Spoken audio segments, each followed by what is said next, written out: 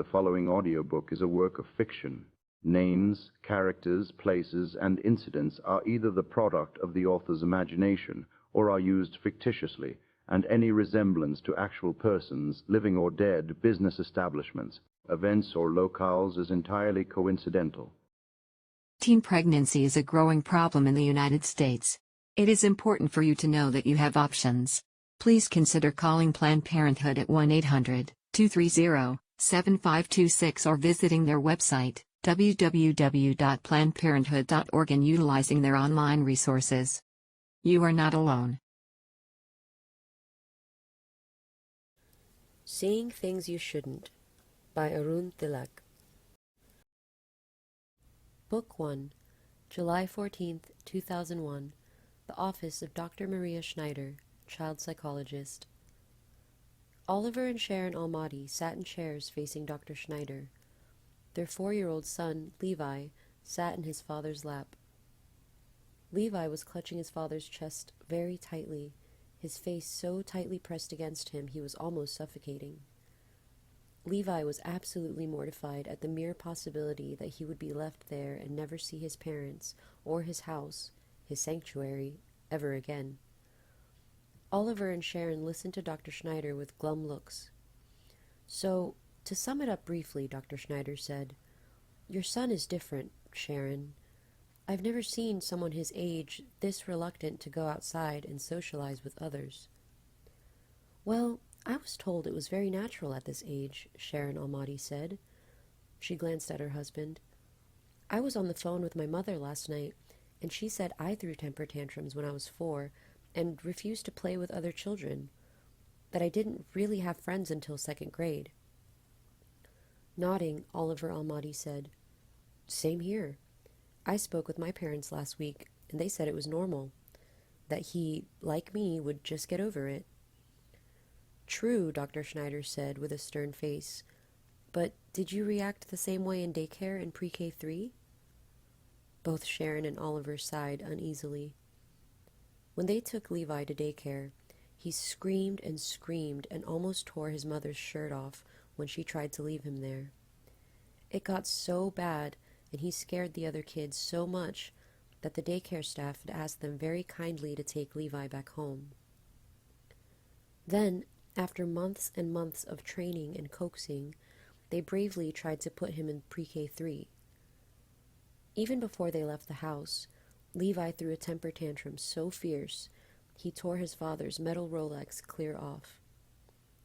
Levi and his father finally made it to school. Levi didn't even make it through day 1. Mr. Almadi tricked his son by saying he was going to get a drink of water and be right back, left him in the classroom, then got in his car and left. When Levi realized his dad wasn't coming back, and that he was here alone with all these strangers, he had simply fainted in terror. The school had to call the paramedics, and Oliver and Sharon had met them at the hospital. The doctors kept Levi overnight, very concerned over his breathing. Levi had vomited 7 times at the very thought of returning back to pre-K 3. Thus, Oliver and Sharon decided to keep Levi at home, where he had been ever since. "Well, we obviously can't keep him at home until college time," Oliver Almadi said. "I'd recommend homeschooling and counseling," Dr. Schneider said. Sharon Almadi made a face. "Dr. Schneider, we both work, and we're not qualified to teach him." Oliver Almadi nodded. Dr. Schneider shrugged as she leaned back in her chair.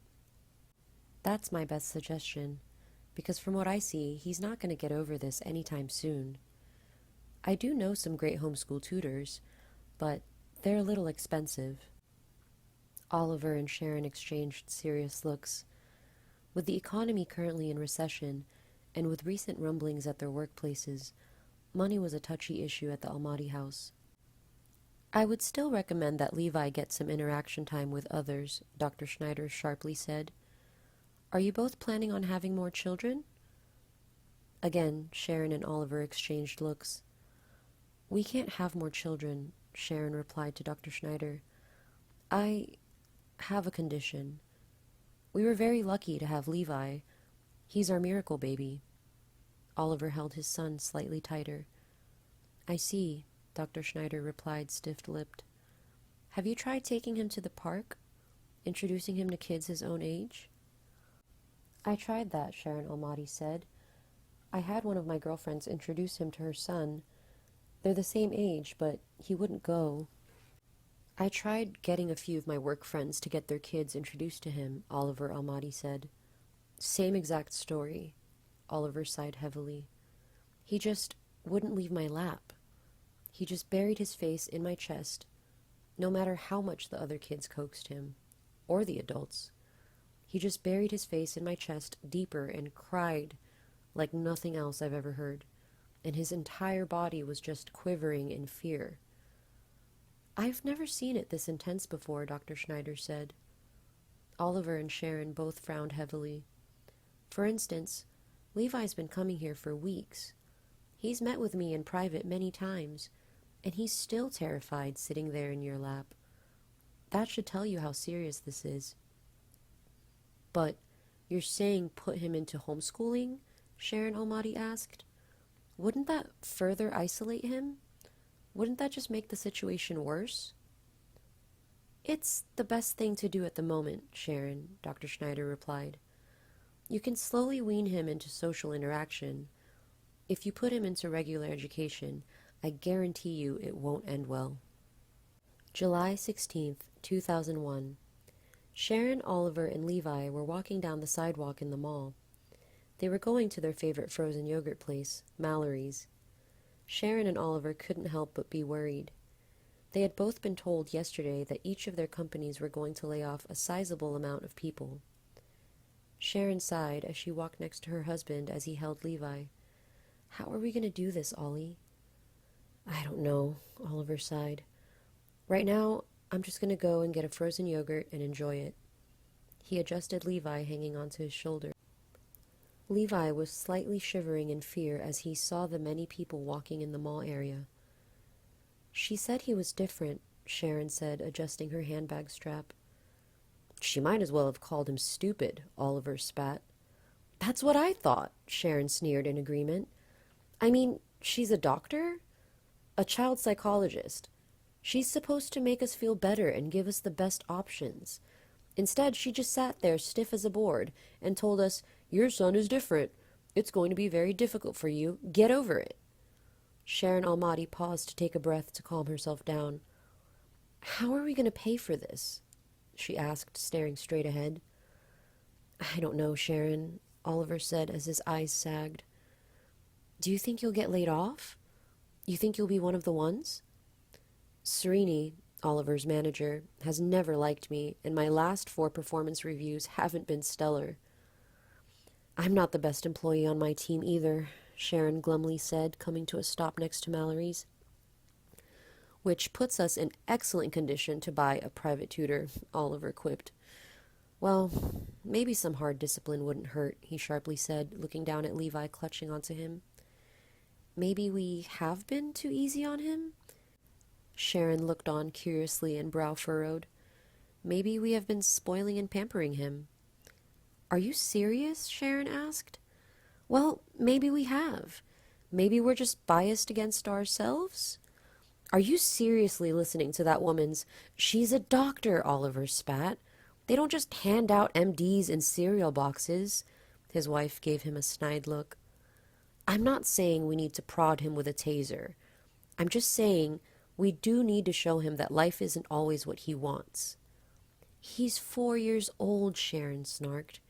He gets to be a kid just once, and even that for a short amount of time. He has the rest of his life to see how difficult life is. Exactly. And I say we start weaning him off now. Like for starters, Oliver pulled Levi off his shoulder. Levi's eyes instantly bulged wide open. His heart rate started to accelerate, and his brain started telling him his parents were going to abandon him here. Giant tears started forming in his eyes as his bottom lip started to quiver. His father slammed Levi's feet down on the sidewalk. Stay, he screamed at his son holding up a hand. Levi started shaking. His breathing became erratic, and the tears started pouring down his cheeks and off of his face. He held up his hands to his father, begging, pleading for him to be picked up again.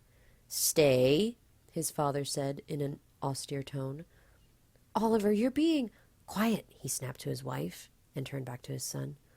"Levi, you stand right there, and you stay there until I say so." Levi's mouth opened, and he wanted to cry, but he was so scared that he couldn't. His breathing was getting worse. He could feel his knees wobbling. His vision was going blurry. He was going to faint, just like last time. His eyes started tilting backwards. His mother instantly moved forward, but his father pointed a finger at her. "Just wait, Sharon. Just wait. Come on, don't you want him to be normal? He is normal. He's not normal. You're being an ass. Just wait. If he faints, just let him. We're here." Just then, the door to Mallory's opened next to them.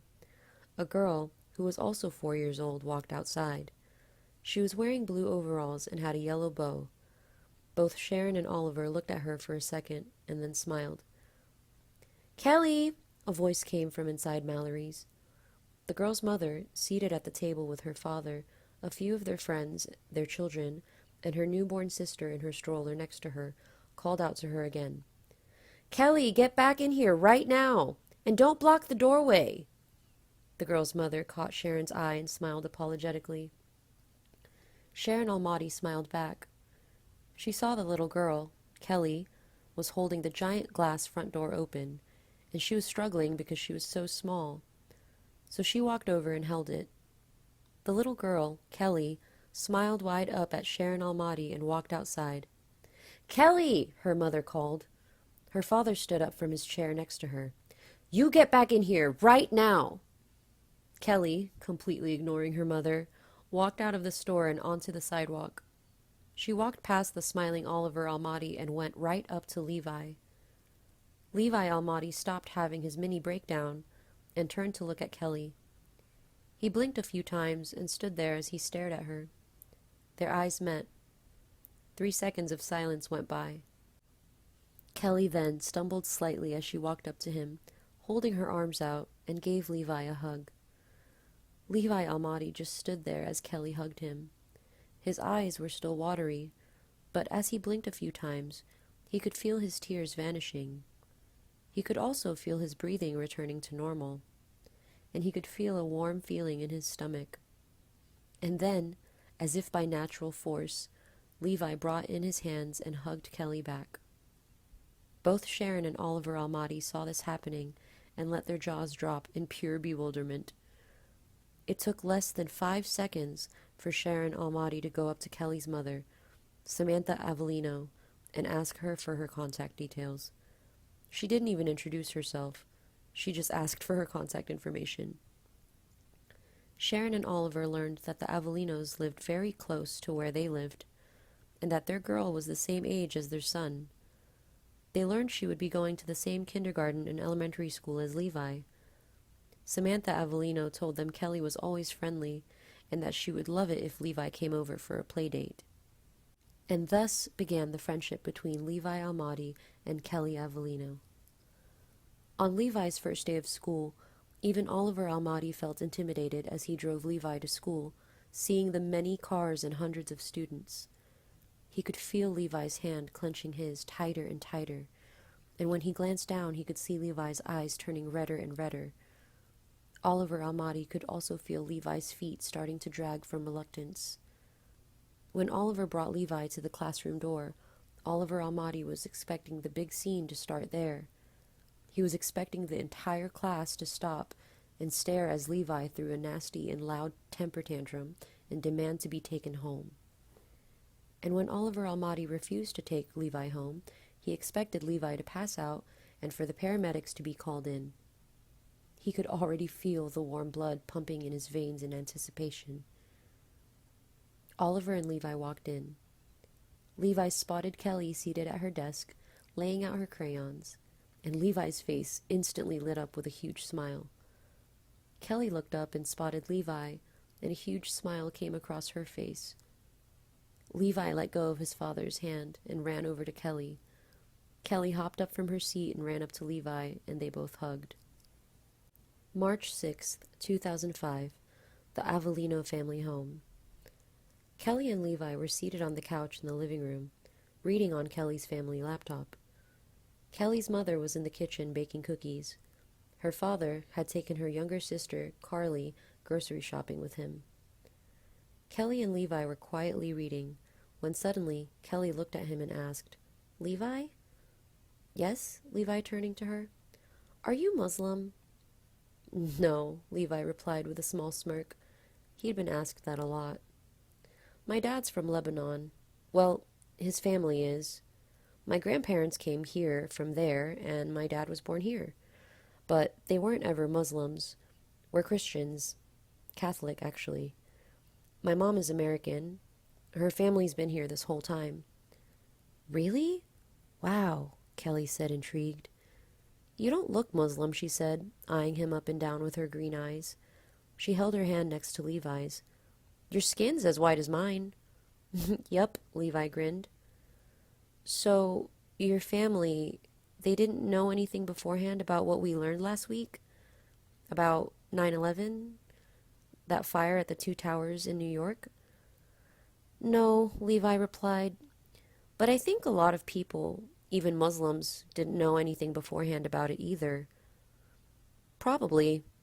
Then why do so many people think all Muslims were behind it?" "I don't know," Levi replied honestly, shaking his head.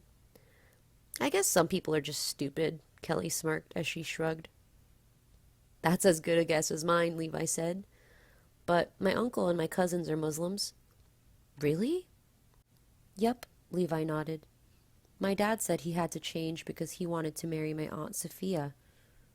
"Really? And did they know about 9/11 before it happened?" "Nope. Well, at least I don't think so." "Okay," Kelly nodded. "Why are you asking me this?" "Well, some girls were talking about you in class, and that you were like Zainab, the girl who always wears a blanket over her head." "It's called a hijab," Levi said. "How do you know that?" Kelly asked curiously. "My Aunt Sophia wears one, and my cousin Amira. She's a really big kid. She used to wear one, but now she doesn't." "Why do they wear it?" "I don't know, really. They just said Muslim girls, some of them, can't show their hair. They choose to do it." Kelly nodded again. "Cool." Then she went back to reading the laptop with Levi. May 24th, 2009, Princeton, New Jersey, the intersection of Grapevine Street and Hollyweather Street, 3:17 p.m. Levi Almadi, now 12 years old, was walking down the sidewalk alone. He loved taking walks outdoors and breathing in the fresh air. Levi and his parents were visiting his Uncle Farouk's family in New Jersey. He was walking back to his uncle's house from the nearby Bazluki's drugstore. He had bought himself a Coke and a bag of Skittles. Levi walked down the sidewalk softly, whistling a tune. He passed the houses one by one. They each had neatly mowed lawns and one or two cars parked in their garages or driveways. Several houses had people seated at their front porches. Some smiled and waved as Levi walked by. Levi passed the last house and kept walking down the sidewalk. He kept walking and whistling as he happily swung the plastic bag containing his Coke and Skittles. The warm summer air felt wonderful as he walked. And then he heard it, a loud screeching, followed by an even louder sound of metal crunching together, and then the deafening sound of a car horn going off. Levi instantly broke into a run and tore down the empty sidewalk in the direction of the noise. He dropped his bag and didn't even notice it as he ran faster. He came up the final length, breaking into a slight sweat, and saw the massive car crash at the intersection. He ran right up to the end of the sidewalk and just gawked at the carnage before him. Levi saw a red Honda Civic with the driver's side completely bashed in. It had been T-boned at the intersection by a gray Nissan Altima. The front side of the Nissan Altima was completely destroyed. The bumper and hood were mangled. Glass shards were scattered all over the road, and the heavy smoke filled Levi's nostrils. Levi took one step onto the road. He started coughing and his eyes started watering. He waved the smoke away as he came up closer to the wreck. His eyes first fell on the Nissan Altima. He saw the front passenger seat window was rolled down, and he looked at the people sitting inside. Levi squinted and coughed some more as the smoke seemed to get thicker, and then his jaw dropped. His 17-year-old cousin, Faisal Awali, was seated in the Altima's passenger seat. Faisal? Levi coughed as he kept waving the smoke away. Faisal looked at Levi absolutely terrified. He completely forgot that he had just been in a car accident and may be seriously injured. His mortified eyes, wide open, were latched onto his little cousin. Levi and Faisal stared at each other for a full 3 seconds. Then Faisal frantically spun around to his friend in the driver's seat, a red-haired kid the same age as Faisal, and started rapidly punching his shoulder. Levi leaned in closer and realized he knew the second kid also. He was Faisal's friend, Robert Shelby. Faisal had invited him to dinner 2 nights ago. Robert Shelby was sitting in the driver's seat. He didn't look hurt. His hands were still tightly clutching the steering wheel. Robert's wide open eyes were staring straight ahead, transfixed at the accident he had just caused. Robert Shelby was in a total daze. He hadn't fully grasped what had just happened, what he had caused. He didn't even notice Faisal was punching him. He didn't even notice until Faisal actually slapped his face and pointed to Levi standing outside. Faisal and Robert both snapped their heads to look at Levi, still standing there. And then Robert instantly floored the car. He floored it so fast, Levi had to jump back. Wide-eyed and jaw-hanging, Levi watched as Robert Shelby clipped his ruined bumper on the Honda Civic as he made a sharp left turn. And then, as the car screeched, they barreled up the road and out of sight. Levi saw them driving off in complete disbelief. Levi stood there on the road, his jaw still hanging open, and continued gawking in the direction that they had driven off, completely dumbfounded. His older cousin, who he really liked, highly respected, and was supposed to be a role model, had just left the scene of a crime. A piece of the Honda Civic's bumper fell off with a thud and jerked Levi back to the present. He turned to the destroyed Civic and still had to blink twice before coming back to full reality. He rushed forward. He came right up to the driver door. The driver door glass had a giant hole in it, so Levi could see right through it. The driver of the Honda Civic, a red-haired woman, lay slumped on her side. She had been wearing her seatbelt, but had still been very injured, severely. Her face was covered in blood, dripping from her head and onto her pink polo shirt, and she was lying very still. Her lying so still was what was creeping Levi out the most. It made the hair on the back of his neck stand straight up and his chest feel numb. He was finding it difficult to breathe. It was that eerie. Levi Almadi was petrified. He came up to the hole in the driver door glass and screamed through it. "Hello? Hello? Ma'am? Hello?" She wouldn't move. "Please don't be dead. Please don't be dead. Please don't be dead," he said, thumping hard on the door and trunk with his fists. "Ma'am, hello?" Levi could feel his throat going dry, and the smoke was making him choke. He started banging harder and harder. He grabbed at the driver door handle, but it wouldn't open. He tried really hard, but it remained stuck. "Oh, jeez. Oh, jeez. Oh, jeez." Levi heard the screeching of tires and jumped back from the Civic. He saw on the other side of the intersection a giant black Ford Explorer had screeched to a halt. The driver, a bald man, and his passenger, his teenage son, instantly sprung out and ran over. "Are you hurt?" the bald man asked, running up to Levi. No," Levi replied, coughing. The smoke was still very heavy. "She's inside and won't move." The man pushed Levi out of the way and started tugging on the driver door handle, and didn't fare any better. He started pounding on the car. "Hello? Ma'am? Ma'am?" He turned back to Levi. "Did you call 911? "Oh, crap," Levi spat. His hand slapped his jeans pocket. His iPhone had been there the whole time and he hadn't called 911. I'm so sorry, Levi desperately said to the man. His eyes started shaking and his voice broke. I'm so sorry. The man shrugged him off and went back to the car door, trying to get to the woman. Levi just stood there watching him. He couldn't believe he had done something so stupid. He glanced back and saw that the bald man's son had pulled out his phone. Hi, there's been an accident at the intersection of Grapevine Street and Hollyweather Street. The paramedics arrived very quickly. A fire engine also came. They told the bald man, his son, and Levi to go stand on the sidewalk. The three of them stood there watching them work in silence. They saw them get into the car and take the woman out, who remained very still, put her on a stretcher and into the ambulance, and then sped off. Then a police car drove up and 2 cops got out. One walked over to the car and the other walked over to a firefighter. They spoke and the firefighter pointed to the sidewalk where the 3 of them stood. The cop walked over. He pulled out a pad and pen as he did so. He had a smile as he came up to the bald man and asked, So, I'm going to need a statement. Well, we just drove up and saw the car lying there mangled in the middle of the intersection, the bald man said, and eyed Levi to his right. He was already there, standing there. The cop turned to Levi, his smile never wavering. And what's your name, buddy? He asked. Levi Almadi, sir. Levi, it's nice to meet you.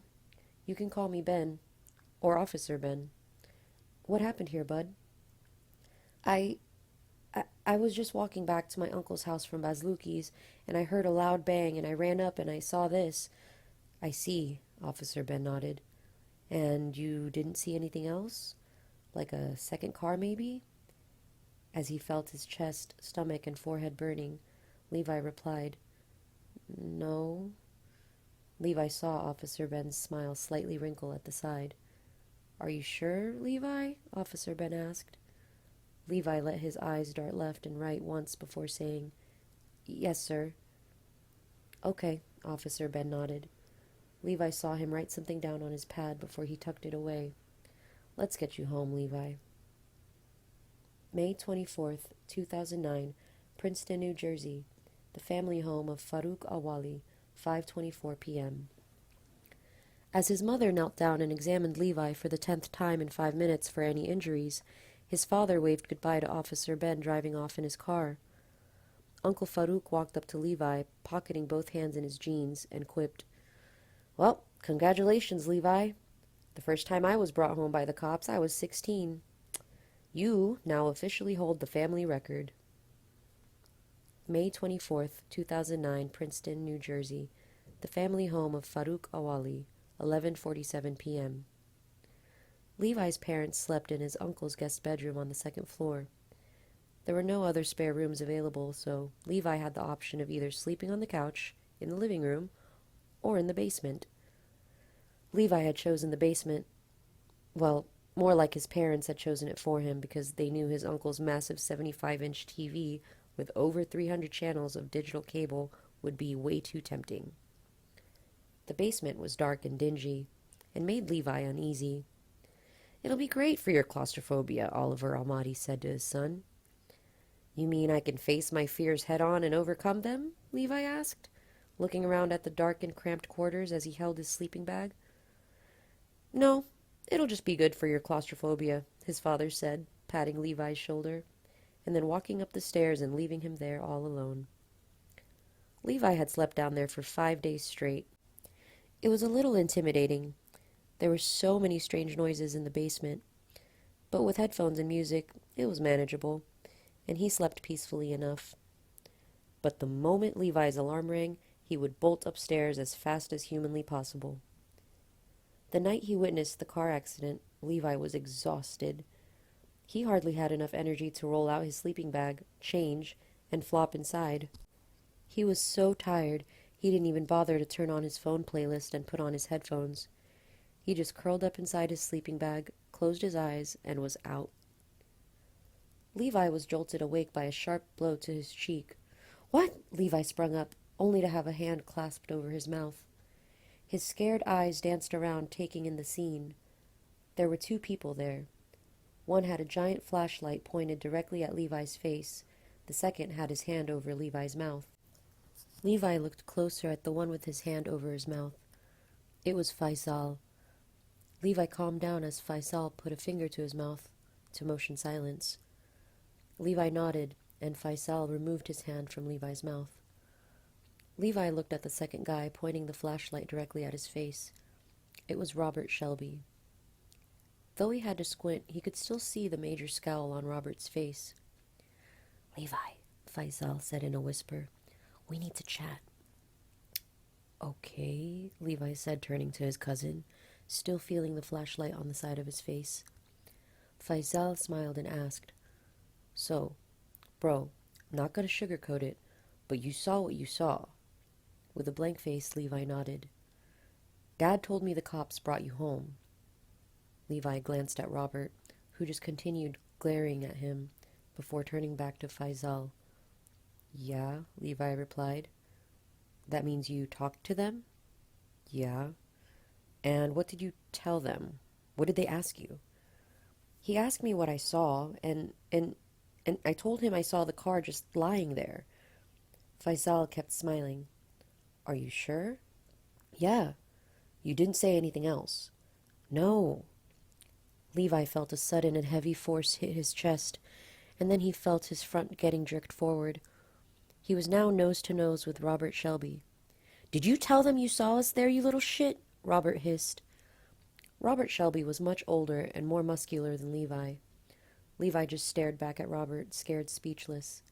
"Stop, stop, stop," Faisal hissed, grabbing Robert's hand, clutching Levi's shirt. "No," Robert snarled back to Faisal.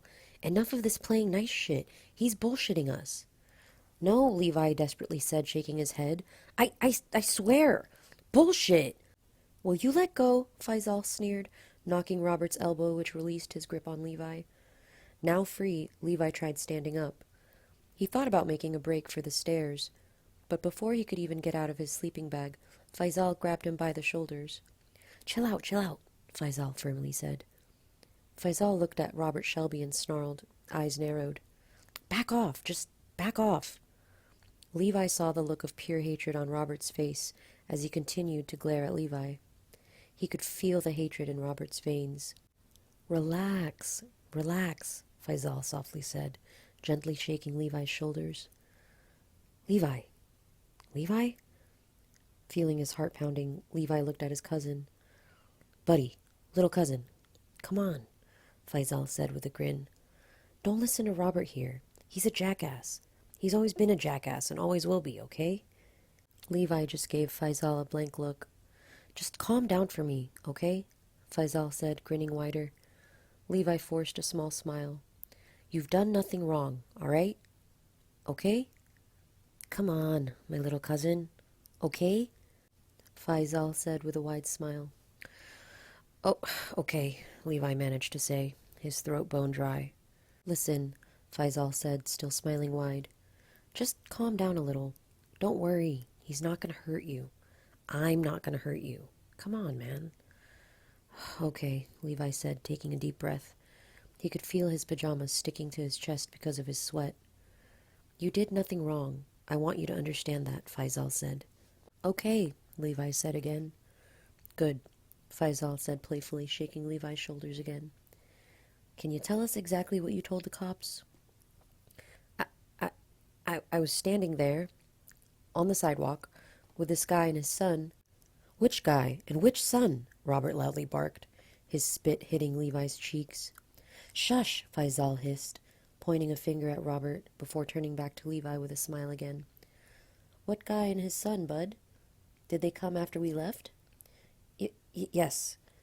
"Did you recognize them? Did they look like our neighbors?" Levi shook his head. "What were they driving?" "A black Ford Explorer." Faisal eyed Robert. "Anyone you can think of?" Robert shook his head no. Faisal turned back to Levi. "You sure you've never seen them around our neighborhood?" Levi thought for a few seconds before replying. "No." Okay, good," Faisal gently said. Again, that's perfectly okay. Perfectly okay. Now, you said you spoke to the cops. What did they ask? They asked if I saw a second car, Levi replied, and he heard Robert make a noise. And what did you reply? I told them I didn't see a car. Bullshit! He's lying, Robert yelled. Shut up, Faisal yelled to Robert. Will you seriously shut up? Robert glared at Faisal before looking away at the basement wall. Faisal yet again put on a smile and asked Levi, Bud, are you sure that's all you said? Yes, Levi firmly said. He was very scared he would make Robert upset. Okay, and thank you, by the way, Faisal said, squeezing Levi's shoulder. And I'm sure the cop asked you the same question twice. They always do. Yes, he did. Okay, and what did you say? I told him I saw nothing. Okay, very good. And that's what you'll say if he comes again, Robert snarled, turning back to look at Levi with a death glare. If you tell him anything else besides you saw nothing, I will fuck you up worse than you've ever been fucked up before in your whole goddamn life. Levi felt his heart jump a beat and tears forming. He felt so small and powerless. Levi? The calm voice of Faisal came, and Levi turned to him. Bud, this is kind of serious. Levi sniffled and wiped his eyes. We need you to keep that up, okay? And keep saying that. If he or anyone else comes back, we need you to tell him, to keep telling him you saw nothing, okay? That you didn't see us there. Levi was too upset to speak. He just nodded. And it's all right. You're not doing anything wrong, okay? You're just looking out for family. And you'll learn this later in life. Family is very important. Nothing runs thicker than blood. And I'm your blood. Levi nodded again. Levi felt a burning in his stomach. Levi knew what he was doing was wrong. Very wrong. But he felt he had no other choice. He sincerely believed that Robert Shelby would strangle him in his sleep. And he didn't want Faisal to get into trouble. Faisal Awali was Levi's favorite relative, his older and cooler cousin. And this is for everyone's good, Faisal said with a wide smile again. We made a mistake, and we'll pay for it. Trust me. Somewhere along the line, we'll pay for it. I'm trying to become a doctor. So is Robert here. If we get this on our record, we won't become doctors. We won't get to become anything. Understand? Okay, Levi nodded. Good, Faisal said, playfully punching Levi's chin. You're a cool dude. I always knew it. Levi smirked. Now go back to bed, all right? Levi nodded. You want a Coke? Sprite? Orange soda? No, thanks. Cheesecake? Slice of cheesecake? Come on. No, thank you. Come on, a slice of cheesecake? It tastes so good. I'm good. I brushed my teeth already. Okay then, Faisal chuckled. Good night, cuz. He watched Levi lie back down and motioned for Robert to follow him out, which Robert did, but not before giving Levi one last death stare. May 25th, 2009, Princeton, New Jersey, the family home of Farouk Awali, 1:23 p.m. Levi was sitting on his uncle's couch watching his mom's iPad. The doorbell rang and he saw his mom go and answer it. He heard chatting at the door and then footsteps. Levi? His mom's voice came, and Levi looked up and was startled to see his mom standing there with two policemen. One of the policemen was Officer Ben, the same one from the accident scene. Levi, these are Officers Copeland and Hillen, Sharon Almadi said, motioning to them. You remember Officer Copeland? He dropped you off? Ah, yes, Levi said, wide-eyed, putting away the iPad and standing up. He told me to call him Ben, or Officer Ben. Hey, Levi, Officer Ben said, coming up and offering his hand, which Levi shook. I sure did tell you that. This here's my partner, Officer Andrew, or Andrew, whichever you'd like. Hi, Officer Andrew said, offering his hand, which Levi also shook. Do you think we could talk, Bud? Officer Ben asked. Sure, yes, sure, Levi said, eyeing his mother. And your mom can stay, of course. Okay, Miss Almadi said. His partner, Officer Andrew, pointed to the sofas and they all sat down. So, Officer Ben said, clapping his hands together and looking at Levi with a huge smile, How have you been? Are you feeling better? You seemed a little out of sorts at the crash. Yeah, I'm much better, Levi replied. Good, good. You got a good night's sleep, dude? Yes, sir.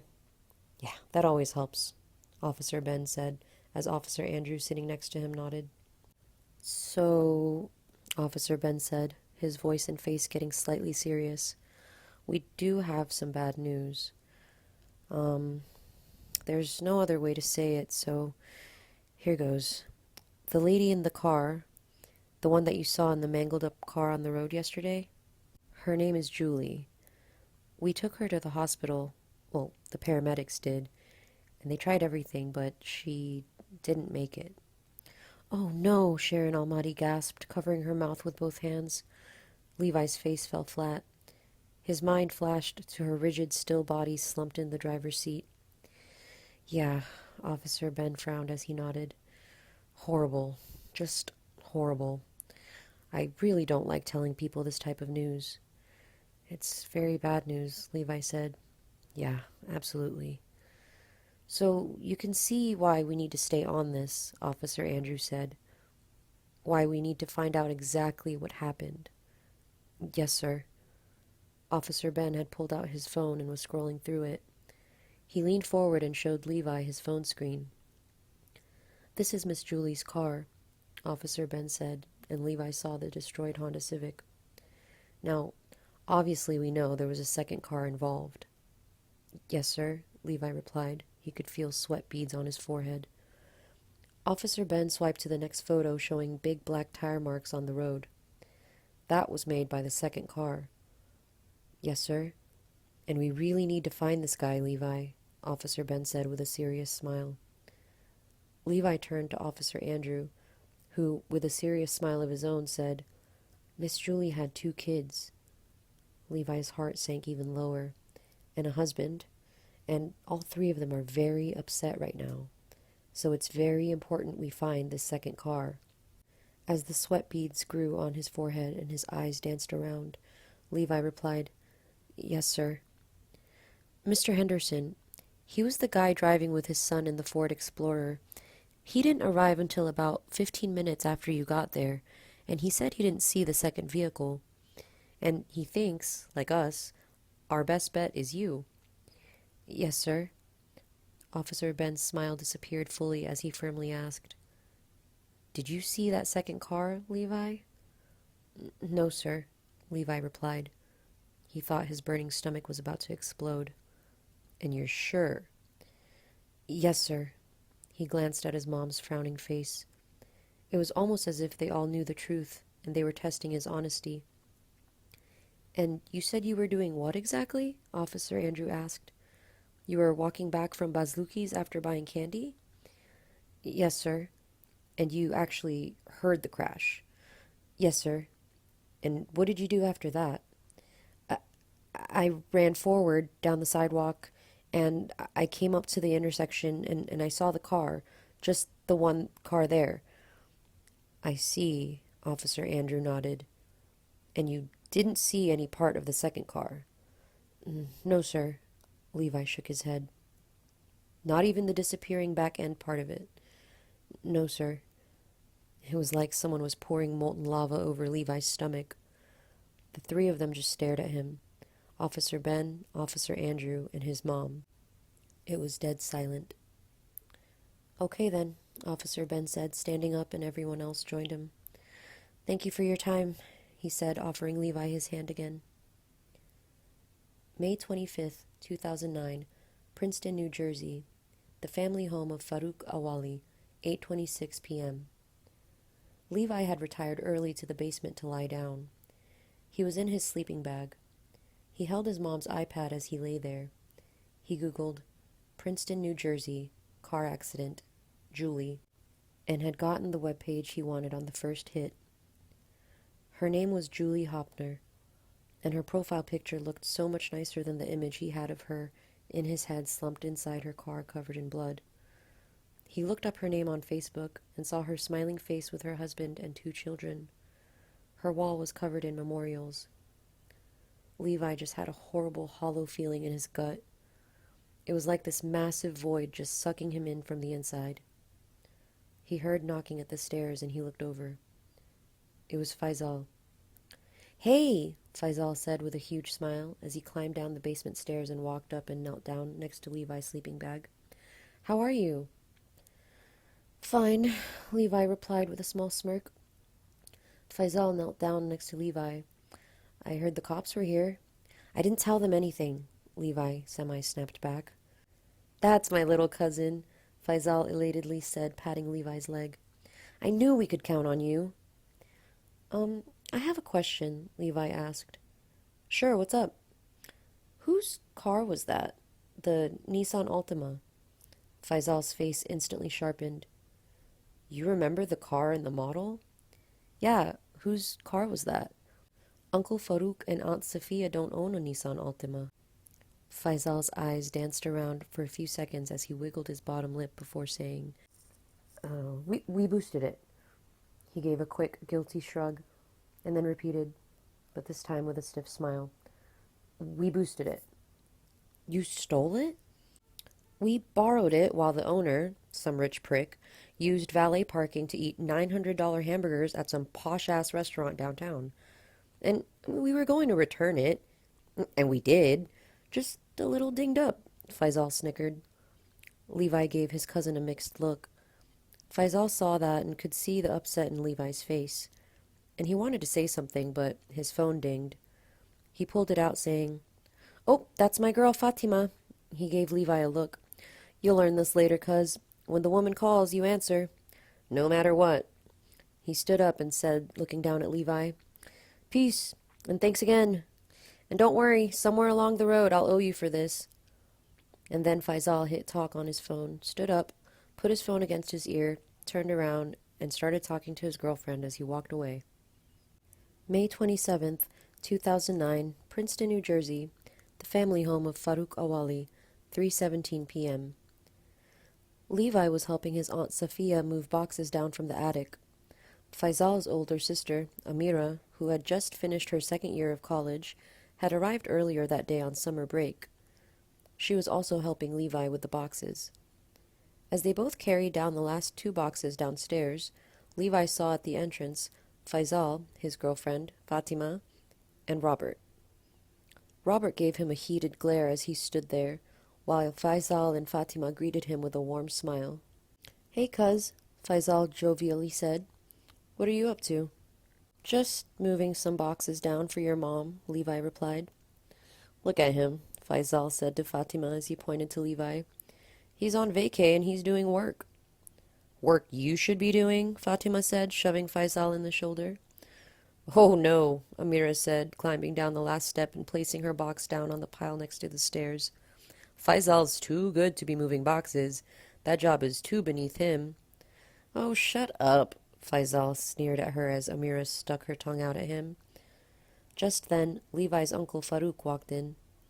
He had a broad smile as he came up to them. He handed Faisal what looked like a check. "Here you go, my son," Uncle Farouk said.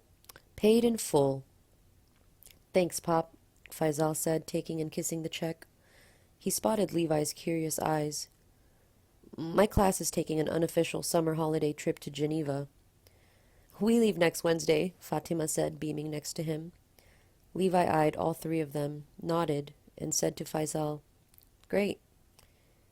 In his head, Levi thought, "She's probably still lying on that slab in the hospital morgue, cold as ice." September 16, 2009, James Madison Middle School. Gwen Charbot was one evil, conniving person. She hadn't liked Levi since literally the first second she had met him. She did cheerleading and track team, and everyone knew her family was rich. She was always showing off her family vacation pictures in London and Paris. Gwen and Levi's rivalry was mostly fueled by Gwen's jealousy of Levi. Levi always seemed to be beating her for the top grade in all of the classes that they shared. Today in social studies class, the class was presenting their shoebox U.S. state dioramas, which would count as 2 test grades. This was also a competition. The winner would win a $50 gift card. Gwen gave her presentation on Florida. It was very good. Mrs. Fissiter gave her a very good final score of 95%. "Levi, you're next." Levi stood up to go to his locker. He had worked so hard on his diorama that he had decided to leave it in his locker until presentation time, for fear of breaking it. As Levi walked out of the classroom to his locker, he passed by Gwen, returning from a restroom break, and Levi would later swear he could see Gwen smirking at the corner of her mouth. He walked out of the classroom and into the hall and saw puddles of water, right there on the hallway floor.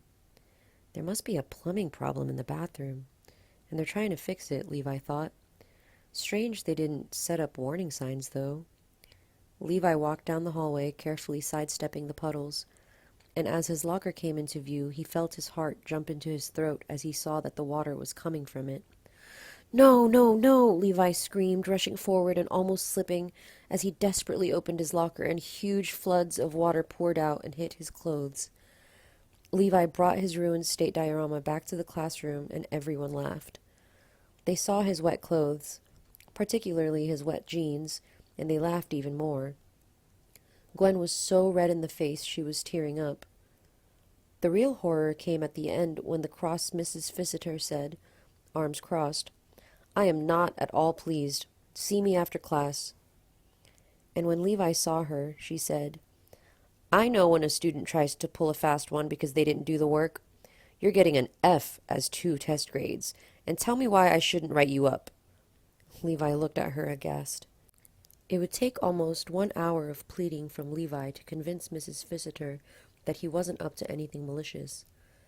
And as a makeup assignment, he had to write a 15-page minimum essay, at least 10 works cited, 12 times New Roman font, no double spacing, on North Carolina's contribution in the U.S. Civil War, due in 1 week. This was not going to be fun.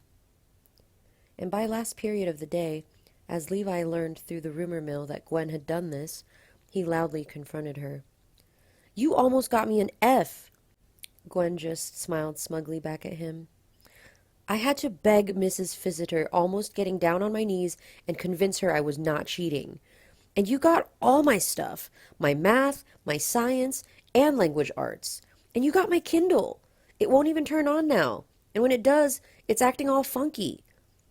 Still, with that irritating smile, Gwen replied, "And what do you want me to do about it?"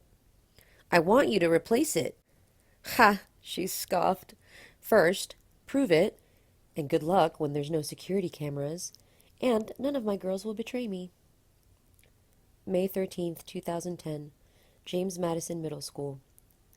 Levi walked up to the school bulletin board on his way to lunch. He saw the giant poster, Day 1 of the annual Picnic Basket Boys Auction. Levi saw that poster and felt his stomach do a somersault. The Picnic Basket Boys Auction was a 7th grade tradition at James Madison Middle School. The 7th grade was divided into 3 teams, A, B, and C. Each language arts teacher would choose 5 male students. Those 5 male students would then be required to make a picnic basket-sized meal. Their picnic basket meal would then get auctioned off to the entire school female student population, and the generated money was donated to charity. Each of the 5 male students were expected to dress in their best clothing, usually a suit. They had to stand up on the giant stage, holding their picnic basket, containing their homemade picnic basket meal, in the massive auditorium.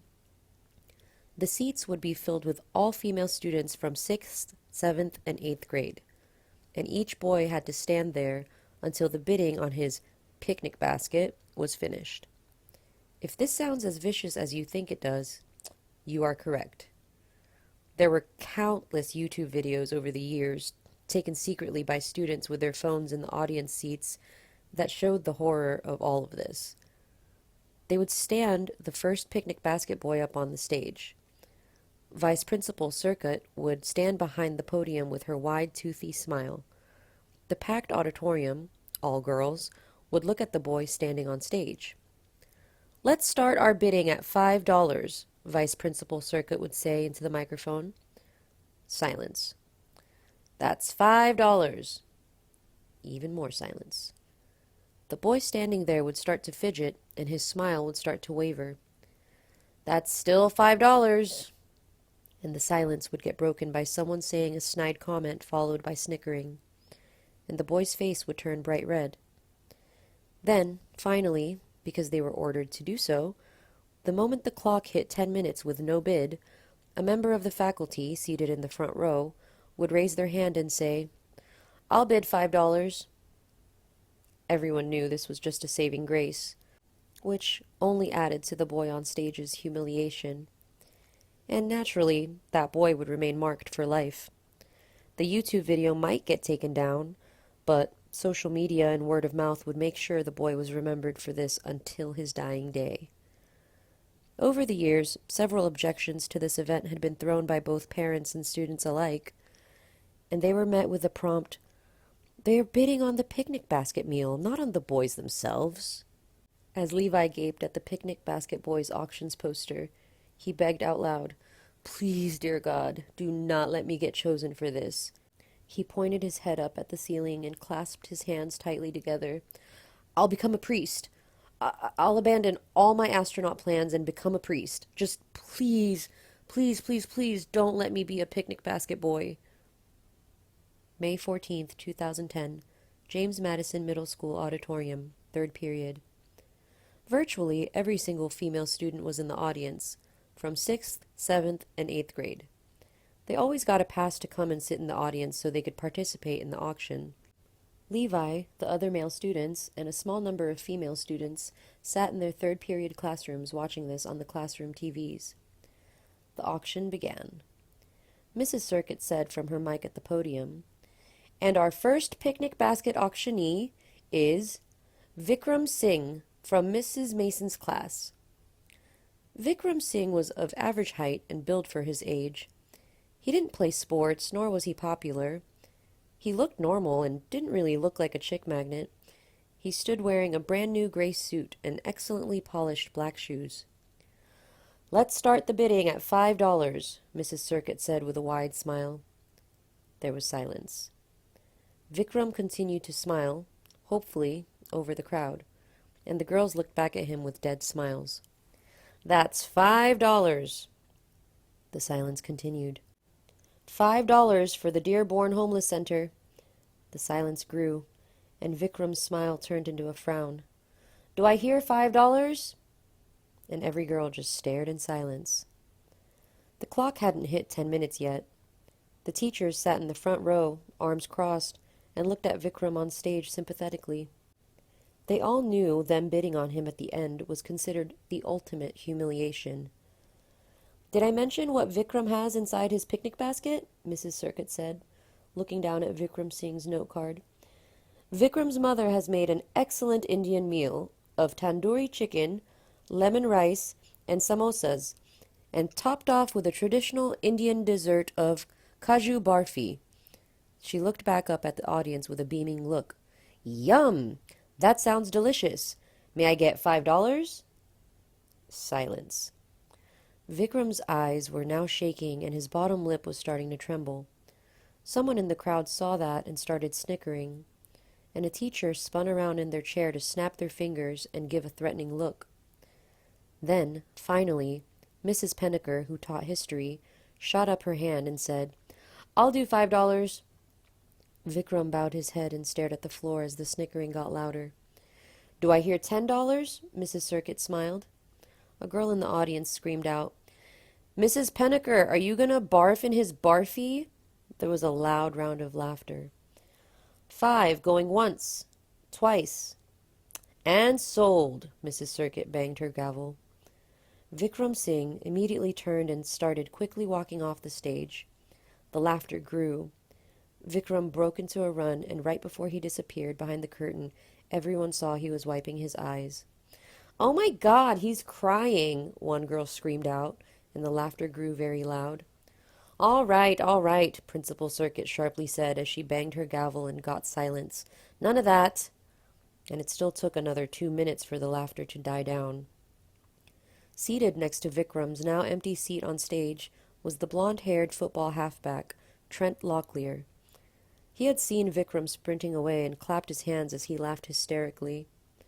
Mrs. Circuit banged her gavel and said, Will the next picnic basket boy come up? Trent Locklear adjusted his tie, stood up, grabbed his picnic basket handle, and strutted up to the center of the stage and stood.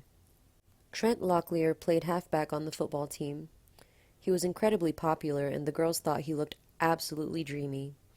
And to top it off, he was from a rich family. This went exactly as you would think.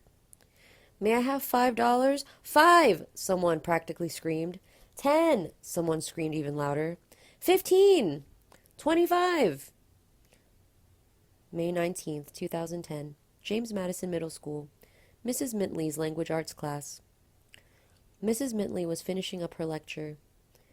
And I'd like to reiterate this again, that just because the school year is almost over doesn't mean you can just stop reading the required reading. That means I want chapters 4, 5, and 6 read by Friday with a 10-page report. Ugh, the class groaned. Excellent. Now that I know I've got your attention, Mrs. Mintley plowed on, and with 5 minutes to the bell, it's time for my 5 choices for Team B's Picnic Basket Boys. Every single girl in the class sat stiffly to attention. The 5 lucky boys are, Mrs. Mintley said, placing a transparency on the overhead projector and tapping her finger on the on button. Voila! Every student's head lurched forward an inch as they ogled the list. Chris Bolden, Zach Walker, Ty O'Neill, Levi Almadi, and Kyle Isaac. Levi saw his name on the list, clenched his teeth tightly, pulled his shirt collar over his mouth, and softly muttered, "Fuck." He could feel his cheeks singing and a tingling feeling in his fingers and toes. He then heard snickering and whispering, and he slowly looked around the room. He could already see several girls suppressing their smiles as they looked at him. A few already had their phones out and were texting away. Levi knew the other 4 chosen boys. They all got good grades. They all either played soccer or football, and they were all popular. 3 of them even had girlfriends. How could he compare to them? Levi then heard a loud scoff. He slowly turned around to see Gwen Charbot giving him a very cheeky look before leaning forward to speak to the ever-so-cute Lily Commerwalt, who Levi had a massive crush on. The moment the bell rang, Levi desperately went up to Mrs. Mintley seated behind her desk. "Ma'am, can you please get me out of this?" "No," Mrs. Mintley said, barely looking up at him as she got out her grade book. "Ma'am, I don't want to do this, please. I've never been a troublemaker in your class, and I don't want to do this. They'll stand me up on that stage, and it's going to be like a firing squad." "No, now get," she hissed, pointing to her door. That night at Levi's house. "You are a very handsome young man," Sharon Almadi said to Levi. "I don't want to do this, Mom." "It'll be fine. We'll get you a nice new suit. It doesn't matter what I'm wearing. They'll only be fixated on my face. And you have a very beautiful face. I have a disgusting acne-infested face." May 20th, 2010. James Madison Middle School, 2:46 p.m.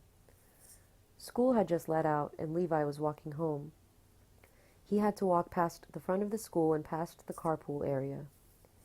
"Hey, butt ugly," a voice came from behind him. He knew that voice. He turned around to see Gwen Charbot. She was flanked on either side by her girlfriends. Levi gave her a stiff look, and she gave him a snide one as she and her 2 friends brushed by him, pushing him out of the way. "You ready to look like a total loser tomorrow, broke dick?" "You're already expecting to hit $100, her redhead girlfriend Meredith Bluke snarked to Levi. Levi said nothing as they went by, and he heard Gwen say, "His family's so broke, his picnic basket's going to be just biscuits." Gwen's other friend, the blonde Sadie McConnelly, said, eyeing Levi up and down, "You're just going to look so stupid tomorrow." She burst into laughter with Gwen and Meredith. They laughed so hard their faces turned red. "Everyone's going to think you're a loser forever," Sadie guffawed. Meredith looked at Levi and said, "You're just lucky you don't have to have a girlfriend to make AB honor roll." Levi stood there glaring until Gwen's mom pulled up in their huge, expensive black SUV. Levi looked at their SUV's shiny, expensive hubcaps and felt his anger get higher. As she climbed in after Meredith Blake, Gwen Charbot turned and looked at Levi and gave him the middle finger as she pretended to fix her bangs. Levi glared harder as her passenger door slid automatically closed. Levi started walking home. He left the school campus and hit the sidewalk. As Levi walked down the sidewalk, he couldn't help but feel terror in his stomach. Sadie's words rung loudly. "You're gonna look so stupid tomorrow. Everyone's gonna think you're a loser forever." "Hey! Hey!" he heard someone calling from behind him. "Levi! Hey!" Levi turned around to see that running up to him was Kelly Avelleno. Kelly Avelleno had grown to be tall and slim. She was on the track team, and a very strong member of it. She had long, bushy brown hair, which she always kept in a ponytail. She had freckles all over her cheeks. Levi had a secret massive crush on Kelly Avelleno, the biggest crush he had had on any girl at school. He thought Kelly was absolutely gorgeous. "Hey, Kelly," Levi said, coming to a stop. "You left this behind in history," Kelly panted, running up to him holding his iPhone. "Oh, geez," Levi said, checking his pockets and seeing it wasn't there. "I totally forgot about it," Levi said, taking his iPhone from Kelly. His phone was the brand new model and very expensive. His dad would have killed him. "Thank you so much, Kelly," Levi gratefully said. "Sure thing." "My dad would have torn me a new one." "I'm sure," Kelly laughed. "I'm usually very careful with these things." It happens." Levi pocketed his phone, but his hand started fidgeting and he missed his pocket and dropped his phone on the sidewalk. "Crap," Levi hissed, bending down to pick it up. He desperately looked at the screen and saw that it thankfully wasn't cracked. But as he started standing back up, his nervous hands dropped his phone again, this time on the grass. "Shit," Levi said, bending down to pick it up again. "Wow," Kelly said. "Tense much?" Levi picked up his iPhone and stood up. He started cleaning the screen with his shirt and gave Kelly a guilty smile. "Let me guess. You're nervous about the auction?" Kelly smirked. "What was your first clue?" "Why are you nervous?" "No one's gonna bid on me, and I'll look like a total idiot for the rest of my life." "No, you won't. Zach, Ty, and Chris are all jocks. Yeah, they're also complete buttholes." Levi scoffed before saying, "And Gwen Charbot is going to make my life a living hell after tomorrow. And she's so popular this could go on for decades." "Gwen Charbot is a self-righteous bitch." Levi grinned broadly at Kelly's choice of words. "She only got her spot on the track team because of her mom and dad, because they paid her way in. She runs like a frickin' duck, and she's got so much mascara on, no wonder she can't run straight." "I'm guessing you two have exchanged words?" Levi smirked.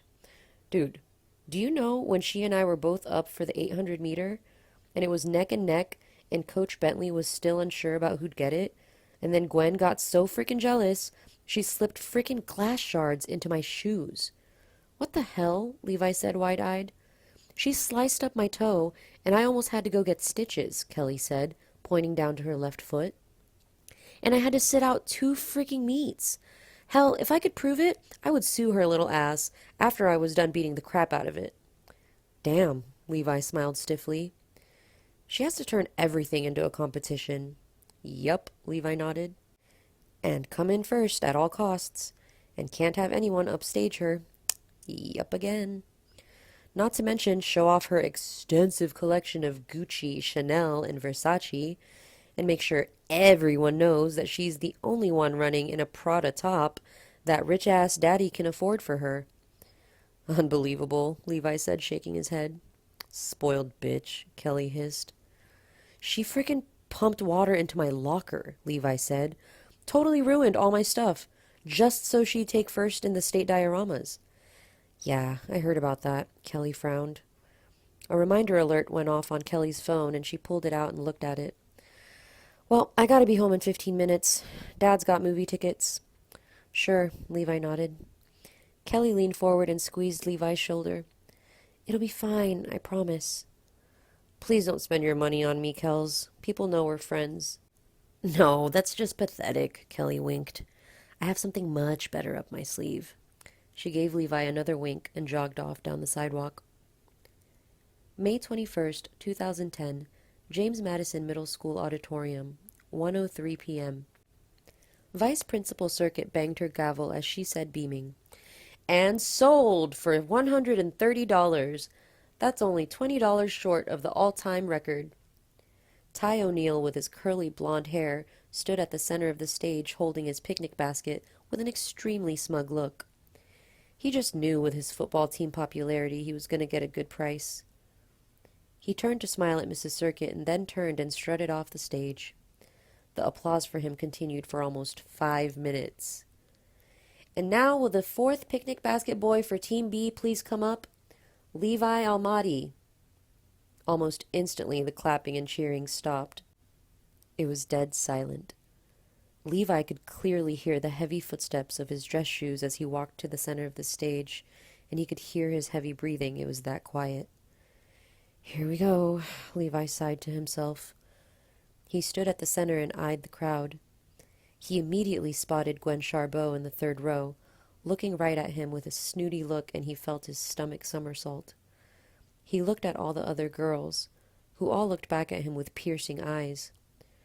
Wow, this was going to be bad. Levi's picnic basket contains an avocado salad, brown rice, watermelon slices, topped off with a mango frozen yogurt. Sounds delicious. Bidding starts at $5. Levi felt his toes curl and his palms grow sweaty as he held his picnic basket.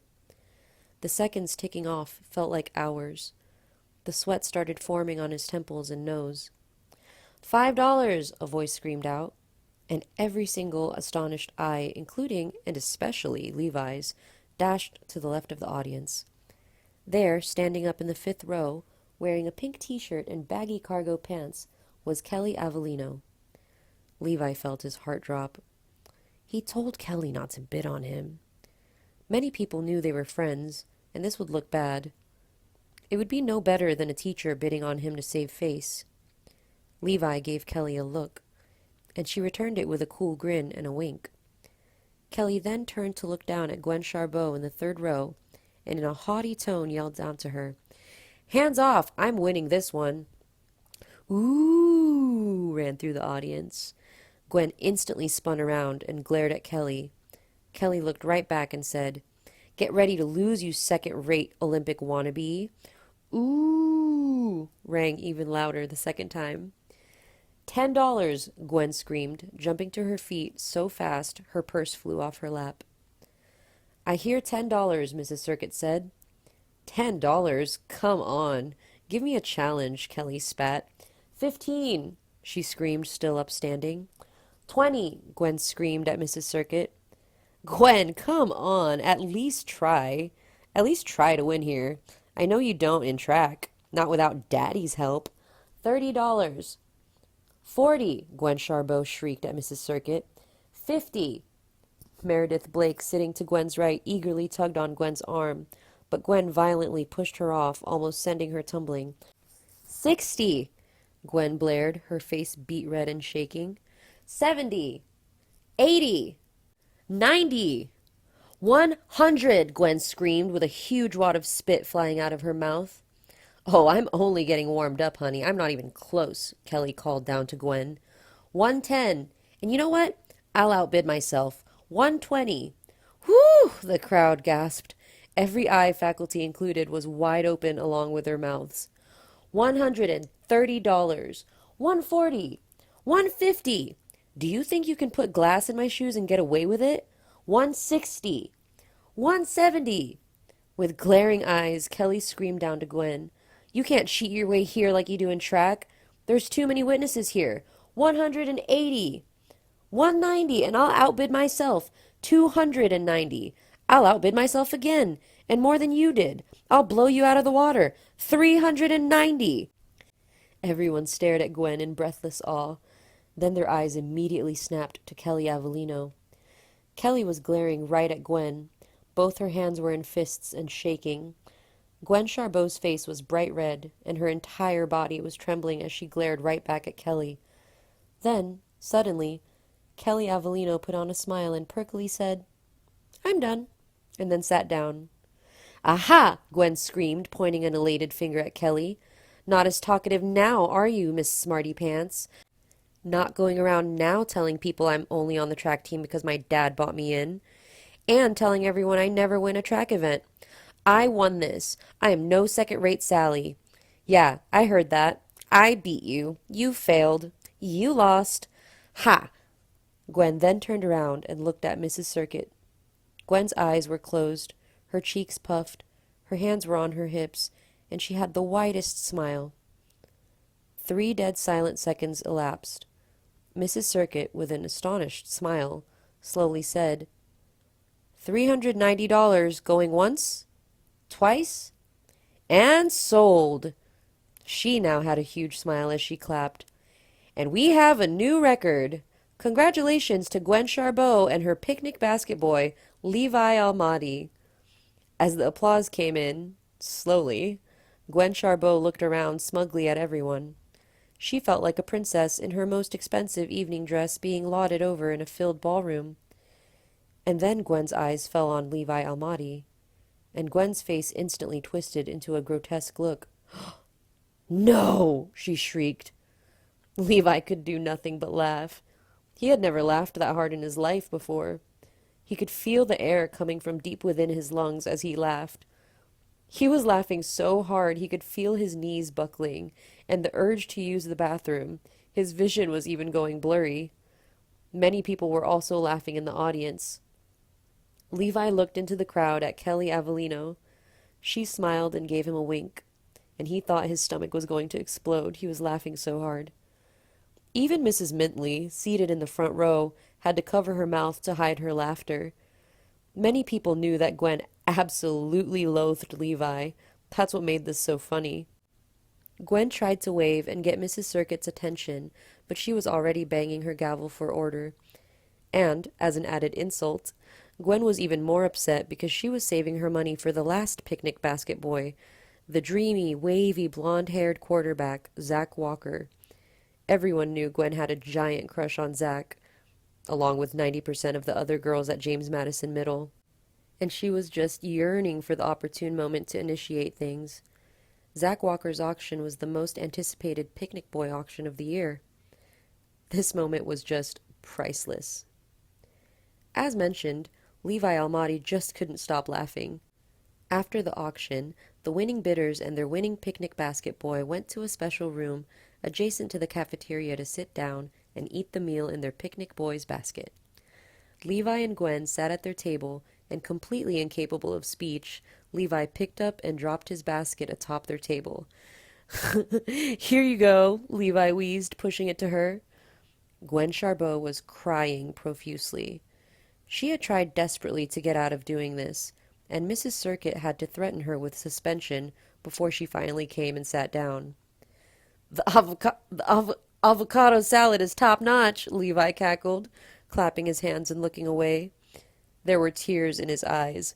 This was the first time he had cried from laughter. The other people there couldn't help but look over and laugh also. The teacher chaperones there also had to fight down smiles and laughter. Again, this moment was priceless. "And please, try the watermelon slices. They're fresh," Levi wheezed. Now his head hurt from laughing so hard. Gwen's face was bright red as she continued to sob. She glanced over 2 tables. Her beau, Zach Walker, was seated there with Mary Monroe, a girl with heavy freckles, pimples all over her forehead, braces and pigtails. She had easily outbid her nearest competitor and paid the $55 to get him. Levi knew Mary Monroe very well. He too looked over and raised his water bottle in salute. Mary was in robotics, astronomy, and book club with Levi. She was heavily picked on because of her looks. She had had mean things said to her, had property stolen, been pushed around, and had horrible things written on her locker and her binder, the latter of which was rumored to be done by, you guessed it, Gwen Charbot. This was a bittersweet moment. The nerdiest girl was now with the most popular guy at school. Mary saw Levi and winked before she took a turkey plate handed to her from the reluctant but polite Zach Walker. Levi turned back to Gwen. He calmed himself down and wiped his eyes to ask her, "Gee, Gwen, all these years and you had this massive crush on me? A $390 crush? All you had to do was come over after class and tell me, and we could have gone to the frozen yogurt place. And that's just like $7 tops." Gwen Charbot heard that and let out a small scream as she again burst into tears and buried her face on the table. She then actually started thumping her fists and stomping her feet. "Eh," Levi shrugged, reaching into his picnic basket and pulling out a slice of watermelon. "More for me." And as if it were the icing on the cake, when Gwen Charbot's parents heard about this little debacle, a $390 debacle, they were just livid. The story broke out. Gwen's family wasn't actually rich, not even close. They never really were either. However, they did desperately try to portray themselves as rich. At most, they were middle class. In January of that year, Gwen's mother and grandfather had made some very bad investments and had seriously tanked their savings. They were now literally living paycheck to paycheck and on the verge of selling off both of their cars. Those pictures of Gwen and her family vacationing in London and Paris were taken in London and Paris, Ontario. That expensive SUV was actually nothing more than an extremely lucky raffle win at the mall. And upon careful examination of her clothing, they actually read Channel, Gucci, and Panda. Gwen's father was furious. So furious he grounded her for the rest of the year and summer. No parties, no sleepovers, and even though one of her genuine rich friend's parents had offered to pay for it, no cheerleading camp and no class Miami trip. Levi would remember Gwen crying for years to come. Oliver Almadi had finished building his dream car, a 1969 Mustang Boss 429. It had taken him 13 months and all of his spare time. In the end, it had cost him $212,109.67. As Levi and Sharon Almadi stood next to the Mustang, watching Oliver Almadi apply the second coating of wax to the trunk, Sharon Almadi said to Levi, arms crossed, "And this, Levi, is why your father won't be able to send you to college." Gaping in awe at the finished car, Levi replied wide-eyed, "I'd rather have this car than go to college." A few days after that, as Sharon Almadi had returned from shopping, she saw her husband sitting in his fold-out chair, right on the grass, admiring his new car parked in the driveway. She came up to him and said, "Hey, lover boy, are you even going to drive it, or are you just going to let it sit there and give you a hard-on?" "Hey, Sharon," Oliver Almadi snapped, turning to his wife, "are you going to keep hiding those female fetish magazines in the guest bedroom in that suitcase, which you think I don't know about?" And there was the week after it was completely done. Sharon was cooking in the kitchen, Levi was doing math problems at the dining table, and there was a loud gunshot that pierced the air. Sharon and Levi eyed each other terrified for a second before instantly springing outside. They each jumped down their porch steps and over to the driveway, where they saw Oliver Almadi standing by his car, holding his shotgun. "Dad!" Levi gasped, running up to him. "What happened?" Oliver Almadi cocked his shotgun and eyed the front of the driveway, near the front of his Mustang. Levi and his mom leaned forward and saw a bird lying there. Half of its body had been blown off by the shotgun. "What the?" Levi said, still panting from the run. He looked over and saw Mr. and Mrs. Carmichael, and many of their other neighbors, running over as well from hearing the gunshot and standing by their grass. Levi looked at them, equally as mystified as he turned back to his father. "I caught that little bastard trying to take a dump on my car," his father casually replied. And from that moment onwards, Oliver Almadi's 1969 Mustang Boss 429 stayed inside their garage, with a leather cover over it. April 17th, 2011, the Almadi family home, 3:47 p.m. Levi had finished his homework early and had asked his friends Ned Rentman and Joey Idley to come over and hang out. Levi's parents had left around 2 p.m. to visit old friends. Levi, Ned, and Joey had started out playing video games and then graduated to doing wheelies on the road with their bikes. I bet I can land this, Joey said atop his bike in front of Levi's open garage door. They had set up a ramp on the garage driveway, which they had steadily increased in height. I bet you can't, Levi yelled back atop his bike at the end of his garage driveway. Levi turned to Ned, standing next to him. Arms crossed, Ned shook his head. No way, we raised the height too far. I bet I can, I bet I still can, Joey defiantly said. And he instantly started pedaling forward down Levi's garage driveway. And as both Levi and Ned gaped, he hit the ramp, flew into the air, twisted his bike twice in the air, and successfully landed down on the road. Wow, Ned said, astonished. And after he was done gawking himself, Levi quickly put on a smug smile and said, Big deal. He saw Joey's wide smile instantly vanish. I could do that in my sleep. Bullshit, Joey spat. I could. No, you couldn't, you little pussy. Pussy? Who do you think you're talking to, biatch? You, Joey said, pointing at Levi as he got off his bike, letting it fall right on the road and walked over to the ramp. He took it and turned it, pointing up the driveway. There you go, pussy, have at it. Fine, watch me, biatch. I'm watching, pussy, Joey smirked, crossing his arms and standing by the side of the ramp. Levi pedaled down his garage driveway and into the road and down maybe 10 feet. He did a loop and started pedaling faster for momentum. He got back to his house and started pedaling at full blast. Levi saw the ramp and aimed his front tire right at it. Ned cautiously called out, Levi, are you sure? Shut up, Levi yelled as he hunkered down and kept pedaling. He and his bike zoomed forward. He felt his tire hit the ramp and then felt himself going airborne. He tried to twist his body and the bike, but he knew a fraction of a second into it that he had messed up. He realized he was coming down, and at way too much speed. There was a loud thud as his entire body made a crunch. He felt the bike tilt over. His side and his elbow hit the hard pavement.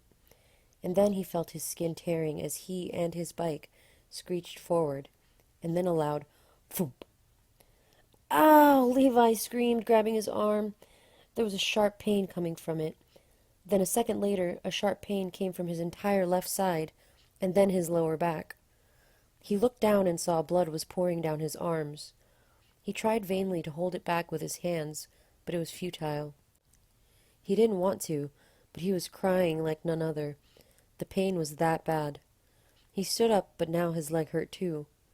It had been one bad landing. Levi just stood there and cried as his entire body seemed to be burning.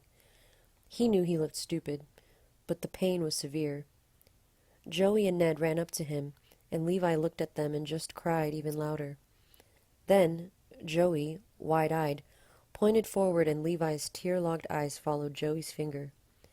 His eyes landed on his dad's 1969 Mustang Boss 429.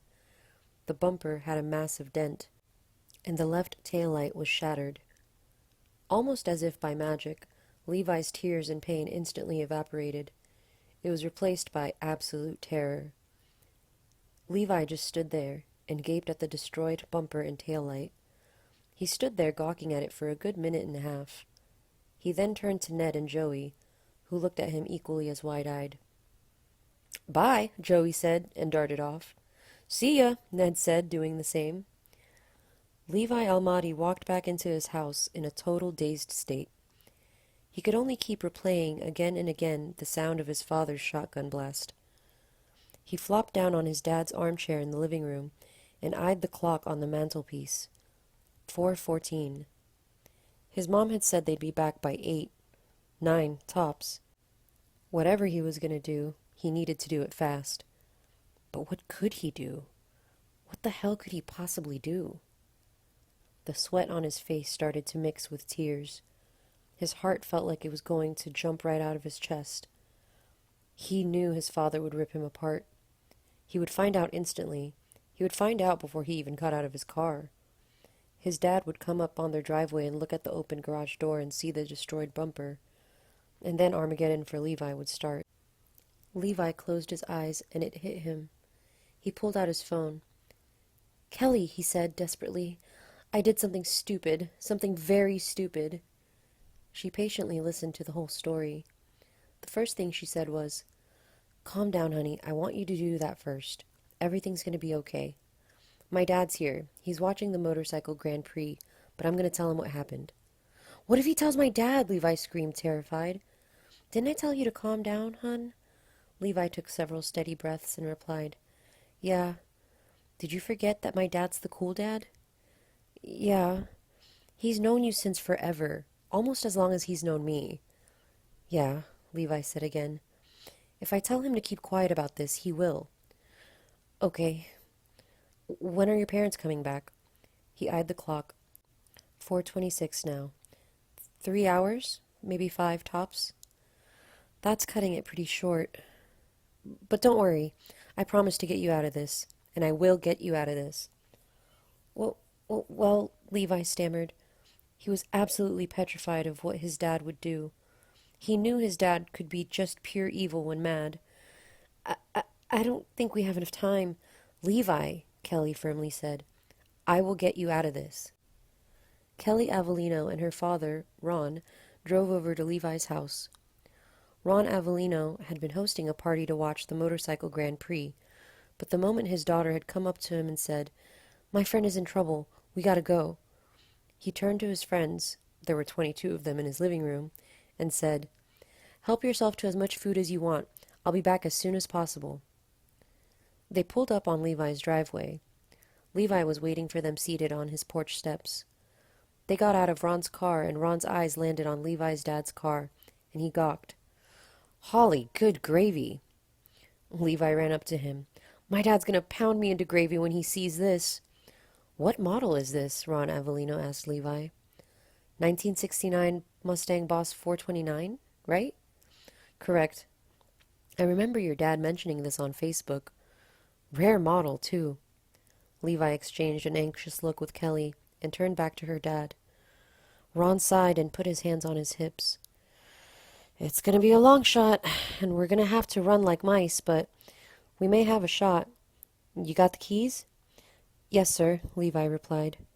He knew his dad kept them in the safe in his den, which he knew the password to.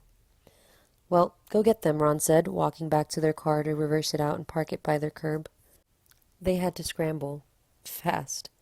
They drove at 50 on the regular roads and pushed almost 75 on the expressway, and eventually got to Ortonville. "My brother-in-law's got a dealership here," Ron said, seeing the sign and pulling in as he drove Levi's dad's car. "Uncle Peter?" Kelly asked, seated in the back with Levi. "Yep, and he's got a really nice handyman." They pulled in and found Uncle Peter. "Oh, man, that is a shame," Kelly's Uncle Peter said, eyeing the damage. "And this is a what? 69 Mustang Boss 429? And restored from basically nothing?" "Dang, kid," he said, turning to Levi. "If you were my son, I'd beat the hell out of you," he said, starting to laugh. "Thank you, Peter," Ron sharply said. "Now can you help us? Can you get your handyman?" "Hector? No can do, brother. He's off on Sundays." "Shit," Levi spat.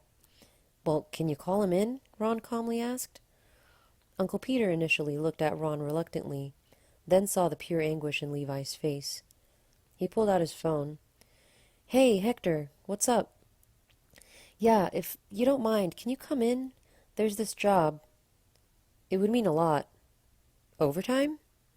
He eyed Ron, who nodded and mouthed, "I'll cover it." "Sure, come on in." Hector Garcia pulled up in his pickup truck and hobbled over. He saw the car and his eyes lit up. "Yo, is that a fully restored 69 Mustang Boss 429? Jesus. Oh my F. What the heck did you do to the bumper?" They explained what happened. The clock now hit 6:26 p.m., and Levi had to start dancing around. His nerves were torturing him that much. "Pull her up into the warehouse. I can bump it out, no problem. But that taillight's going to be pretty tricky." They drove the car into the warehouse, and Hector came in and unscrewed some parts and pulled out the rubber base off the bumper. He also completely removed the destroyed taillight. "That is another adventure in itself. But we'll get to that," he snarked, taking it away.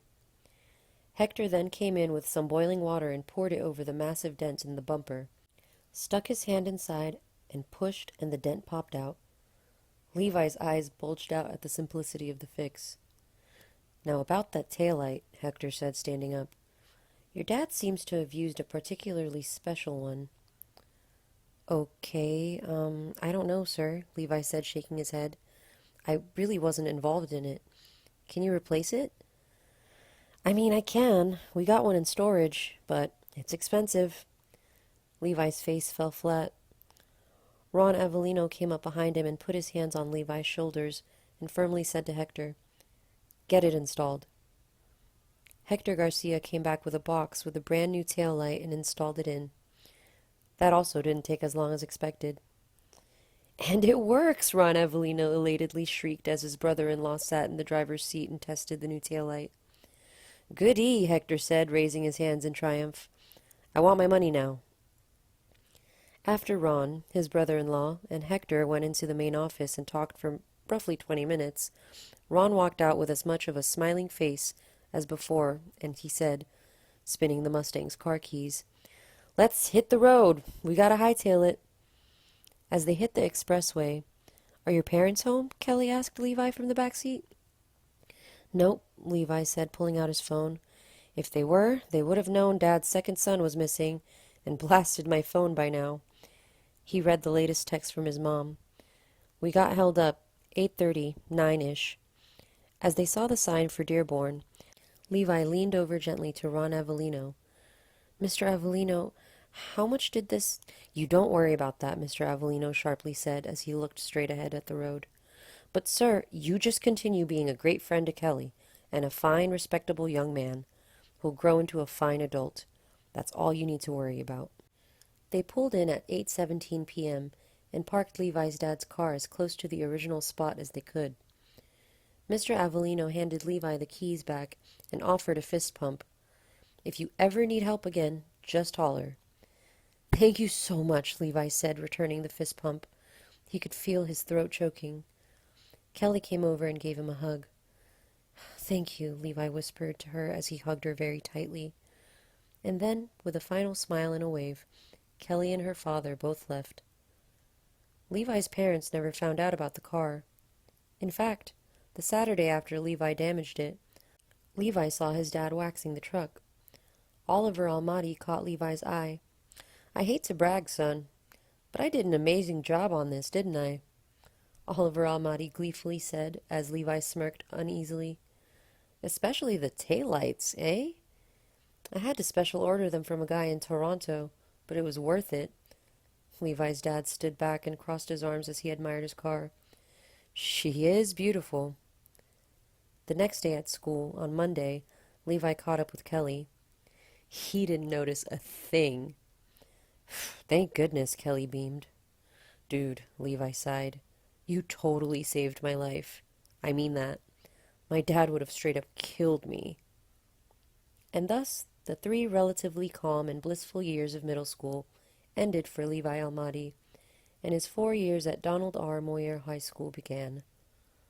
Levi tried to stay in touch with Kelly Avelleno, but they eventually drifted apart. Kelly Avelleno almost immediately got drawn into sports and the popular crowd. Levi, on the other hand, did not. It started almost immediately. Week 2 of freshman year, the seniors, mostly football and lacrosse players, ganged up on Levi in the locker room, threw him on the ground, and stomped on his entire body. Week 7 of freshman year, the seniors, mostly football and lacrosse players, ganged up on Levi, dragged him by the legs, from Building 3 through the parking lot, across the football field, behind the bleachers, and punched, kicked, and spit on him. Week 8 of freshman year, the seniors, again mostly football and lacrosse players, ganged up on Levi, dragged him to the baseball field, tied him up to a pole, and lined up to throw baseballs at him. "It's like they're gods," Levi's friend Akil Rao said, sitting with him in chairs at the nurse's office holding an ice pack against his cheek. A football player, who didn't like Akil, had seen him walking in the courtyard and hurled a football with all of his strength right at Akil's cheek. "It's like they're actual gods. They can get away with anything, Akil said, pressing the ice pack harder against his cheek. As he held an ice pack against his right eyebrow, where a baseball had hit him, Levi replied, "We're freshmen, dude. We're the bottom of the high school food chain. You should know that. They warned us about this. We have to earn our keep." "Yeah, my brother said they'd do crap like this," Akil said. "I just didn't think it would be nearly as bad as this. But the freshman athletes seem to be treated well. I mean, at least better than us." "They're jocks, dude," Levi said. "Look around," Levi said, pointing to the wall where there were framed pictures of Donald R. Moyer athletes playing their sport or holding up an award. "Why are we always in the news? What is the reason 90% of the goddamn time a student from Donald R. Moyer is on the news? Because they're athletes." "Winningest high school in high school football," Akil said.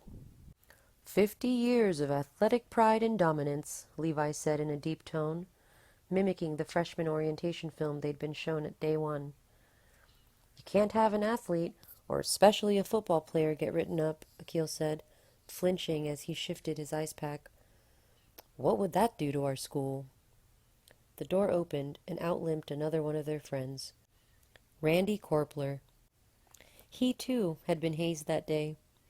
The bastards had come into science lab when the teacher had momentarily stepped out, and one had punched him square in the nose while another stomped down hard on his foot.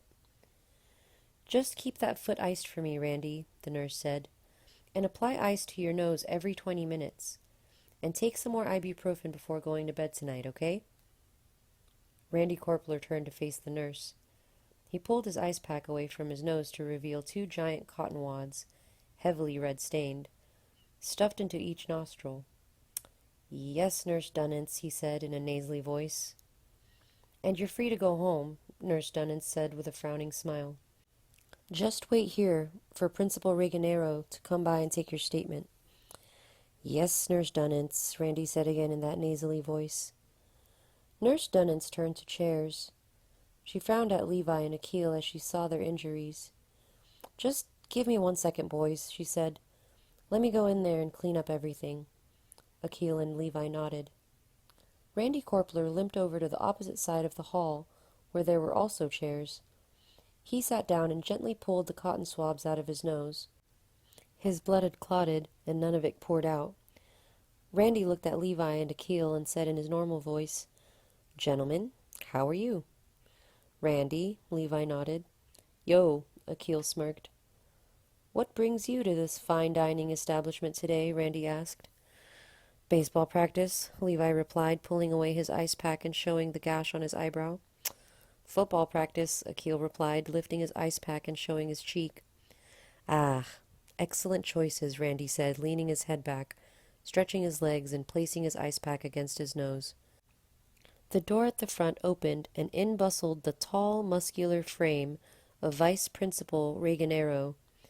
He had thick, jet-black hair and a large mustache.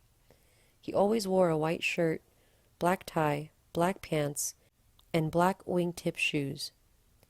Vice Principal Reganero seemed to always take the statements from victims where athletes, especially football players, were the alleged assailants. Vice Principal Reganero was a senior assistant football coach. "All right," he gruffly said, coming up and stepping in front of Akil. He lazily pulled out a tiny notebook and pen and said, "You know the drill." He paused to sigh. "Names, witnesses, locations, and exact details." Akil looked up to glare at him. He knew the drill very well. He'd tell him the names of the people who attacked him, and Vice Principal Reganero would write them down, and then a week later he'd come back and say there were no witnesses to corroborate Akil's story, and all the football or baseball players in question very conveniently had rock-solid alibis. Also, conveniently, since the attack happened in a place where there are no security cameras, he wouldn't punish anyone. Jocks at Donald R. Moyer never got punished. Akil pulled away his ice pack to show Reganero his red, swollen cheek. He snarled up to him, "Andrew Garfield, Emma Stone, Jamie Foxx, that's with 2 X's." Vice Principal Reganero abruptly stopped writing and pulled away his notebook and pen. and sneered down to the seated Akil Rao. "Smartass." "Why, thank you for the compliment, Vice Principal Reganero," Akil snarked back. 8 weeks into high school, and I've already made a honor roll twice. So yes, my ass is very smart. Can any of your idiot football players do that? Even when they're all taking basket weaving?" "Watch it," Reganero hissed, pointing his pen at Akil. "You gonna give me names?" "Andrew Garfield, Emma Stone, Jamie Foxx, Liam Hemsworth, Dwayne Johnson." "All right, you clearly don't want my help," Reganero cut him off and turned to face Randy Corpler. "Names?" Refusing to sit up, and with his head still tilted back and the ice pack against his face, Randy replied, "Vin Diesel, Paul Walker, Michelle Rodriguez." Levi saw a smile come across the corner of Randy's mouth. "Another smartass," Reganero snarled. Week 10 of freshman year. They came up and grabbed Levi from behind, dragged him over to the dumpsters and threw him in and closed the lid. Week 12 of freshman year. They dragged him into the bathroom and gave him a swirly. Week 13 of freshman year. They stood him in the locker room showers, fully clothed, and made him stand in the cold water. Week 14 of freshman year. One senior picked up a brick from a construction area at school and hurled it at Levi's face. Levi's nose wouldn't stop bleeding for a full 30 minutes. Nurse Dunnans excused Levi early that day, and after he had given his statement to Vice Principal Reganero, Levi's mom came to pick him up at the front office. "Oh my God," Sharon Almadi gasped as she entered the front office and saw Levi. She clasped her mouth with both hands. "Mom, it's not that serious," Levi said, standing up and grabbing his bag.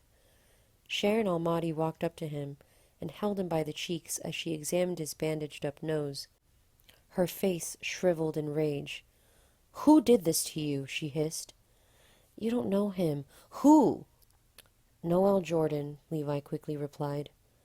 Sharon Almadi turned to Vice Principal Reganero, who had walked over from his office.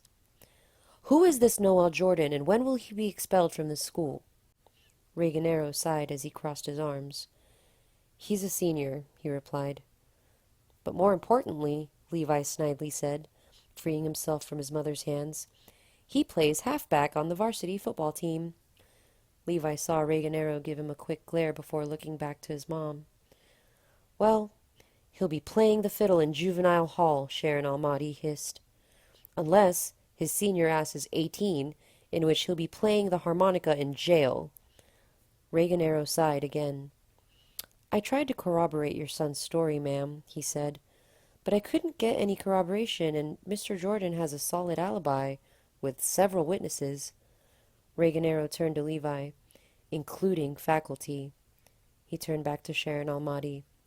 "And this happened in the cul-de-sac beside 400 Hall, where we have a security camera blind spot." "How very convenient for Mr. Jordan, then," Sharon Almadi said. Reganero sighed again and crossed his arms. "And tell me, is Mr. Jordan going to college next year on a football scholarship?" "I don't see how that's relevant." "Is he?" "He is." "Wow. He sure is lucky, isn't he?" Reganero shrugged and eyed the floor, infuriating Levi's mother. "He's done crap to me this whole year, sir," Levi said.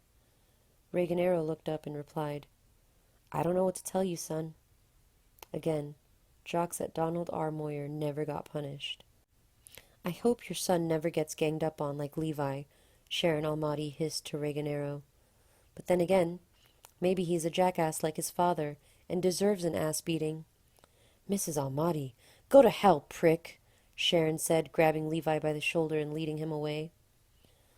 On the drive home, Sharon Almadi said to Levi in the passenger seat, "This can't be good for your grades." "I'm still getting AB honor roll," Levi said, holding his ice pack against his nose. "You won't be if they keep harassing you like this." "Mom, it's fine," Levi snapped and flinched as his nose stung in pain. "It's fine.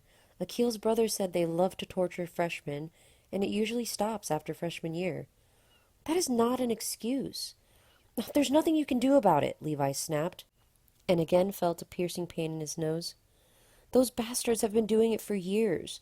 They know all the security camera blind spots, and they have the faculty eating out of the palm of their hands. Just forget about it. Levi, Mom, if you pursue this, that's when they really go after you, Levi said, turning to face his mom.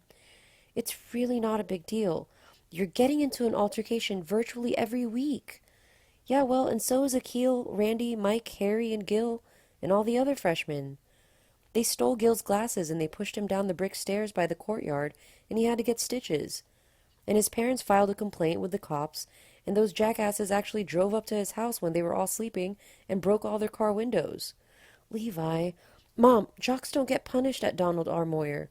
Levi, jocks don't get punished at Donald R. Moyer.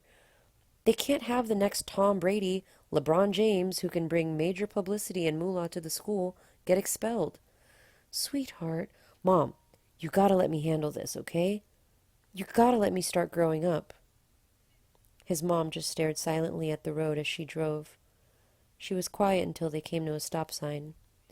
Sharon Almadi said, not looking at Levi, "If you want to let yourself be a punching bag, if you think that's called growing up, then I can't stop you. You can't cure stupid. If you want to allow yourself to become a bloody stump, then have at it." Week 22 of freshman year. Levi was walking to school. He passed by the dumpsters and glanced behind them and saw Kelly Avelleno making out with Nick Garcia of the JV football team. They didn't notice him, and Levi just quickly walked away. Week 24 of freshman year. The library. Levi was in the back of the library. The lunch bell rang and he gathered up his things and walked past the back shelf to the back door exit. As his hand was on the door, he heard strange noises. Levi turned around and saw in the deserted back, behind the last bookshelf, 2 people that were there. He slowly walked back towards that way, making sure not to be seen. He passed by the bookshelves. Hardly anyone ever came back here. Each book and all the shelves back here were covered in dust. He came up to the end of one shelf and looked down and saw 2 people making out. They were doing it right next to an archaic water fountain. Levi stood transfixed. He had never seen this so up close, let alone in person. His eyes opened wide as he honed in on the 2. Their hands were going all over each other's bodies.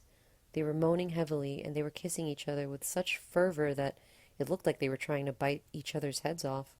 Then, finally, the boy stopped kissing and said, tugging at the top of the girl's shirt, "Take this off?" "Yeah," she gasped, helping him unbutton it. Her shirt came off and fell to the ground. And then Levi saw the guy go for her bra, which was black in color.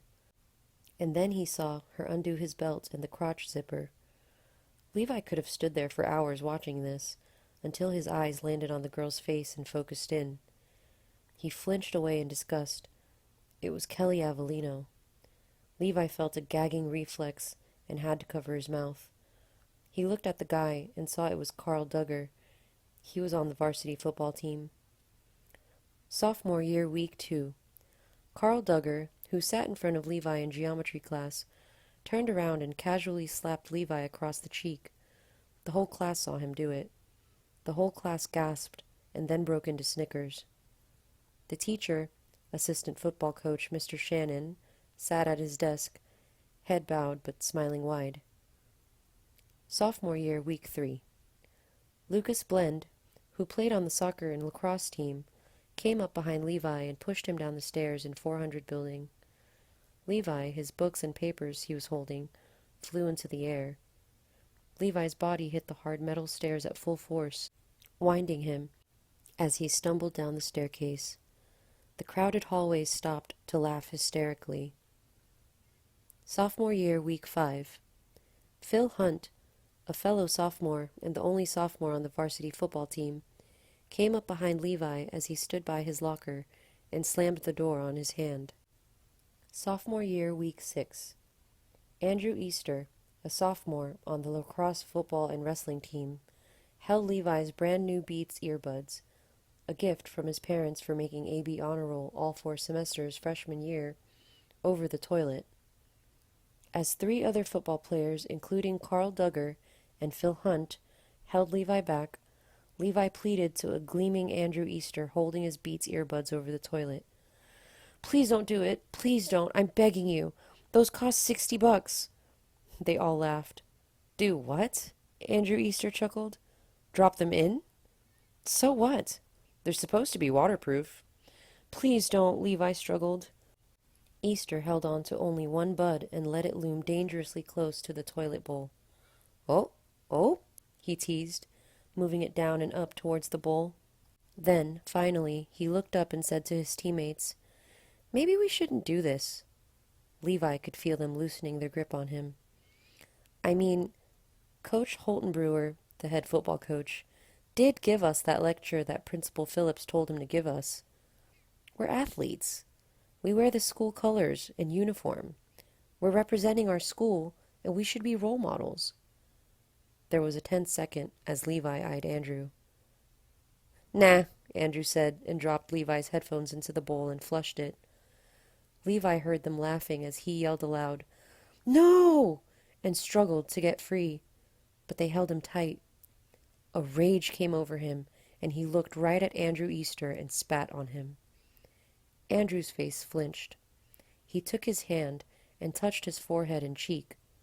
Levi could see the giant loogie, his loogie, dripping down his face. His teammates gaped. Andrew Easter turned to Levi with a face of shock and pure hatred. "It was worth it," Levi sneered. Needless to say, they then hurled Levi on the ground and beat him up. Sophomore year, week 9. Levi was walking to school. He walked off the sidewalk and into the pathway that led through the woods, which offered a shortcut. As he neared the end, he could see the school buildings coming into view. There was a wind gust, and he glanced to his right. He looked through the foliage and saw that something was moving. He stopped and curiously squinted his eyes to see what it was. He walked closer and looked down, and could see a few feet over and down a small clearing, 2 people were having sex. Levi's jaw dropped. He was shocked. They were half naked, and it was fall weather. Michigan fall weather. And yet these 2 people were outside, half naked, going at it. With his mouth still wide open, Levi quietly inched a few steps forward, making sure not to make noise and startle them. He got up a little closer and saw that the girl was Kelly Avelleno, and the guy was Phil Hunt. Sophomore year, week 11. Levi was walking to school. This time, he chose to enter it from the west entrance. When entering from the west, he had to pass by the smokers' area. This place was, naturally, filled with students smoking. Levi just passed them, one by one, not making eye contact as he made his way by. They did nothing but give him a glance or glare as they moved out of the way. And right at the very end of the smokers' area, something caught his eye. He saw Kelly Avelleno talking with several of her soccer teammates and a few football players. Kelly was leaning against the fence next to the school's parking lot, and in Kelly Avelleno's mouth, Levi could clearly see a burning cigarette. Kelly casually glanced over and spotted Levi. Their eyes met for a second. Then instantly, Kelly tore the cigarette from her mouth and flicked it away. Levi gave her a blank look and quickly walked away. The second semester of sophomore year, Levi was able to take electives. His electives were in the computer field, which were all taught in the 300 building. Only the smart kids, aka the nerds, took those classes, so no jock would be caught dead there. This place became a safe haven for Levi and his friends. Since the start of second semester, he hadn't had a single altercation. Levi was a natural in the computer field. Computer programming came to him very quickly, and he really distinguished himself. His instructors instantly liked him and could see his potential. Week 27 of sophomore year, Principal Phillips' office, 8:30 a.m. As the cameras rolled, broadcasting the footage live to the entire school via the school news, Principal Phillips handed a certificate of appreciation to Levi. "It is with great appreciation of the entire school that I present to you this certification and a $300 Best Buy gift card." With a smile and a nod, Levi took the certificate and gift card in one hand and shook Principal Phillips' hand with the other. Levi Almadi, Akil Rao, and Randy Korpler had found a major glitch in the school's firewall and fixed it.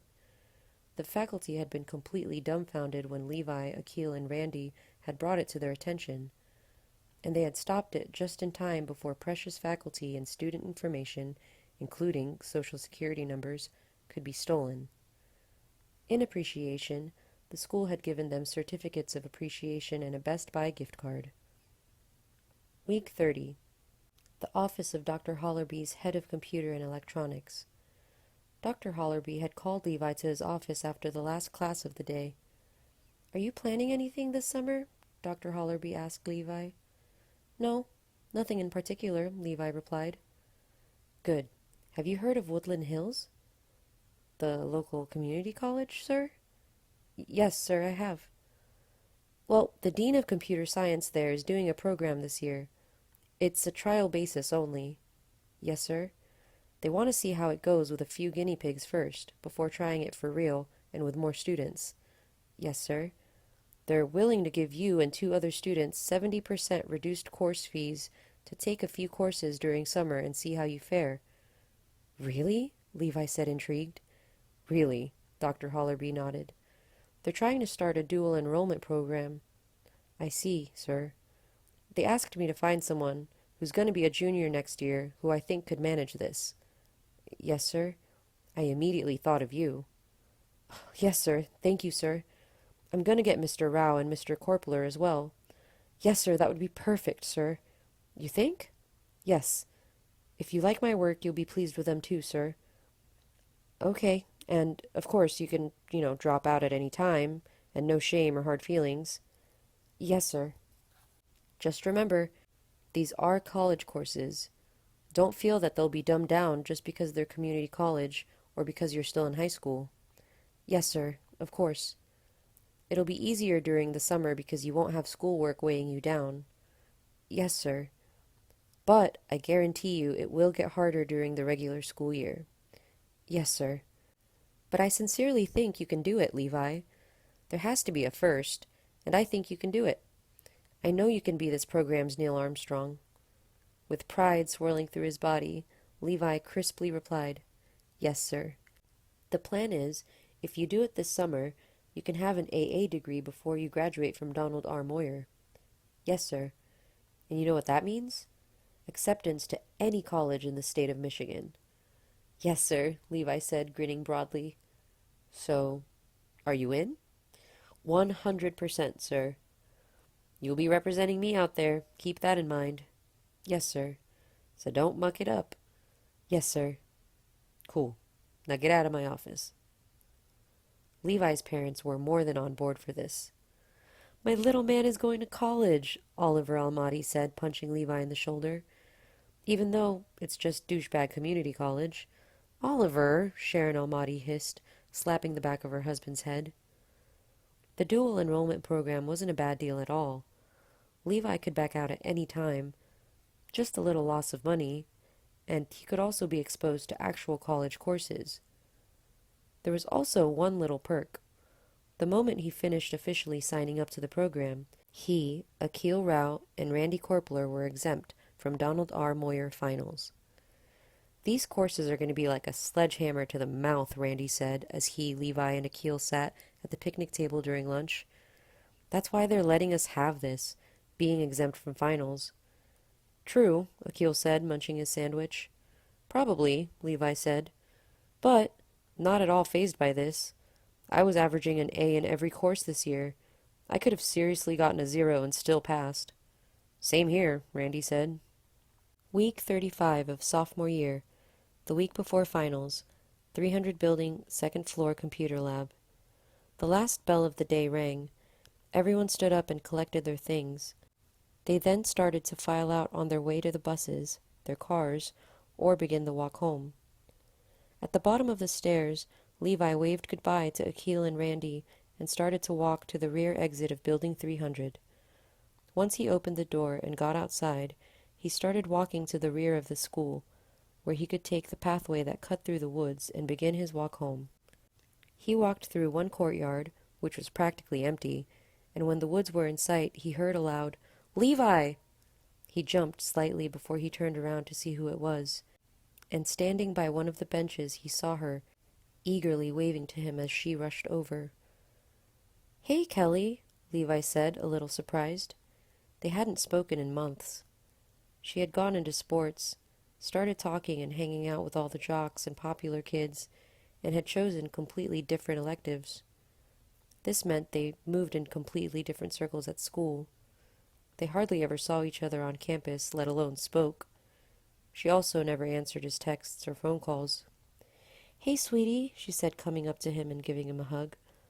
Levi could smell the cigarette smell in her hair. "Hey," he said, hugging her back, brow slightly furrowed. Kelly stopped hugging Levi and said, beaming, "How are you?" I'm good. And you?" "Great. You heard about that soccer match against Winoshia, right?" Levi had heard. The whole school had. It was being labeled the greatest high school girls' soccer comeback of the decade, and Kelly Avelleno had scored the winning goal.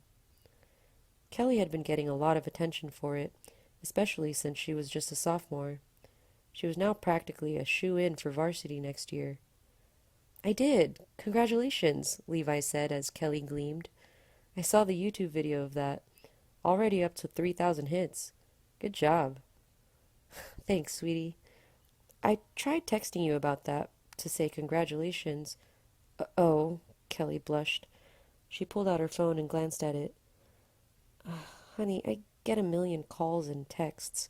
Some of them are spam, and I just don't read all of them." "Oh, sure," Levi smiled, but thought, isn't that what caller ID is for? "So, are you busy, hun?" she asked with a wide, toothy smile. "No, what's up?" Levi asked alertly. "I need a favor," she said, her cheeks perking up. "Ask away," Levi smiled. "So, I heard you're into computers and all that techie stuff? That you're a complete whiz at programming?" "I don't know about whiz, but I can get by."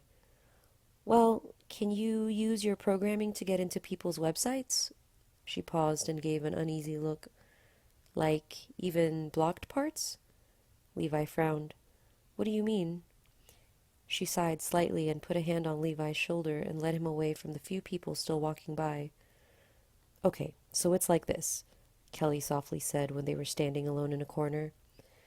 "I drew that total asshole, Wolferson, for bio this year."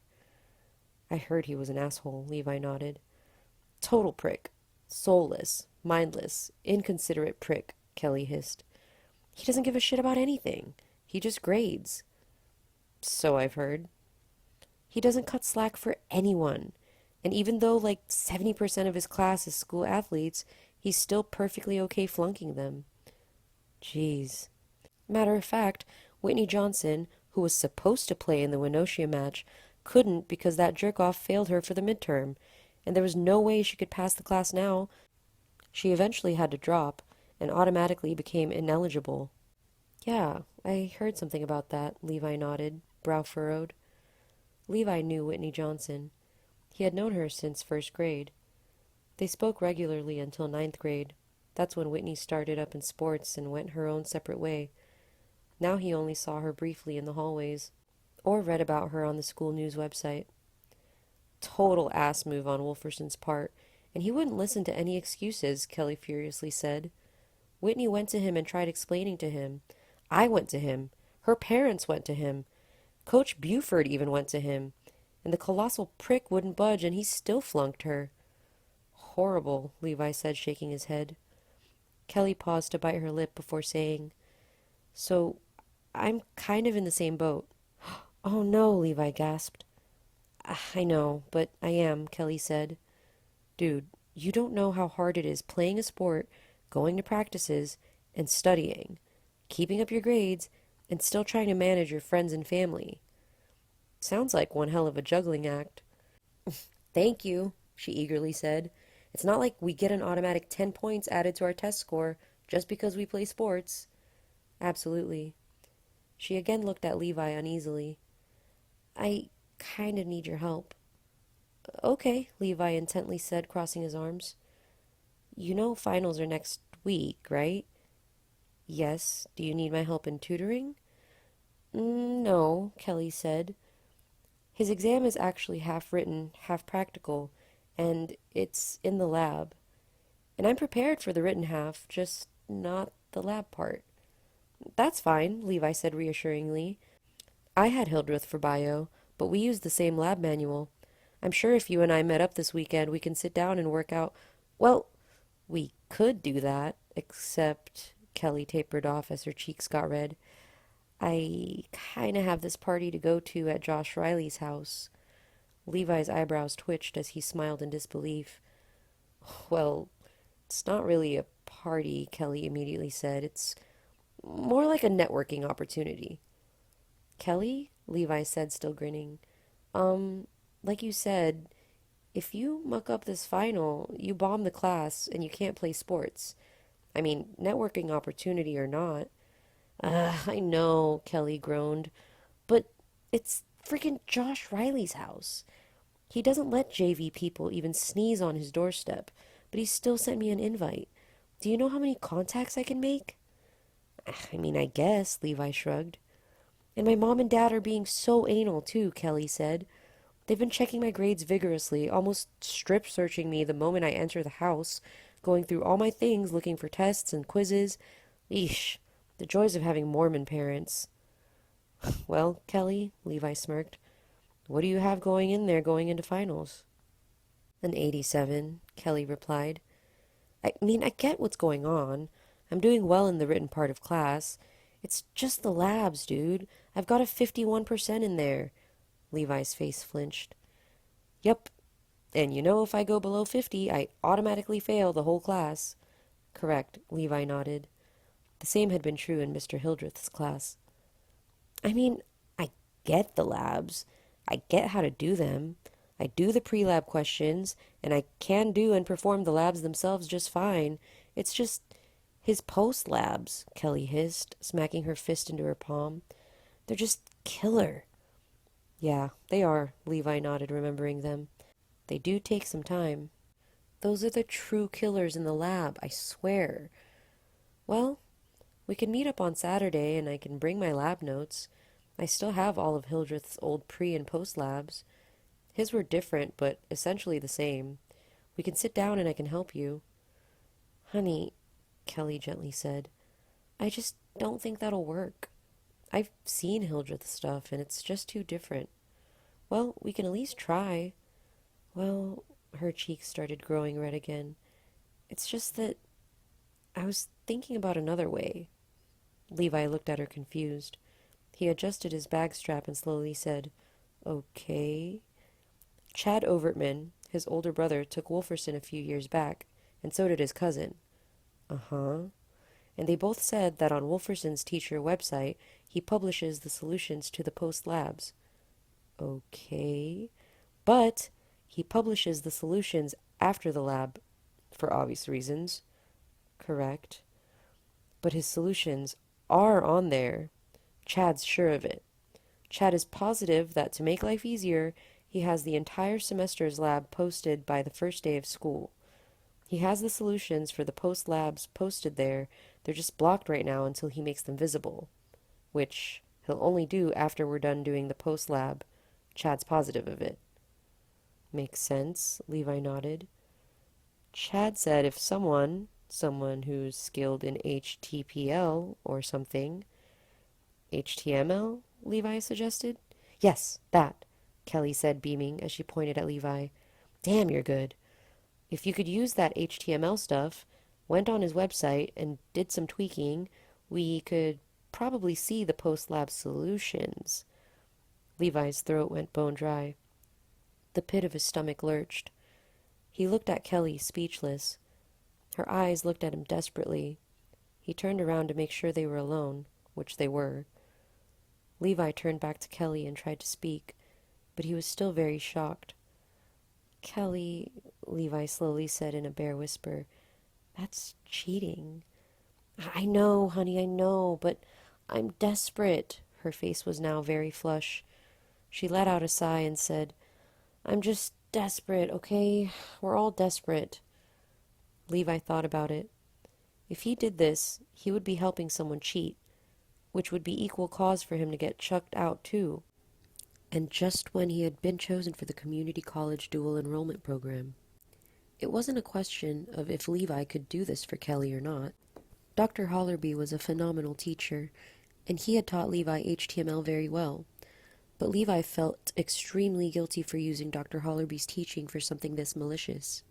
But then again, this was Kelly Avelleno. Levi thought for a few more seconds, then sighed and said, "Let's see what we can do." "Thank you, thank you, thank you," she loudly said, tightly clasping her hands together. They walked over to the public library. They signed out a guest laptop, went and sat at a table all the way in the back, and Levi brought up Wolferson's webpage. He found the post labs in question, and with a few tweaks with his coding knowledge, he had the information Kelly wanted. "It's all there," Kelly elatedly gasped with an ear-to-ear smile as she looked at the laptop screen. Her eyes were wide open, and she was slightly shaking. She was so happy. "I love you," Kelly said, giving Levi a tight hug and kissed his cheek. She took out her USB from her purse and plugged it into the laptop. "I don't know if I'm really helping you here," Levi said, watching her transfer the file copies to her USB. "Oh, you are," Kelly grinned. Wednesday, week 36 of sophomore year, week of finals. The family home of Levi Almadi, 10:46 p.m. Levi couldn't sleep. He sat at his bedroom desk trying to read something on his laptop. If he wasn't in his dual community college enrollment program, he'd be studying his butt off for finals right now. When his nerves finally got too much, Levi grabbed his phone and called Kelly. He got her on the third ring, and he could hear the loud partying in the background. "Hey, Kelly," Levi had to scream. "Who is this?" Kelly Avelleno's loud voice screamed back. The music in the background was very loud. "Levi." "Who?" "Levi." "I don't know anyone named Levi," she screamed. "Kelly, it's me, Levi Almadi." "Oh, hey, sweetie, how are you?" "I'm fine. I'm glad I don't have to study for finals. I got a 98 on the bio lab final." "Nice. Hey, I gotta go. Bye. Wait, hold on." She disconnected the phone before Levi could say anything else. Wednesday, the Almadi family home, 1:26 p.m. Levi was seated at his bedroom table looking at the school website. He was on the phone with Randy Korpler. "She's one of only 20 Donald R. Moyer athletes who got invited to the governor's ball. The freaking governor's ball!" Levi smirked as he skimmed the same news on the school website. "Yep, she probably got that invite after she scored that Hail Mary goal against Winosha." "Dude, you gotta call her up and get us an invite. Me, Akil, and Mary." "What? Why?" Levi frowned. "It's the governor," Randy shrieked on his end. "Do you know how many important people will be there? We can network. I can network." "Dude, no." "Why not? I can't ask her." "Why? You said you and her go all the way back. That you'd be a scared shitless hermit who never left the house if it wasn't for her." Levi felt his cheeks burning. "That's true, but I haven't spoken to her in a while." "What? Why?" "Well, she's been busy with sports and hasn't returned any of my texts or my calls." "What?" Randy said, confused on his end. But you said she and you were friends. Like, good friends? That she wasn't like all the other Donald R. Moyer asshole jocks." "Dude, come on. It's the governor's ball. We gotta network." "Please?" "I might even be able to find a donor to help with my satellite project. Please, Levi." Thursday, the week after finals, the Almadi family home. Levi called Kelly 4 times during the course of the day. He got nothing but voicemail. He texted her and got no response. "Dude, she's busy. She's popular now. And should you really be asking for a favor? You still owe her so much. Stop bothering her." Finally, at around 11 p.m., she texted back. "Hi, who's this?"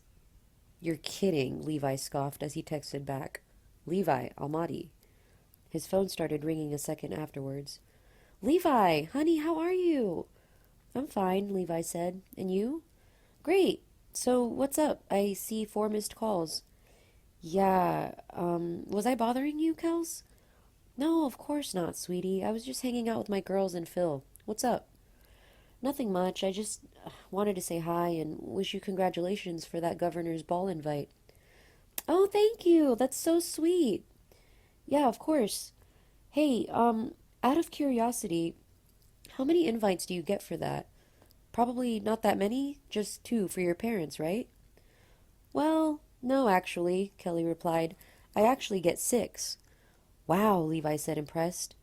I guess 'cause you're so spectacular. And the video of you scoring the game winner has 200,000 likes. He heard her giggle on the other end. So, I don't mean to sound forward or anything, but I've got this friend who really wants to go there and pitch a project he's trying to do in robotics club. He's an idiot, the friend, that is. He basically wants some rich guy to fund his fantasy, but he did make me promise. So, if you have some extra spots? Oh, honey, Kelly softly said. As he bit his lip, Levi said, Already filled up your guest invites, Kels? Yeah, my parents and Phil's parents. Totally understand. Totally understand. But do you think I could pass you along a business card? Hey, honey, I hate to cut this short, but I gotta go. Andrew Easter, I think you know him. He's downstairs, and we're actually going to drive up to Detroit for a party. Levi eyed the clock. It read 11:37 p.m.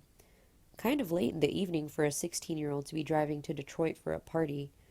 Oh, sure. Have a good... She cut the line before he could even finish. 5 weeks into the dual community college enrollment program, and Levi was flourishing.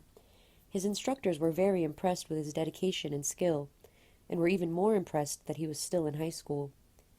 6 weeks in, Dr. Hollerby called Levi into his office. He was teaching summer school that year. This place looks so different during the summer, doesn't it, son? Hollerby asked Levi. Yes, sir. So empty. And with no jocks in sight, you can feel free to walk around with full freedom. Not just here in the geek building. Yes, sir, Levi snickered. Well, I just called you in to say great job. Principal Phillips is also very proud of you, Akil and Randy. And he's also following this very intently, hoping to turn this into a full-blown program for future years. Yes, sir. Hopefully, sir. And if you have any problems, come to me. Not just with grades, Dr. Hollerby said. If any of these jocks give you trouble, or anyone else, if they even put a finger on you, come to me. We'll go to administration no matter how many yards they got on that field. We'll make sure they don't do it again. Yes, sir. Cool. Now get out of here. Don't forget to enjoy your summer, too. Thursday, week 9 of summer vacation. Sally's Groceries, 5:26 p.m. Levi's mother had told him to go to the store and pick up some milk and eggs. As he finished placing his last item into his basket and started walking to check out, he heard aloud, Hey, bike freak! Levi spun around. He knew that voice. He smiled wide as he said, Mr. Avelleno! Ron Avelleno was standing there pushing his grocery cart. His wife, Samantha, and youngest daughter, Carly, were with him. They all greeted Levi with a huge smile.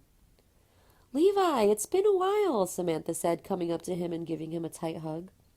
It has, Levi said, giving her one back. How have you been, hun? She asked. Good, good. Busy as always. I heard, Mrs. Avelleno said. Levi spotted Carly. Hey, Shorty, he said, offering her a high five, which she returned. Remind me what grade you're in now? I'm starting 6th, she replied. Wow, isn't that still too young to get married? Carly laughed. We saw on the school website a little blurb about you dual enrolling, Mr. Avelleno asked. Yes, sir. How is that like? Hell. Pure hell, Levi turned to Mrs. Avelleno. Won't even try to lie to you. Pure, unadulterated hell. I might be getting the grades, but it is hell on earth. I can only imagine, Mrs. Avelleno replied. Balancing Donald R. Moyer work and college work, robotics club, Latin club, French club. Yeesh, Mr. Avelleno said, shaking his head. So how's it feel, having a nervous breakdown every week? Mrs. Avelleno asked. Oh, it's good, Levi replied. I try to aim for it to happen on Monday, though. That way it's gone by Tuesday, and the rest of the week is free. Always the master planner, Mrs. Avelleno said, giving the thumbs up as she started snickering. And they're letting you do this? Dual enroll like this? Mr. Avellino asked with a curious look. Yes, sir, Levi replied with a stiff smile. This is the first year they're actually doing this. We're pretty much their guinea pigs. They want to see how we fare at the end, if we're still alive and in somewhat decent mental state. And if so, they might continue this permanently. Geez, Mr. Avellino said, shaking his head again. Levi, you must be the only 16-year-old at school with actual college credits. Probably, Levi shrugged. Me and the two other guys that are doing this. Honey, Mrs. Avellino said with a small smile, how are you balancing this? Very painfully, Levi replied, making all three Avellinos laugh. It's really not that bad right now, Levi reassuringly said, looking at Mrs. Avellino. It's summer, so I've only got the community college courses. But when school starts in the fall, with high school courses, college ones, clubs, yeah, look for me on the evening news standing on that ledge. Dude, I don't know how you kids manage to juggle like this, Mr. Avellino said. Kelly's the same way with sports. You all make us adults look like bumbling idiots, Mrs. Avellino chuckled. I bet she hasn't called or texted you in forever? Mr. Avellino asked Levi with a grin. Correct, Levi nodded. Don't feel bad, Mr. Avellino said. We hardly ever get to see her, too. Levi's eyebrows twitched in intrigue as he saw Mrs. Avellino nod. She's always at practice or in her study groups. Always. I see. Those school athletes, man, Mr. Avellino said, shaking his head in astonishment. They work hard, both on and off the field. They have to, Mrs. Avellino said with a serious look.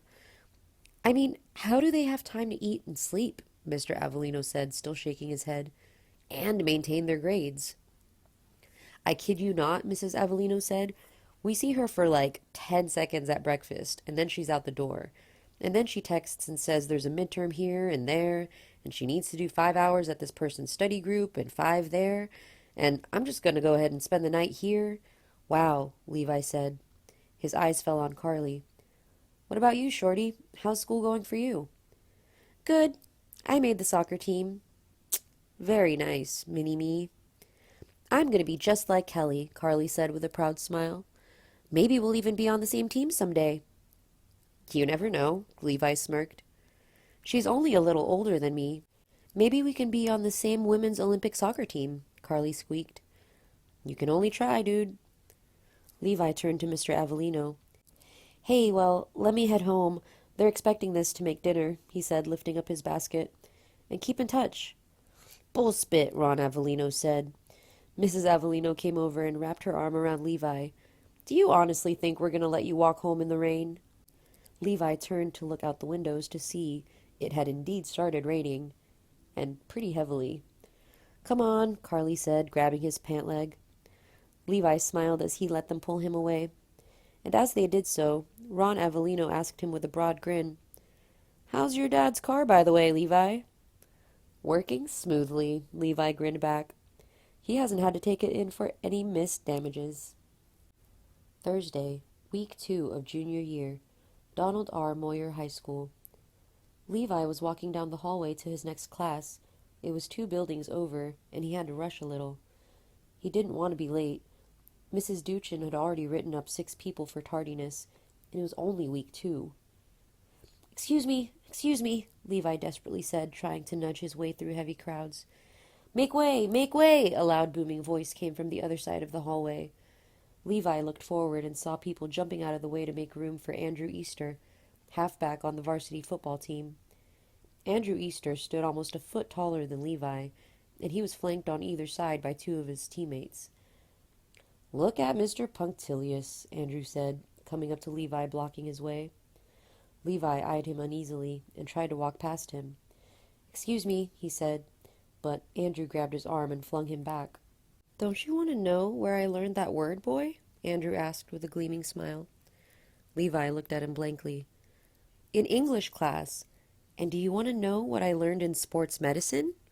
Again, Levi looked at him blankly. I learned that the cartilage in your neck is very sensitive. Andrew then threw the books he was holding to his lackey on the left and with lightning speed punched Levi in the throat. Levi flew backwards a foot and landed on his back. He grabbed his throat and was gasping for air. No one stopped to help him. The most they did was stare. A few of them even smirked as they walked by. Andrew Easter and his friends walked right past Levi, squirming on the ground. Andrew even stepped over him. Thursday, week 6 of junior year, Donald R. Moyer High School. Levi was walking home. He was walking through the teacher's parking lot to the street. "Hey, Almadi?" Levi turned around and saw Phil Hunt. Phil Hunt was standing there with his short blonde hair and droopy eyes. Today he was sporting a gray school football hoodie. Levi saw Phil smirking for a second, and the second after that, he felt Phil's fist slam into his jaw. The second after that, Levi flew backwards, stumbled around, tripped, and his forehead rammed into the tire of a teacher's car. Week 8 of junior year, Donald R. Moyer High School. Varsity football player Jack Philby came up behind Levi and punched him hard right in the back of the head. Levi, who had been standing at the topmost stair ready to start climbing down, instantly lost everything he was holding. He hit the stairs chest first, and then tumbled down the remainder of them, as many people laughed. Thursday, week 11 of junior year, Donald R. Moyer High School, main building. Levi walked past the trophy case where the 1997 football semifinal cup was. The next second, someone grabbed the back of his hoodie and flung him backwards. Levi spun around to see the extremely obese form of football guard center Corey Kamansky. Kamansky asked Levi, "How many touchdowns did Donald R. Moyer score in the 1997 semifinal championship game?" Levi stammered. Corey closed his eyes and bit his lip. "I'm in a good mood today," he calmly said. "So I'll do something super rare, and I'm going to let that one go. I'll ask you 2 more questions. If you get them, you're free to go." Levi's eyes bulged wide. How many yards was the longest field goal in high school football history, which was at the same game? And the name of the Donald R. Moyer kicker who kicked it? Levi just stared blankly. Corey Kamansky rolled up his hoodie sleeves. Tuesday, week 12 of junior year, Donald R. Moyer High School, the office of Principal Phillips. As the school news camera rolled, broadcasting the footage live to the whole school, Mary Monroe and Levi stood against Principal Phillips' wall. Principal Phillips handed to the still freckled face and black-rimmed, bespectacled Mary Monroe a certificate and shook her hand. "Congratulations on scoring a perfect score on your PSAT." Mary Monroe smiled broadly. "And here is your $100 Best Buy gift card, which I promised to any junior who accomplished this." "Thank you," Mary said, taking the gift card, her cheeks lighting up red. Principal Phillips stood next to her and allowed the school reporters there to take a few photographs. He then shook Mary's hand one last time and then turned to Levi Almadi. 2 days after that, Levi was in the library studying. There were a significant number of people there, diligently studying for their class final, or trying to finish up their final projects. Finals were right around the corner. Levi stood up to put back the book he'd been reading. "Thank God!" someone yelled, grabbing his wrist from behind, startling Levi. Levi spun around and saw it was Kelly Avelleno. "Levi," she said desperately, but with a smile. "Shh!" the librarian called from 2 tables over. Kelly furiously waved her off and tugged harder at Levi's arm. "Honey, you know MATLAB, right?" "I've had a few courses that required us to use it, yes," Levi responded. "You get an A?" Levi nodded. "Perfect. Come with me," and she dragged him away. Dr. Hollerby also taught math courses. He was on a regular rotation for AP Calculus AB. Levi had him last semester and thought he was amazing in it, thoroughly enjoyed the class, and had gotten an almost perfect final average of 99.4%. Kelly pulled him past packed table after packed table of students to the library computer lab. There it was even more packed as students sat, some 9 to a computer station, trying to figure out problems. Kelly pulled him over to her station, where 7 people sat or stood by, all of whom had very disgruntled faces. "I found someone," Kelly said, sitting down at the seat in front of the computer. "If he can't help, no one can." She looked at the girl seated right next to her. Maddie Klamos, a varsity cheerleader, and said, "Get up!" And then she motioned for Levi to come sit. Maddie Klamos naturally didn't think highly of Levi Almadi. Her boyfriend was football cornerback Jay Glidley, who had been one of Levi's tormentors. Maddie had stood by laughing many, many times as Levi had been hazed. She gave Levi one nasty stare before slowly getting up. "Come, sit down, honey," Kelly said, patting the now empty chair. Levi gave Maddie a snide smile before walking over and sitting down. He saw that Andrew Easter was also seated there. "Well, if it isn't Mr. Perfect PSAT score himself," Easter quipped to Levi with a condescending look. Levi smirked and turned to the computer screen and asked, "So, what seems to be the problem?" "At the last minute, Dr. Hollerby slammed this final project on us," Kelly explained. "Asshole," someone sneered from behind Levi, and he turned around to see Phil Hunt standing there. Right next to him was Corey Kamansky. "He meant Hollerby, not you," Andrew sniped to Levi. "Gee, thanks," Levi snarked. "Okay, this is it," Kelly said, pulling up a DocX file on the computer screen, as Levi gave Andrew Easter one last glare before turning to the Word document. He leaned in closer to read. "Your assignment is to determine pattern recognition, blah blah blah. Attached is an Excel spreadsheet that shows cancer tumor growth as opposed to benign. Please make sure you use only—" "Aha!" Levi triumphantly said, grabbing the mouse and scrolling down and looking at the rest. Yep. Okay, yeah, I know what this is." He turned to Kelly with a huge smile. "This is where you write a MATLAB code for pattern recognition." "Yes," Kelly said, her face lighting up. Next to Kelly sat her blonde-haired soccer teammate, Sarah Gedler. That sounds like the shit Hollerby was saying when he was speaking a mile a minute. "It's very simple, actually," Levi said. "You just import the database and import in the Excel spreadsheet." "Dude, stop speaking Mandarin," Kelly jested. Levi chuckled. "It's not hard at all, Kels," Levi said. "He gave this to us last semester as an extra credit project. I finished it in one night. He practically told us how to do it in the notes." Levi smiled again and saw the blank faces of Kelly and Sarah looking back at him. He turned around to see Phil, Corey, and Andrew with the same exact looks. Levi turned back to Kelly and said, "It's in your notes." Kelly gave him a blank look. "Oh, okay, what about that project where you imported data dumps?" Kelly continued to give him a blank look. "Or what about the project where— I can't remember exactly which one. The one about data manipulation?" Kelly continued to still give him a blank look. "Listen, it's very simple," Levi said, taking the keyboard and creating a new MATLAB project. Then he started explaining from the beginning. He kept stopping at key points waiting for someone else to answer, but he got silence pretty much every time. And when he said, "So, there you go. You should be good from here," Levi nodded and turned to Kelly with a smile. "Wait, you're not leaving, are you?" Kelly immediately said, grabbing Levi's wrist. And behind him he could hear Andrew moving his chair closer, boxing him in. "You have the project right there, Kelly," Levi said, pointing to what he wrote. "Well, can't you just go a little further?" Kelly pleaded. Next to her, Sarah pressed her hands together in begging mode. Levi scoffed. Okay." He was amazed that they were this far in the class and still this clueless. Levi continued to keep writing code, and through various begging and pleading, 2.5 more hours passed by, and Levi wound up writing their whole project for them. "Okay, there," Levi triumphantly said, typing in the last line of code. He hit execute, and the results popped up on the screen. Voila!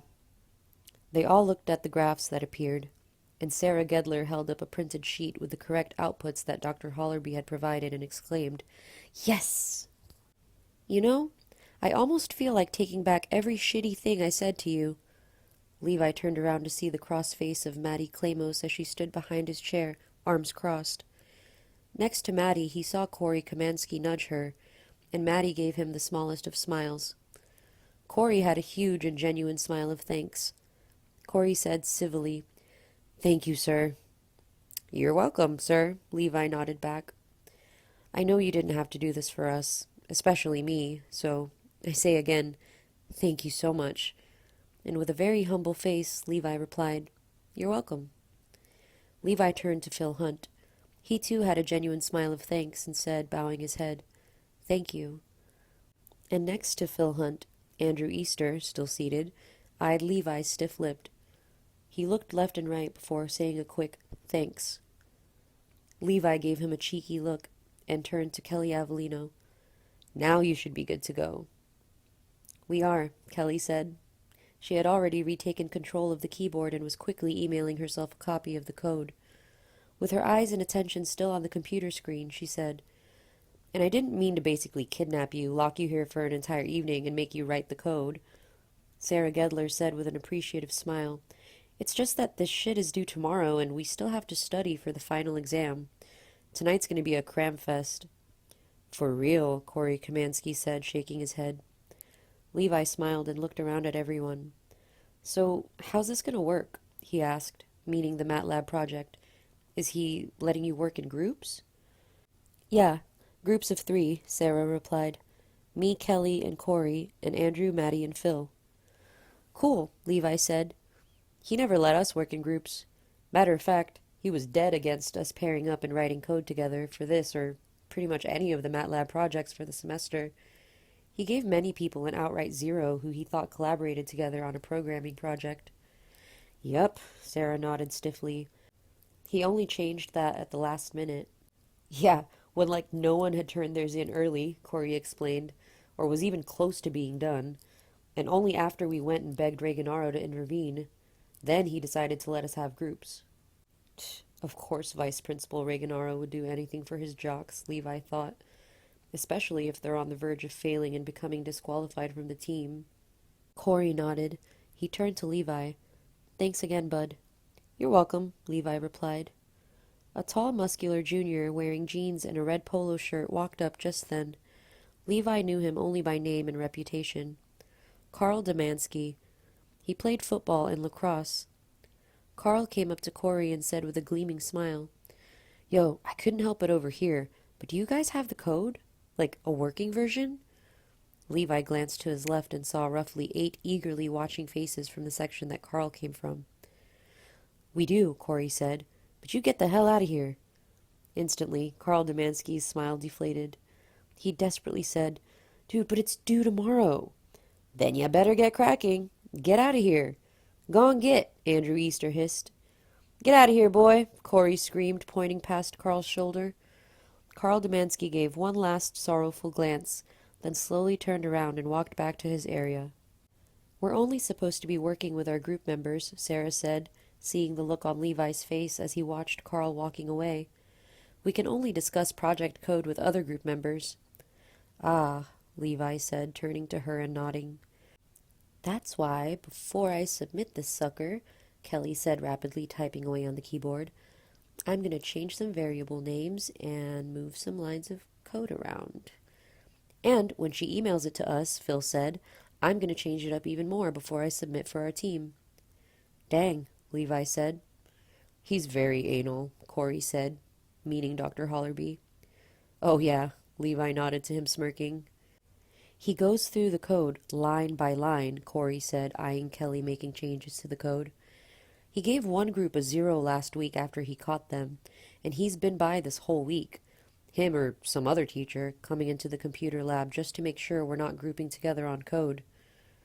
That's why I had to pay Nickley and Granton, the school janitors, $50 each to keep a lookout for him," Phil Hunt said.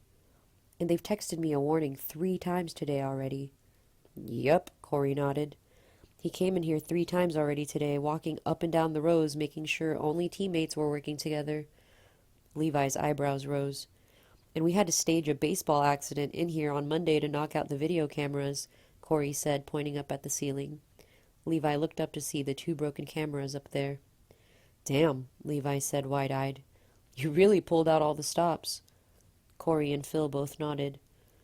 Levi thought to himself, if they had just put in half the effort they did into irking the system, they could easily pass the class. "We'll change it up," Corey Kamansky said to Levi. "And don't worry, if it does come back to us, we'll leave you out of it." Phil Hunt gave the thumbs up. "For sure," he said. "As far as I'm concerned, you're now one of us." "One of us, one of us, We accept him as one of us, Corey chanted. The next day, Levi was walking home. He was more than 90% there. He could see his house coming into view when his phone started ringing. Levi eyed the caller ID. Kelly Avelleno. "Hey, Kels," Levi said. Her voice was very desperate. "Levi," she screamed. "Wow, this can't be good. Dude, we need your help. Big time." Brow furrowed, Levi said. "What's up?" "Dude, I'm an idiot. I'm a total freaking idiot." "Oh, okay. Calm down. What happened?" "I sent in the same project as Phil's team, with the same exact code layout and variable names." Levi closed his eyes as his face clenched. "Okay, I'll be right there," Levi said, hanging up, turning around, and bolting back up the sidewalk. Levi ran as fast as he could and was back on campus in record time. He cut across the courtyard and up to Building 300's back entrance. He saw their group standing there by the doors. Corey Kamansky, Phil Hunt, Kelly Avelleno, Maddie Klamos, Andrew Easter, and Sarah Gedler.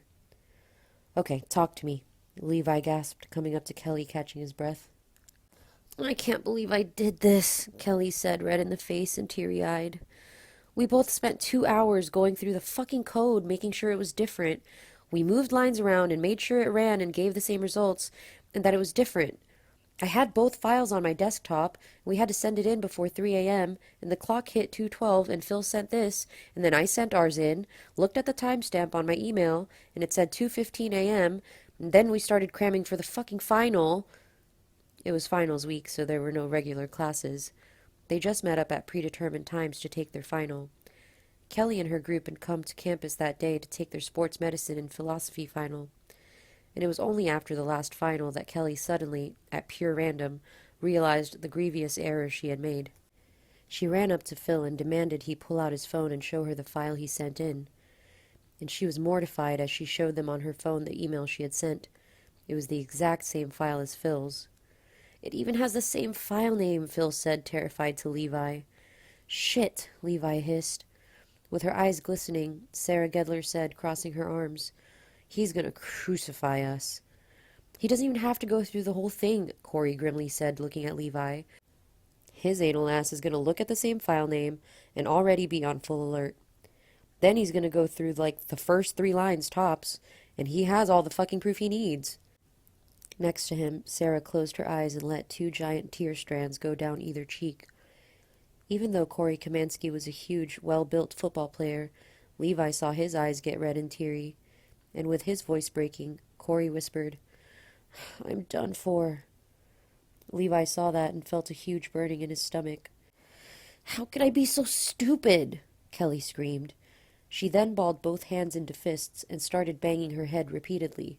"Stupid, stupid, stupid, stupid!" Levi rushed over and pulled her hands down. "Do you have your project?" he demanded her nose to nose. "The one with the different name and all the code changed up? Is it on you, like on a USB?" Kelly eyed Sarah, who reached into her bag and pulled out a black SanDisk USB. Levi snatched it and turned to Andrew Easter. "Has he started grading yet?" I don't think so," Andrew replied. Levi reached into his bag and pulled out a scrap of paper and a pen.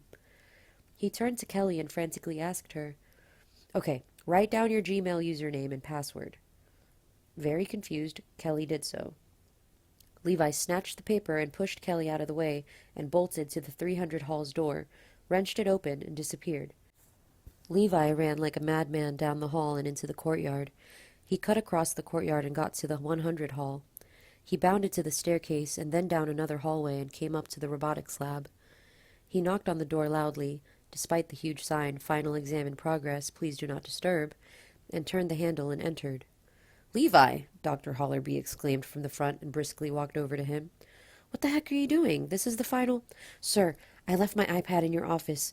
It has my test notes for my final tomorrow."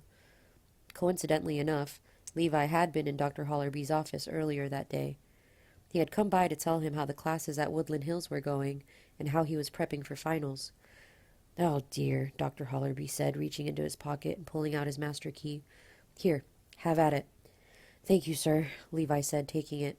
"I'll be right back, I promise." And then he bolted away. As he ran at full speed, his mind relayed to him, "He's a teacher, and despite everything he just gave you his teacher's key. He trusts and respects you that much. He didn't even question it. He just gave it to you." Levi zipped across the courtyard again and came up to 500 Hall. Levi knew Dr. Hollerby's office was in the 500 Hall.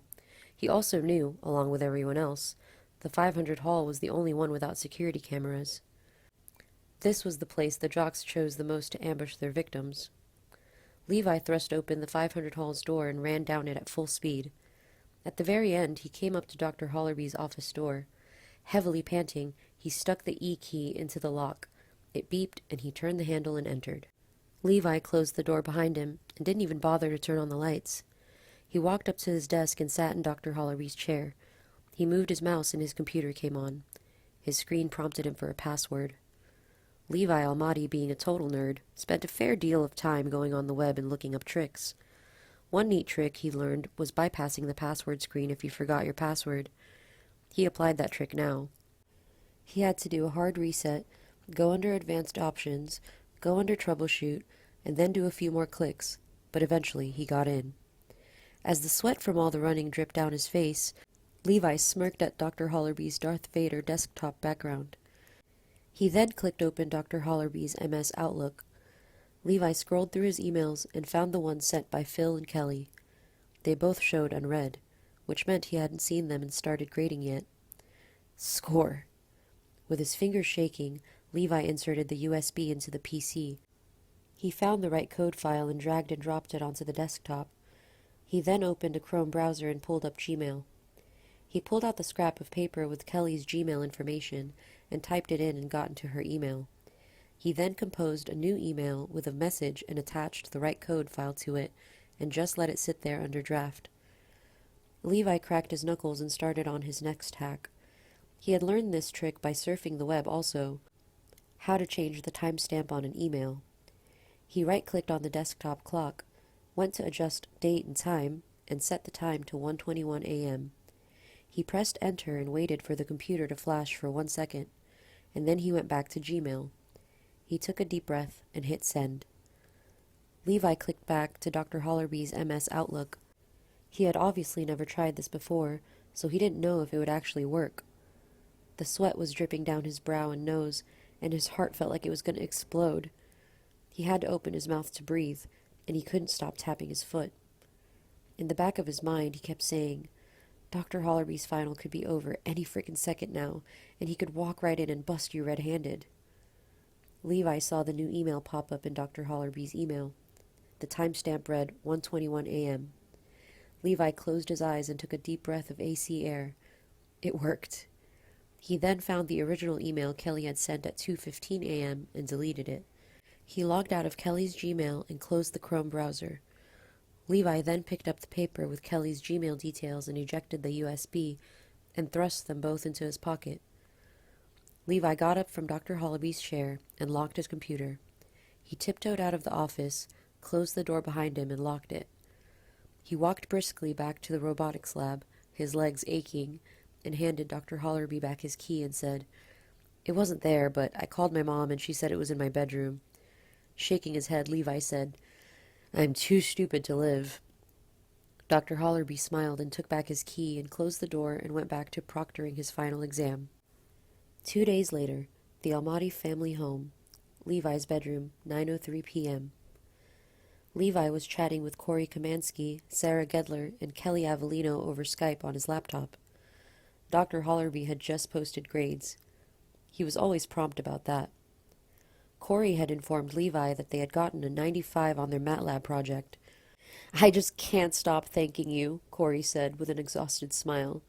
He had just finished taking all his finals after pulling several all-nighter study groups. His eyelids were very droopy, and his eyeballs were blood red. "Thank you, thank you, thank you," Sarah Gedler said, clapping her hands together, and Kelly Avelleno bowed on her window. "You're actually very lucky," Levi said. "All I did was change the timestamp on your project. I couldn't change the metadata on there, so if he really wanted, he could have easily figured out something was bogus." "Meta what?" Kelly snarked. "Nothing," Levi said, shaking his head as he smirked. "How'd the final go?" 85, Corey said. "88, Sarah said. 87, Kelly said. Not bad, Levi said. Not bad at all.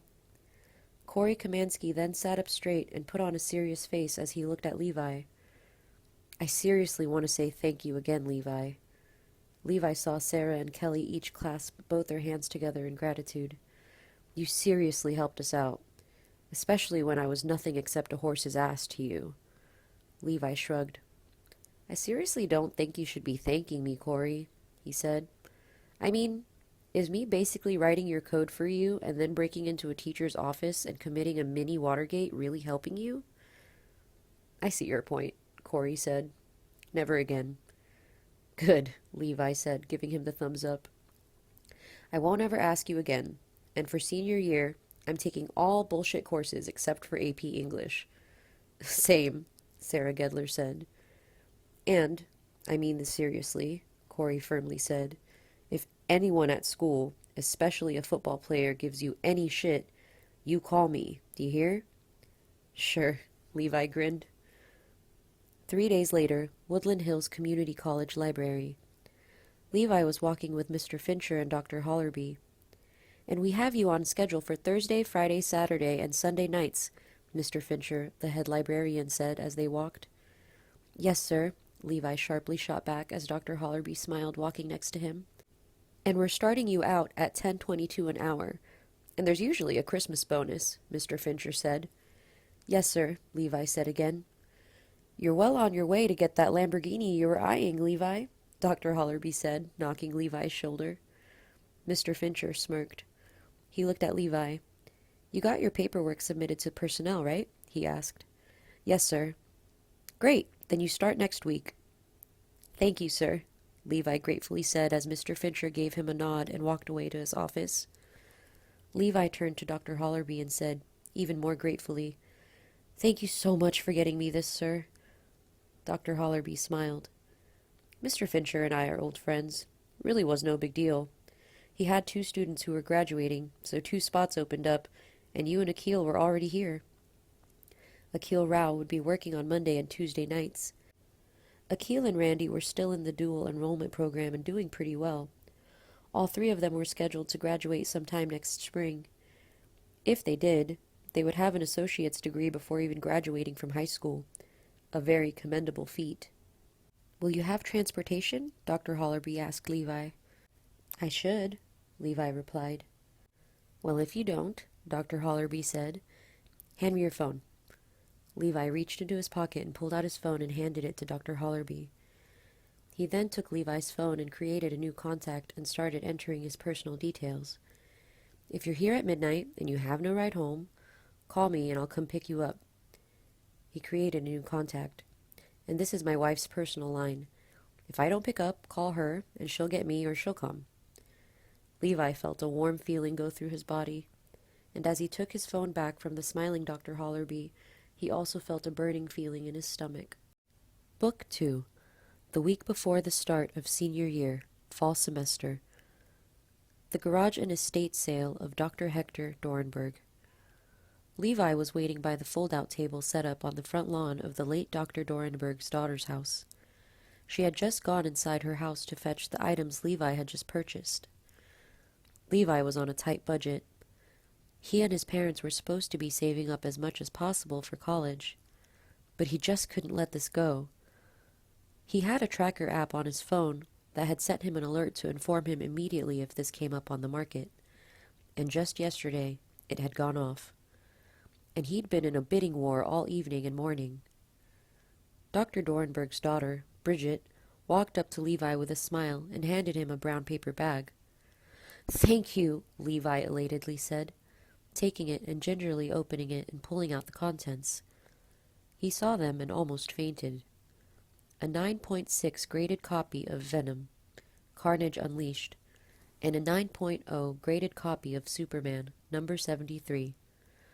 Oh my God, Levi gawked.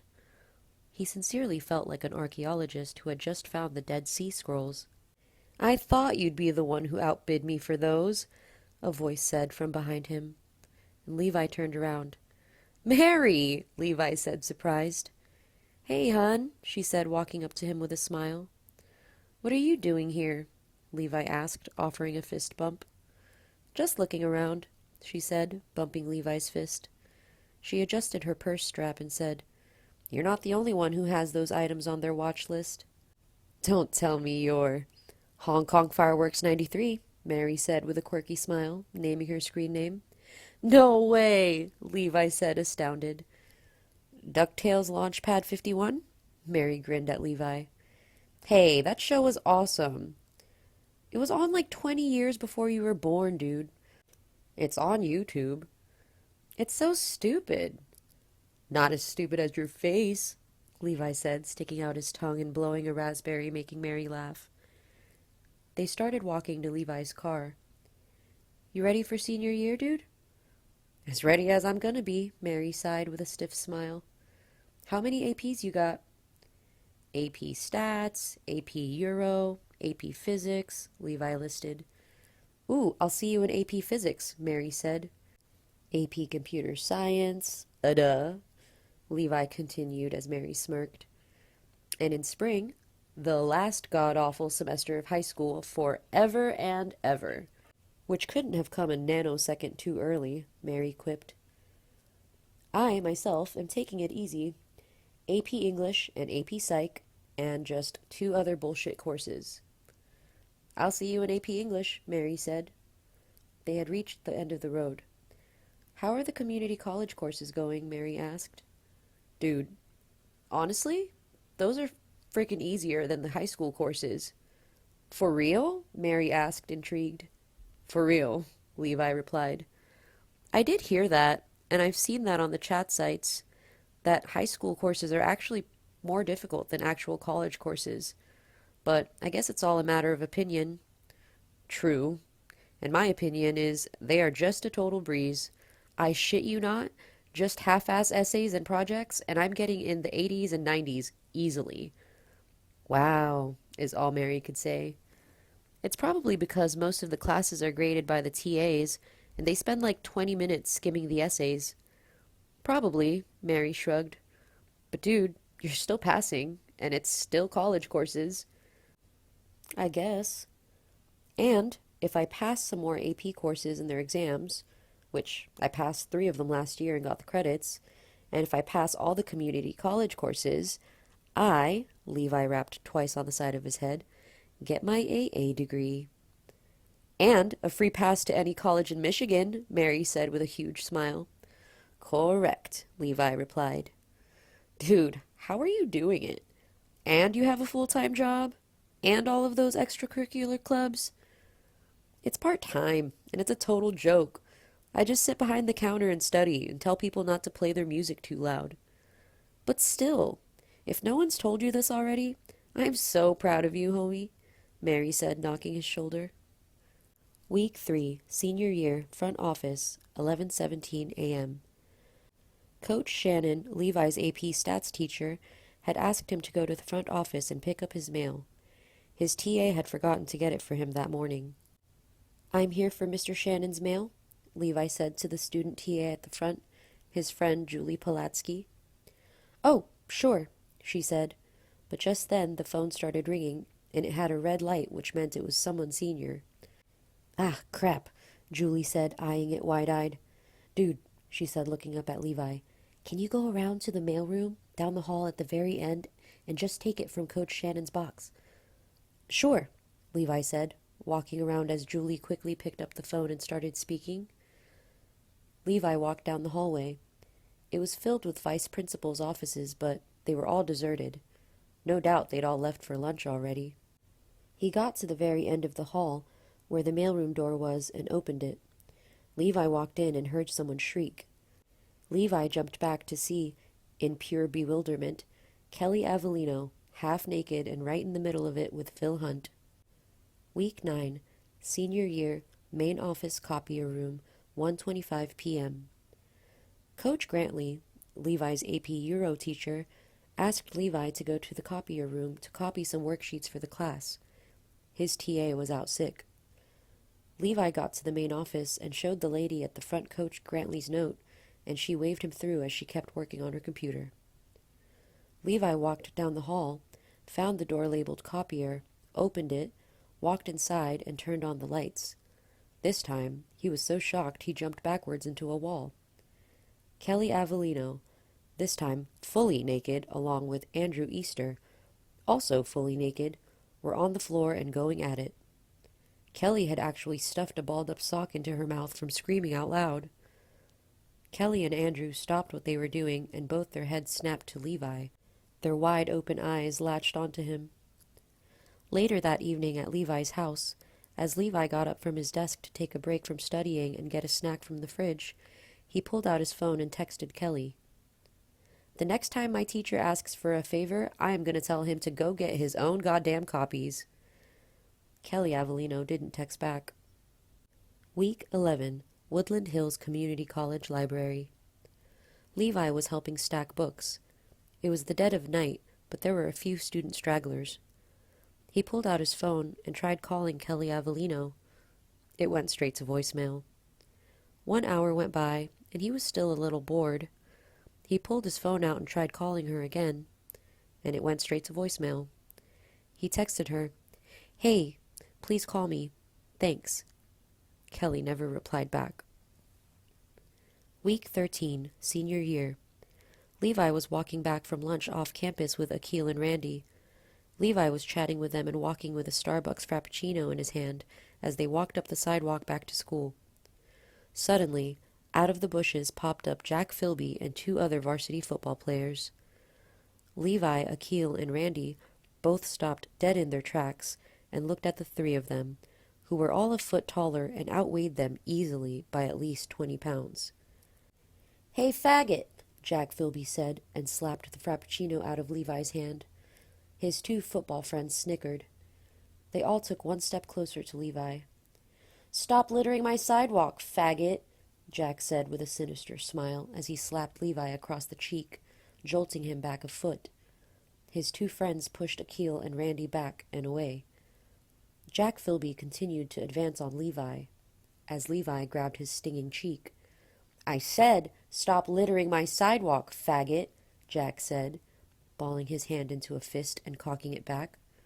Suddenly, completely out of nowhere, Corey Kamansky appeared.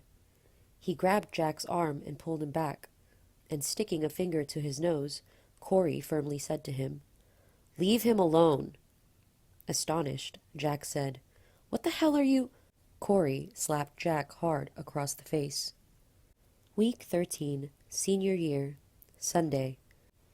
They had announced that the senior athletes' ball would be held on Saturday in Detroit.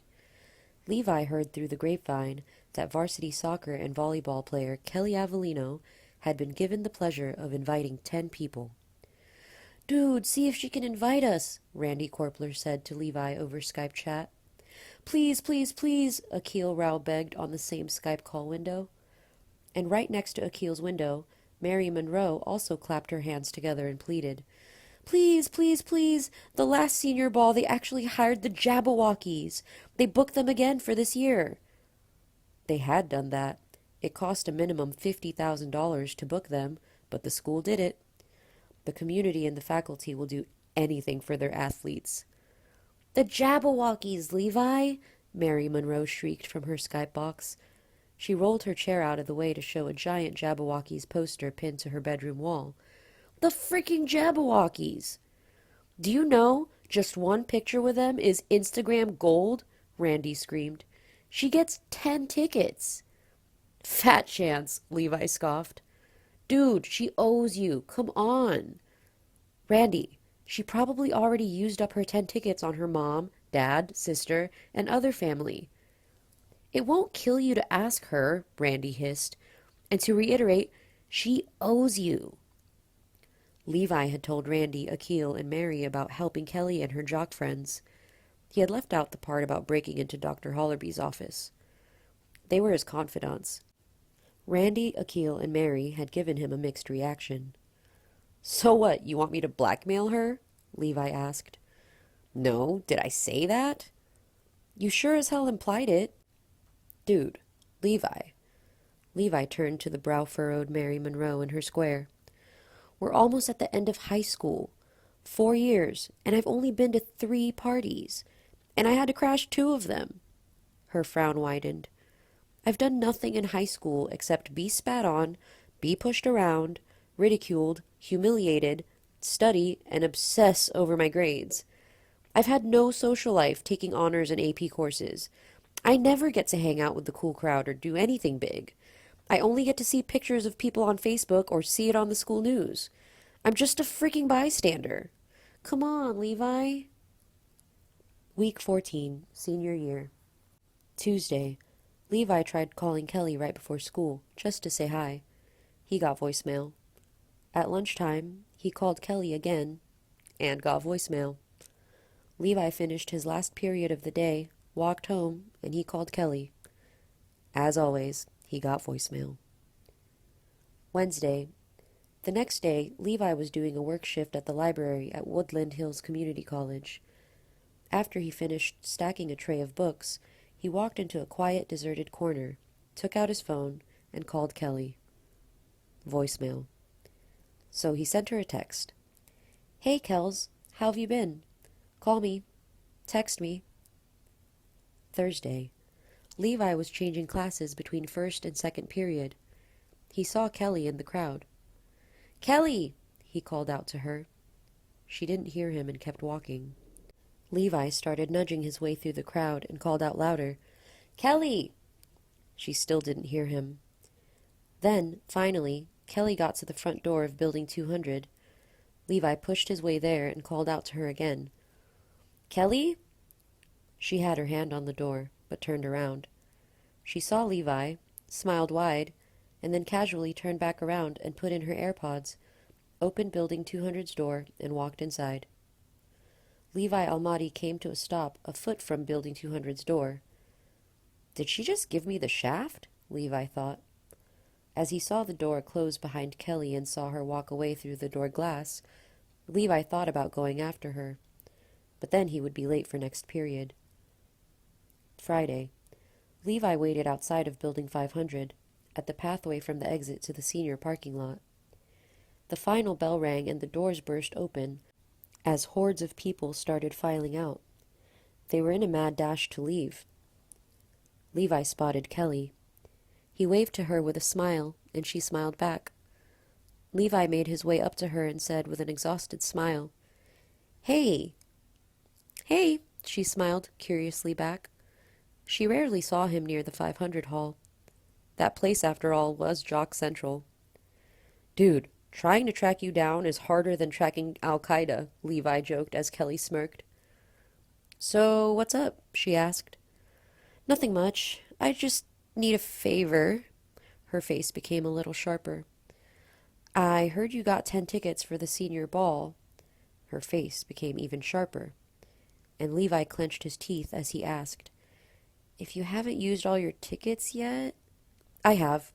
Kelly frowned. Really? Wow. I guess I'm not that shocked.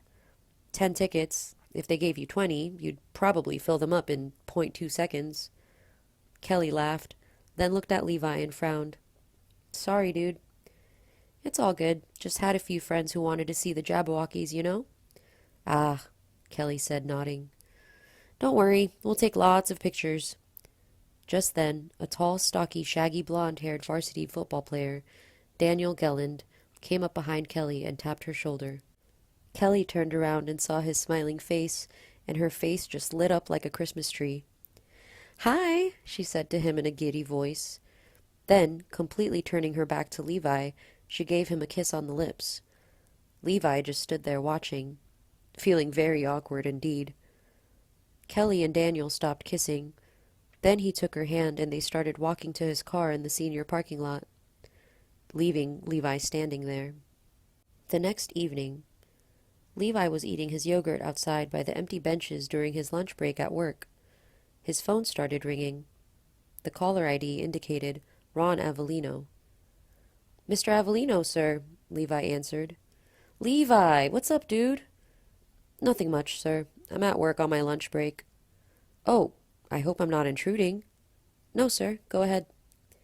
Dude, why aren't you coming to the senior ball? Sir? Levi asked, puzzled. Kelly tells me she invited you, but you said you switched schedules to work Sundays too. But Then I run into your mom at Walmart, and she said you're free on Sundays?" "Sir?" Levi said, even more puzzled. "What's up, man?" Mr. Avellino asked. "Are you worried that you'll be odd man out? And that they're going to give you a little non-jock retribution or something?" He chuckled. "I mean, Kelly told me the football guys have been giving you a little love, but don't let that make you miss out on the senior ball." No, sir," Levi said, still very confused. "So you'll come then?" his voice said, lighting up. Yeah, sure. I hope Kelly hasn't given away her 10 tickets yet?" "10 tickets?" Ron Avellino said, confused. "Yes, sir. I thought she only gets 10 tickets." "Dude," Mr. Avellino scoffed. "I paid for half the costs of this thing. She can have as many tickets as she wants," he laughed. "Really?" Levi said, nodding wide-eyed. "Yeah, of course. Why, do you want to invite some other people?" "Sure, yes, please." "Okay, well, just tell me their names, and I'll add them to the list, and I'll email you their e-tickets along with yours." "Yes, sir." The next day, while Levi was at work, Levi was in the very back, filing away books. His phone rang. It was Kelly Avellino. "Hey, Kelly," Levi cheerily replied. Dude, my dad told me you were coming?" Wide-eyed and smiling, Levi replied, "Yup." "As my guests?" she hissed. As his face dropped, Levi replied, "Yes?" "Dude," Levi heard Kelly sigh. Dude, do you really want to come to this?" Feeling a growing hole in his stomach, Levi replied, I, I wanted to, but of course if you don't want me to." No, he heard Kelly loudly say, flustered. "It's not like that. No." She sighed again. No. It's just that you'd show up as my guests, and..." Levi could tell she really wanted to say something, but was fighting it down with all her might. "Kelly, if you're not comfortable..." No, she spat, making Levi flinch. "You're more than welcome to come," she then said in a normal voice. Please come as my guest." "Okay, if you're sure?" "Yeah." Levi let there be a silence of 3 seconds. "I invited Randy, Akil, and Mary." He could hear Kelly's breathing get shallower, and she let there be a 10-second silence before saying, Yeah, they're more than welcome. Bye." That Sunday, on the drive over to the senior ball in Mary Monroe's family van. "So she didn't have 10 tickets, she actually had unlimited?" Akil asked with a frown, sitting next to Levi in the back. "Yup," Levi replied blankly, staring forward, arms crossed. He saw Mary Monroe, who was driving, give him a frown in the rear view. "I know it doesn't matter," Akil said, "but I just can't let it go. Even after everything you've done for her, and you asked her, and she told you she only had 10 tickets and that she'd used them up. I don't know, man," Levi said, shaking his head. Akil shrugged and looked out the window at the black night sky. Mary eyed Levi in her rear view. "So Kelly's dad's the one who's paying for all this? Or at least half of it?" "That's what he said," Levi replied. "Interesting," Randy said, seated in the passenger seat as he stared ahead through the windshield. He crossed his arms and said, "Well, I guess he's one of those famous rich Mormons." "I guess you can say that," Levi smirked. "Shit, if you can book the Jabberwockies 2 years in a row, you must be rolling in some serious moolah." There was maybe 2 minutes of silence as Mary drove before Randy finally said, uncrossing his arms and looking at Levi in the rear view, "Dude, I gotta ask this." Akil stopped looking out the window and turned forward. "Do you ever think Kelly's taking advantage of you?" "What?" Levi spat. "Randy, don't be an ass," Mary said, eyeing him in her rear view. "Dude," Randy said, "I feel like I gotta say it. It feels like she's taking advantage of you. I mean, I know your history and how she's helped you out and all, but it looks like she only contacts you when she's in deep shit." "Well, you don't know how close our friendship is," Levi hissed. "You didn't go to elementary school with us," Mary said, her narrow eyes on the road. "And you didn't go to middle school with us either. You don't know how strong their friendship is. She got into a locker room fist fight with a stuck-up cheerleader over Levi. She almost lost a boatload of money to protect Levi's image. You don't know shit about this. I would be nothing without her, Levi snarled to Randy's face. I would be absolutely nothing without her. I would be this scared shitless, friendless loser locked inside 24/7 without her. Frickin' child psychiatrists couldn't help me, but she came out of nowhere and frickin' took me out of my shell. As she eyed Randy again in her rear view, Mary Monroe said, "Don't stick your nose where it doesn't belong, Randy. You may not get it all back." Okay, F off. I'm done, Randy said, pulling out his phone. Levi was still a little mad at Randy Corpler for saying what he had just said. However, a small part of his stomach did sting with guilt. Why don't you tell them about Kelly's phone call in the library? About how she felt about you all showing up as her guests? At the senior ball. They arrived at the dance hall. It was extremely packed, and naturally, many Donald R. Moyer jocks gave them the dirty eye. Levi and his group had to stand in the very back and could barely make out the Jabberwockies. "I can't see shit from here," Mary said, standing on her tiptoes, trying to hold her phone above everyone's heads to record the Jabberwockies. After the performance, Ron and Samantha Avelleno came by and said hi to them, but that was only for like 5 seconds. Levi tried to spot Kelly, but she was all the way at the front with all the other popular people, and the crowd around them was stronger than the Secret Service guarding the president. Levi and his group basically stood in the back by themselves for the whole ball. They didn't know anyone there, and no one there wanted to speak with them. Their food table, which had only their name cards, was all the way in the back, right next to the bathrooms. The people there also made it very clear that Levi, Mary, Akil, and Randy weren't welcome there. They'd give them looks, and they'd say loud enough for them to hear, "Why are they here? They know they don't belong here. What's that garbage doing here? Who invited them? Did they sneak in? Their broke asses probably came here to steal food."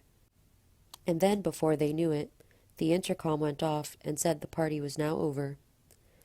"Well, I guess now I can say I finally attended a big Donald R. Moyer jock party," Mary snarked as they started following everyone out.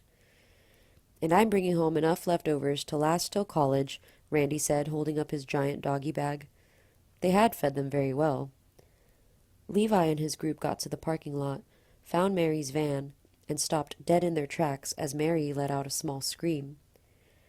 Mary Monroe's family van had all its windows broken, all 4 tires slashed, and graffiti all over it. Monday, week 15, senior year. Levi texted Kelly. "Kelly, thank you so much for the invite. Mary, Akil, Randy, and especially I had a great time." He got no reply back. Week 16, senior year. The week went by without any contact between Kelly and Levi.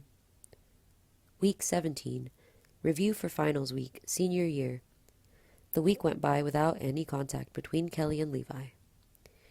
Week 18, finals week, senior year. On Monday, Levi texted Kelly, "Good luck with finals. I know you'll do great." The semester ended. Levi got his grades back, all A's and 1 B. He had to wait until May to take his AP exams in order to get the college credit for them, however. Christmas break ended and everyone returned from the holiday in mid-January. The entire month of January went by without anything unordinary. The entire month of February went by without anything unordinary. The first week of March. Levi and Mary were in the library working on their AP English presentation. Mary Monroe finished typing the last line on the last slide of their PowerPoint. "And we are done," she said, typing the last key with a loud tap. "And so am I," Levi said, finishing writing the last line on his note card. "However lame this sounds, we're going to make Hamlet look sexy," Mary perkily said, shaking her shoulders. "X-rated material, baby," Levi said as he packed up his note cards. For this semester, Mary Monroe, after the insistence of many people, had finally ditched her giant black-rimmed glasses. She now wore contacts which showed off her beautiful blue eyes, something Levi had never paid attention to before. She'd also gotten her brown hair done. Levi couldn't help but steal repeated glances at her. She looked amazing. "Say, Mary?" Levi called out. "Yep," Mary replied as she leaned back in her seat while the school computer saved their PowerPoint to her USB. "In addition to ditching those 1950s Poindexter glasses, what happened to your braces?" "Dude, I got those off at Christmas," Mary replied, smiling wide to display her teeth. "Don't you listen when I talk or check my wall?" "No, I always zone out when you talk. It's so goddamn boring and nasally. That's why I'm so worried about presentation day." "You ass," Mary scoffed, slapping his shoulder. "And what happened to the freckles?" Levi asked, pointing to her cheeks. "The ones the girls in the locker room gave you so much love about over the years." "My mom bought me a Dermapen," Mary replied. $60, but it worked for Lindsay," Mary's younger sister. "It sure did," Levi said, leaning in. "I can't see a trace." As Mary focused on the computer screen, Levi's eyes fell on her chest. He hadn't noticed that before either. He wanted to ask, but wisely remained silent. Their PowerPoint presentation finished saving, and Mary ejected her USB and they both stood up to leave. They walked past the practically deserted library to the exit, and when they got into the hall, Mary Monroe asked Levi, "Hey, what are you doing for spring break?" Just then, they saw their AP English classmate, Chet Hockley. He was tall and slim. He was walking by and spotted them, and immediately smiled and waved a hello. "Hey," Levi said, waving back. "Hi," Mary said, smiling. And as Chet walked out the front doors, Levi replied, "Nothing, really. My mom and I are going to apply for colleges and scholarships, but the vast majority of it will be spent by my dad and I playing endless rounds of Call of Duty until one of our eyes fall out." "Sounds like fun." "I'm so looking forward to it, and I'm already dreading that I'll miss the chance once I'm in college." "Well, unless you think that sounds like too much fun, how would you like to spend spring break with my family?" Levi eyed her curiously, and she replied, still smiling, "What do you say? Lindsay's bringing a school friend, and my folks say I can bring one too. We're going to Antelope Canyon and seeing the Pastor Dale Petty show." "The secret concert in Flagstaff?" Levi asked, his eyes opening wide. "Yup," Mary nodded, grinning broadly. "How the hell did you get tickets to that?" My dad knows people." "My dad knows people? Who, like the CIA?" Mary snickered, then eyed him, waiting for a response. Levi didn't know how to field this question. He had never been asked by a girl out on a date before, let alone one out of state. He'd never even sneezed on the dating and romance subject before. Feeling the sweat on the back of his neck, Levi replied shakily, Yeah, I'd love to come." "Goody," Mary said, softly clapping her hands as she smiled gleefully. "I mean, I have to square it away with Mom and Dad first." "Oh, of course. But thanks for the invite." "You're quite welcome, good sir. And of course, you'd have to sleep with my dad in his hotel room." She stopped to flinch. That didn't sound right. "No, it didn't," Levi smirked. Later that day at Levi's house, Mary's mom, who knew Sharon Almadi very well, called before Levi could speak to her and got permission. As the three of them sat and ate their dinner at the table, Oliver Almadi held his drinking glass to his face and kept coddling and kissing it as he went on in his terrible French accent. "Oh, I love you, I love you. Yes, I will go on spring break with you." He kissed the glass several more times. Levi sighed and kept eating his dinner. His mom rolled her eyes at her husband and turned to Levi. "I googled Antelope Canyon," Sharon Almadi said with a bright smile. "That place looks phenomenal." "It does," Levi agreed. "Take loads of pictures." "Oh, I will." "We will hold hands as we walk in the canyon and lie and look up at the stars," Oliver Almadi said and kissed his glass 4 more times. "Oh, kiss me, you fool." He kissed his glass 3 more times as he held it to his face. "That's right, just like that, lover boy." Monday, March 17th, 2015. The Avelleno family residence, 3:47 a.m. Kelly Avelleno was having a disturbing dream. She was being burned to death from her stomach. She was fighting the pain, but it was too much, and she jolted awake. She looked around frantically to see that she was in her bedroom, and it had just been a dream. But something was wrong. Her stomach still had a searing pain. The pain had been there for many weeks, and today, just like before, it was only getting worse. It would only get worse until she got up and did what she always did, but she wasn't going to do that. It was just a virus, she told herself, and then laid back down. The sweat was all over her face and made her bed sheets stick to her. She tried to fight it, but it only got worse. But she had to resist. She closed her eyes in a vain attempt, but the pain was simply too much. Too much. She finally kicked her sheets down and jumped out of bed, ran across her bedroom, wrenched her door open, tiptoed as fast as she could down the hall past her parents' massive master bedroom, and got inside the bathroom. She went in. She had to move fast. It was coming. She barely had time to close the door and lock it before she collapsed down on her knees at the mouth of the toilet, and thank God it was already open. Kelly Avelleno vomited a giant mess into her toilet. It just kept coming and coming. It was even hotter than the last time, and burned her throat. She spit out the last of it, closed the toilet lid, and leaned back against the wall. Her stomach was calm now, but she felt it gurgling. Kelly bit down hard on her lip, almost to the point of drawing blood, and she pressed her palms against her eyes. She knew what it was. She just didn't want to believe it.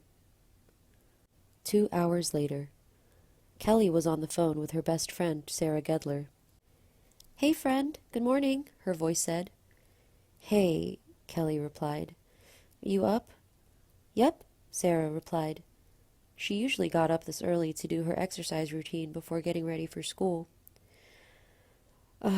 Sarah," Kelly said, her voice breaking. "What?" Sarah said immediately, coming to full alert. "We're gonna have to skip today. I need to talk to you. I really need to talk to you." Sarah was at her house in 30 minutes. Kelly let her in, and they went to talk in the backyard. She made absolutely sure to close the French doors and pulled Sarah over to her fence. With tears flooding her eyes, Kelly whispered to Sarah, "I think I'm pregnant." Sarah clasped both hands over her mouth. They ate breakfast at Kelly's house. Her parents and little sister smiled and acted cheery like always. And the moment breakfast was done, they got into Kelly's car and drove over to the nearest Walmart. They zoomed inside. Kelly pulled her hoodie over her face to make sure the security cameras wouldn't see her. They got to the pharmacy section, and Kelly grabbed 10 pregnancy tests, gave Sarah a grim look, and started walking to the pharmacy counter. Roughly a foot away from it, Kelly stopped dead in her tracks with a stunned look. "I can't buy these," she gasped to Sarah. "Why?" Sarah asked. "I can't use my card, the family card. It'll show up. My dad frickin' checks it." "Oh shit, you're right." They just stood there for a minute. Kelly ripped open her purse. $13, she said, pulling out all her money. Sarah pulled out her purse and all the money. "I've got 9. They went to the counter and put everything down. The pharmacist, in her mid-30s, looked at them blankly. She looked at all the stuff Kelly had laid down on the counter, and then watched Kelly slowly put down all her money next to it. The pharmacist eyed the amount of money Kelly had laid down, and then the pile of things she wanted to buy. She then looked up at Kelly and saw how she looked. The pharmacist, then, still with a very blank look, reached into the pile and picked out one. "I'd take this one," she said. "Is it accurate?" Kelly asked. "Fairly, but it's always good to have a second," she said, reaching into the pile and taking out another one. Kelly looked at the second one and its price tag, and the pharmacist said, "I'll cover this one."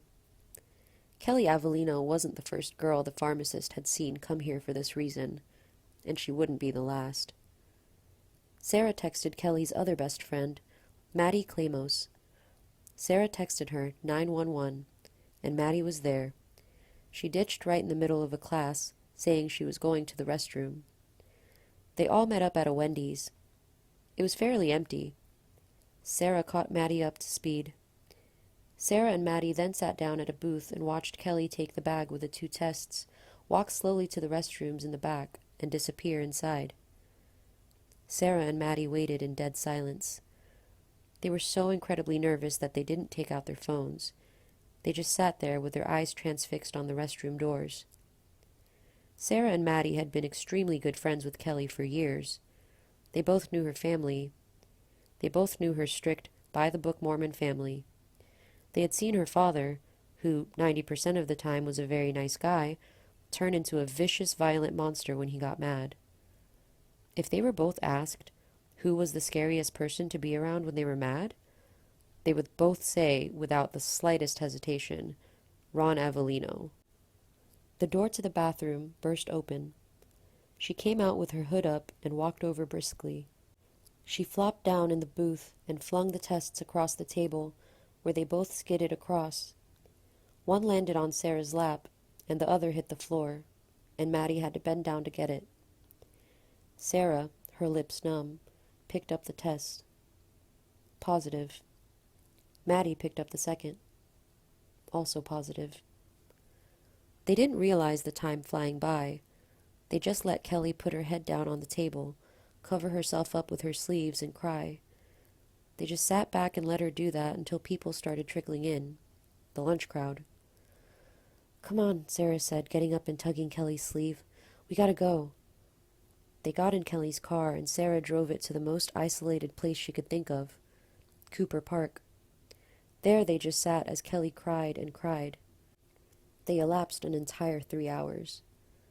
Finally, as Kelly leaned her head back against the passenger seat headrest, Maddie Claymos, seated in the back, leaned forward and asked, "So, what are you going to do?"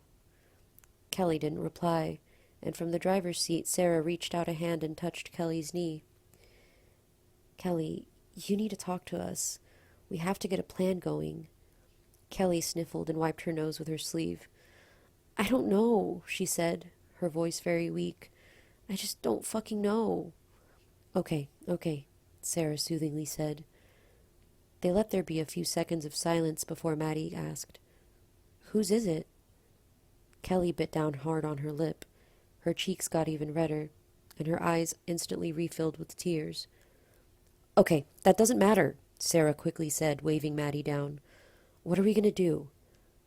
"Yeah," Maddie said. "I'm a jackass, but what are we going to do?" "Just tell us what we're going to do," Sarah said. "We're in this together, okay?" She said, shaking her head. "We're in this together. We'll face it together." Maddie eagerly nodded. Kelly Avelleno took a deep breath and said, "I can't keep it." "Okay," Sarah firmly said. "How much does it cost to get rid of one?" Maddie and Sarah instantly pulled out their phones and started Googling. "Yada yada yada, I'm seeing it depends on how long you've been pregnant, and if you're having more than one," Maddie said, skimming the results. "Same here," Sarah said, doing the same. "But it looks to be like $1,000 or $2 to be absolutely safe." "Shit," Kelly gawked. "Oh my God," Maddie gasped. "Yeah, I'm reading that too." "What the hell am I going to do? What the hell am I going to do?" Kelly shrieked, starting to freak out again. Okay, calm down," Sarah said, grabbing her. "Let's take baby steps." She flinched. "Okay, bad choice of words. Let's get an ultrasound." Maddie spoke into her phone. "How much does an ultrasound cost?" Her phone spit out some results. $374. "That's doable," she looked at Kelly. "Just use your card." "We can't use my card, dumbass," Kelly snapped at her. Maddie jerked back in shock. Sarah immediately said to Maddie in a calm tone, "If we use her card, her dad's going to see the bill." She turned back to Kelly. "But it's okay. I actually have a solution to this. It's one of those random things I picked up and put in the back of my mind." She then turned her car on and started reversing. The Cute Baby Clinic, Laurier Drive, 4:39 p.m. Laurier Drive was in a very bad part of town. There was a lot of gang and drug dealing activity there. A lot. Even as they drove up, they passed by a crime scene. and Maddie Claymos could clearly see a yellow police taped-off area and a white chalk outline of a body. She could also see the blood splatter on the pavement. They pulled up to the curb of the clinic. They were driving a brand-new 2014 Lexus with brand-new plates that glowed. Sarah parked and turned off her car. They all got out as they closed the doors, and an old homeless man sitting by the wall laughed out to them. He had several missing teeth. "Ha! You drive something that flashy. You just asking for your bitch asses to get robbed," he laughed. Sarah looked up and down the street. Every store there looked dilapidated. Almost all of them had broken and boarded up windows. And already 3 very shady people had popped out and were eyeing the car. "Come on," Sarah said, walking over to Kelly and pulling her along. Maddie quickly ran after them. She was horrified of being left alone out on the street. The Cute Baby Clinic, Laurier Drive, 5:11 p.m. The 3 of them were lucky. They were the only people there that evening. They got taken back, and the lady technician, an obese woman with a sleepy look, did the procedure. They all looked at the black monitor and saw the baby's outline. "There's the head," the female technician said, pointing at it with the mouse. Sarah, Maddie, and Kelly looked at it expressionlessly. "And here," she said, clicking a button, "is your baby's heartbeat." And then, as the sound of the heartbeat filled the room, it seemed to echo. Kelly could only listen to it for 5 seconds before she sat up and spat. "Turn it off! Turn that shit off right now!" The technician looked at her crossly, and Sarah Gedler quickly said, grabbing Kelly's shoulder, "Please, ma'am, please? Can you turn the sound off? Matter of fact, you can turn off the whole monitor." The technician eyed Kelly up and down for a second, and then she turned off the monitor. "How many weeks is she?" Sarah asked. 10, she replied, starting to pack up her equipment. 10 weeks? Maddie gasped. She turned to Kelly wide-eyed. "You were pregnant for 10 weeks and you didn't know?" Kelly just guiltily eyed Maddie back. "Okay," Sarah sighed, brushing her bangs back. "How much would an abortion cost at this stage?" The technician shrugged. I'd say 1,500. 1,500 bucks? Maddie Claymos gasped. "I mean, that's a fair estimate. Not including taxes, of course." "Jesus Christ," Maddie gawked, turning to see Kelly's equally stunned face. They all just sat in silence before the technician said with a smug look, "I'm guessing this wasn't a planned pregnancy?" "No, ma'am," Sarah replied. Well, where do you actually get the procedure done?" Maddie asked. "At the Women's Health Center in Detroit." "There's none here?" "No." She eyed Kelly, wiping the ultrasound gel off her stomach and starting to sit up. "How old are you?" 17, Kelly replied. "Well, you'll need parental permission from at least one parent or legal guardian." "Oh my fuck," Kelly gasped, feeling her body go ice cold. Sarah and Maddie just stared at her in silence. "Have you heard of the abortion pill?"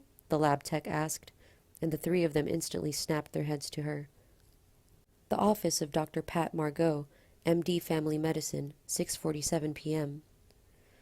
Dr. Pat Margot had been the family physician of Kelly Avelleno since she was 2 years old.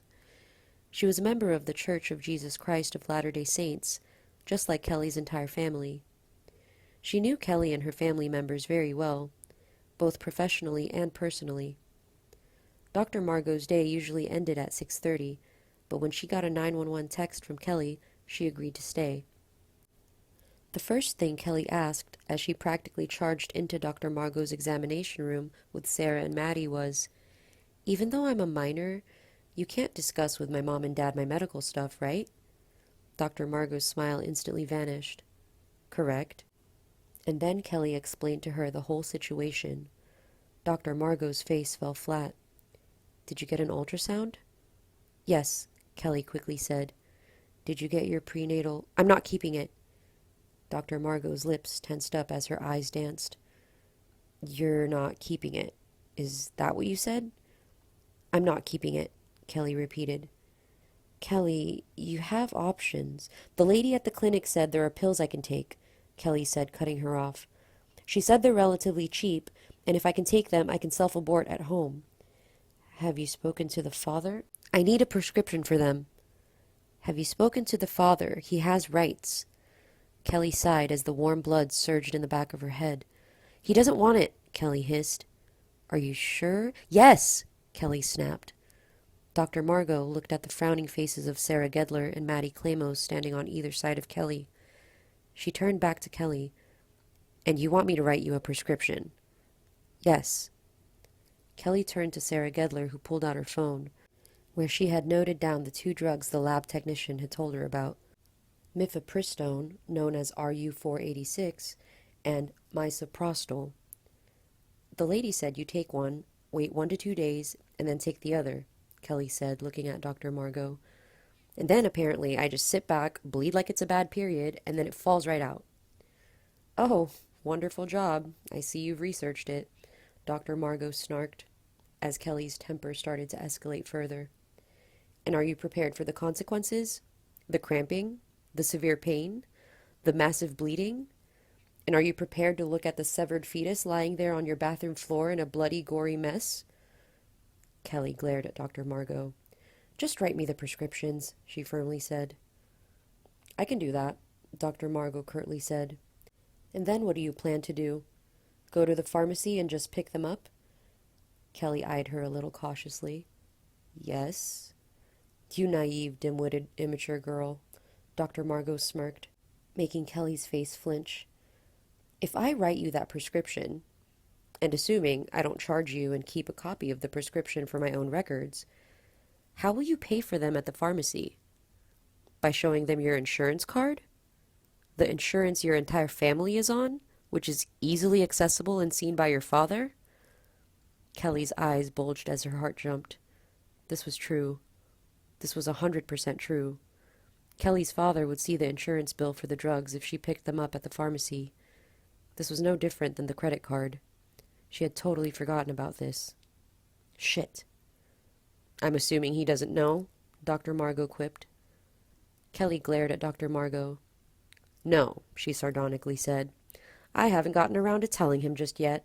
Waiting for the right time. Just tell him you're getting ulcers, Sarah quickly said. Those drugs are used to treat ulcers. Just say you got one. And, have Dr. Margot write you a prescription. Uh-huh, Dr. Margot nodded. Check again. Mifepristone isn't used to treat ulcers, she said, shaking her head. Kelly turned to Sarah, who was eyeing her phone, and frowned. And I won't write you a prescription for misoprostol when you don't have ulcers, Dr. Margot firmly said. I'm not going to sacrifice my ethics because you don't have any. Kelly looked at her. She had been going to Dr. Margot her whole life. She had thought Dr. Margot was her friend and confidant. Gee, thanks, Dr. Margot, Kelly sneered. My pleasure, Dr. Margot shot back. Kelly Avelleno gave her one final glare and said, So that's it then? Dr. Margot nodded. Are you going to go the last 10 yards and be a total bitch and tell my parents about our chat today? No, Dr. Margot replied. That's my personal favor to you, because we both know what happens when Ron Avelleno gets mad. The moment they were outside and inside Sarah's car and the doors closed, Kelly snapped to Maddie. Call Ralph. Ralph Hernandez was their drug dealer. He had for years supplied them and their friends with ample amounts of weed and other wonderful stuff. Yeah, Ralph's voice came over Maddie's phone speaker. I'm looking at it, and, yeah, I can have my supplier ship me some. When do you need it? Can you have it today? Kelly asked. For the right price, I can. How much? 110 for the mifepristone and 130 for the misoprostol. Dude, come on, Kelly protested. Ralph, Maddie screamed at her phone. We've been your best customers for years. Give us a discount. Come on. I did give you a discount, Ralph's voice casually said. Jesus, Kelly hissed, feeling the warm blood rush for the millionth time that day. Hey, you know what? Sarah said, leaning over and speaking to Maddie's phone speaker. That's fine. I've got it. She turned on her car and started driving. Sarah drove them to where she worked, Cammie's Pizzeria. She told Kelly and Maddie to stay in the car while she went inside. She went right into the VIP lounge, which was now empty. Sarah knew the VIP lounge was the only place in the entire store that didn't have security cameras. VIPs don't like security cameras. She went right up to the giant tip jar on the counter and emptied the entire jar into her purse. She looked around and made sure no one was watching, and then she walked right out. "Here, count it," she said, handing it to Maddie Clamo seated in the back as she turned on the car and started driving. 218, Maddie said, laying the last dollar on her knee. "And I've got 220s. Staring firmly ahead at the road, and with a grim look on her face, Sarah said, "Call Ralph again." Maddie called and was told to meet him at Woodland Hills Community College. They got there and found Ralph waiting for them in the rear. He was wearing black sweatpants, white sneakers, and a black hoodie. He gave them a small smirk, and Sarah came up to him and slammed the money to his chest. Hey, don't be rough," Ralph said, taking the money, counting it, and pocketing it. He did a quick 360 look around and saw they were alone, lifted up his hoodie, and pulled out 2 bottles from his waistband. "How do you take these?" Sarah sneered, snatching them and tucking them away in her jeans. "Now that's up to you." "Peace," he said, flashing the sign and leaving. They walked back quietly to the parking lot and got back into Sarah's car. Sarah handed Kelly the 2 pill bottles. As Sarah pulled up to the exit, Maddie, again seated in the back, leaned over to Kelly in the passenger seat and said, pointing to the first bottle, "You take the mifepristone first." Kelly took the first bottle, opened it, and took out the first pill. She looked at Maddie and said, "No time like the present." Tuesday, March 18th, 2015, the Avelleno family residence, 3:34 p.m.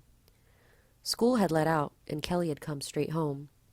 Samantha Avelleno was dusting the living room and saw the door open, and was astonished to see her daughter come home straight after school.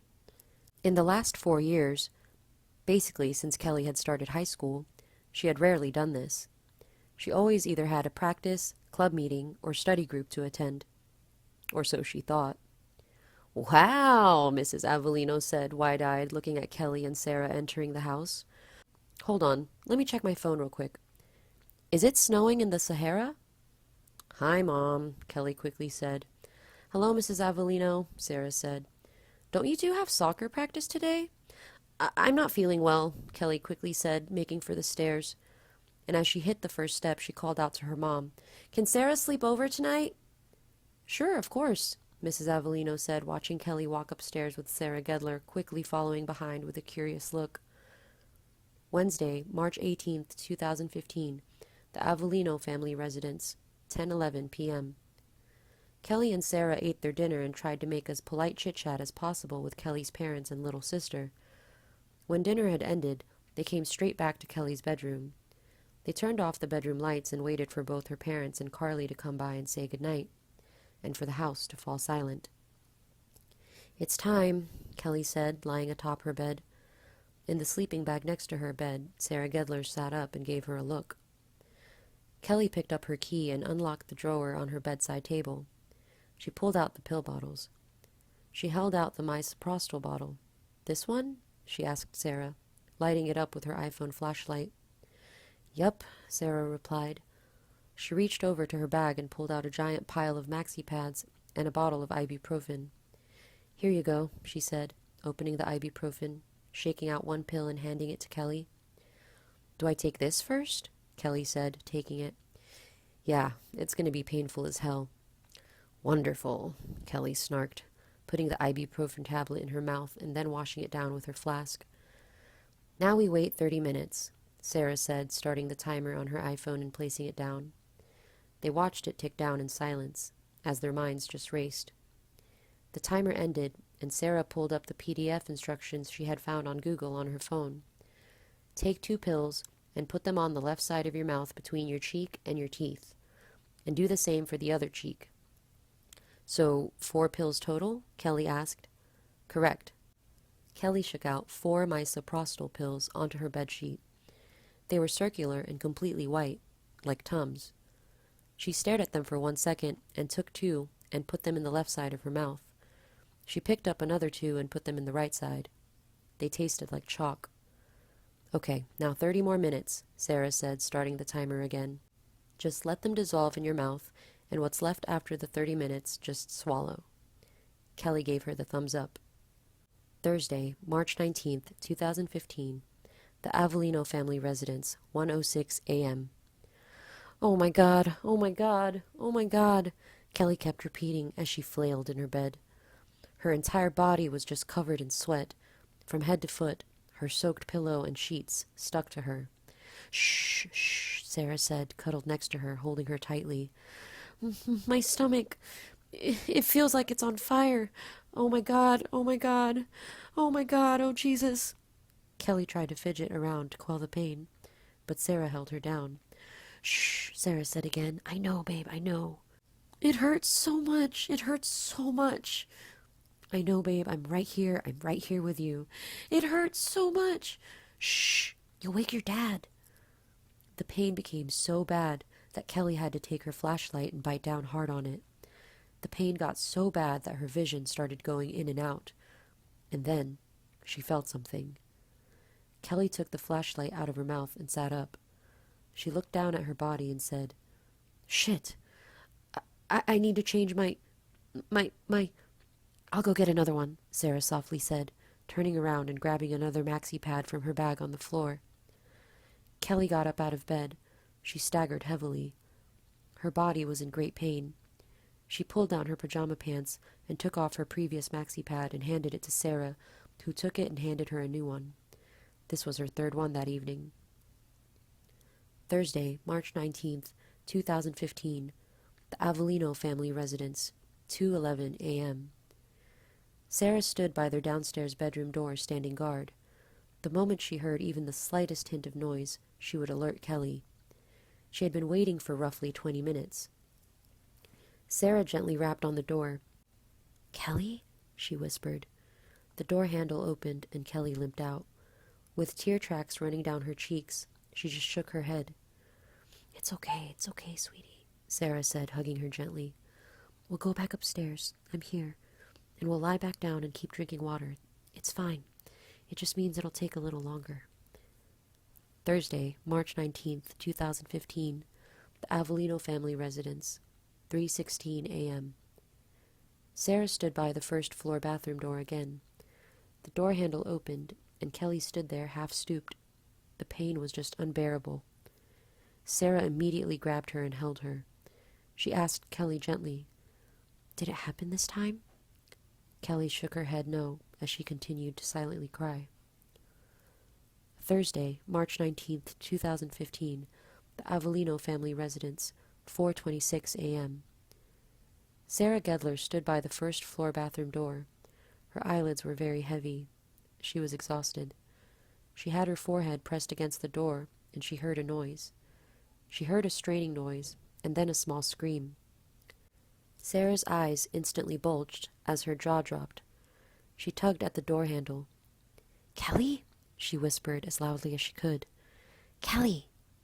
Kelly?" She then heard footsteps and the door opening. Kelly Avelleno stood there, looking at her with a dazed look.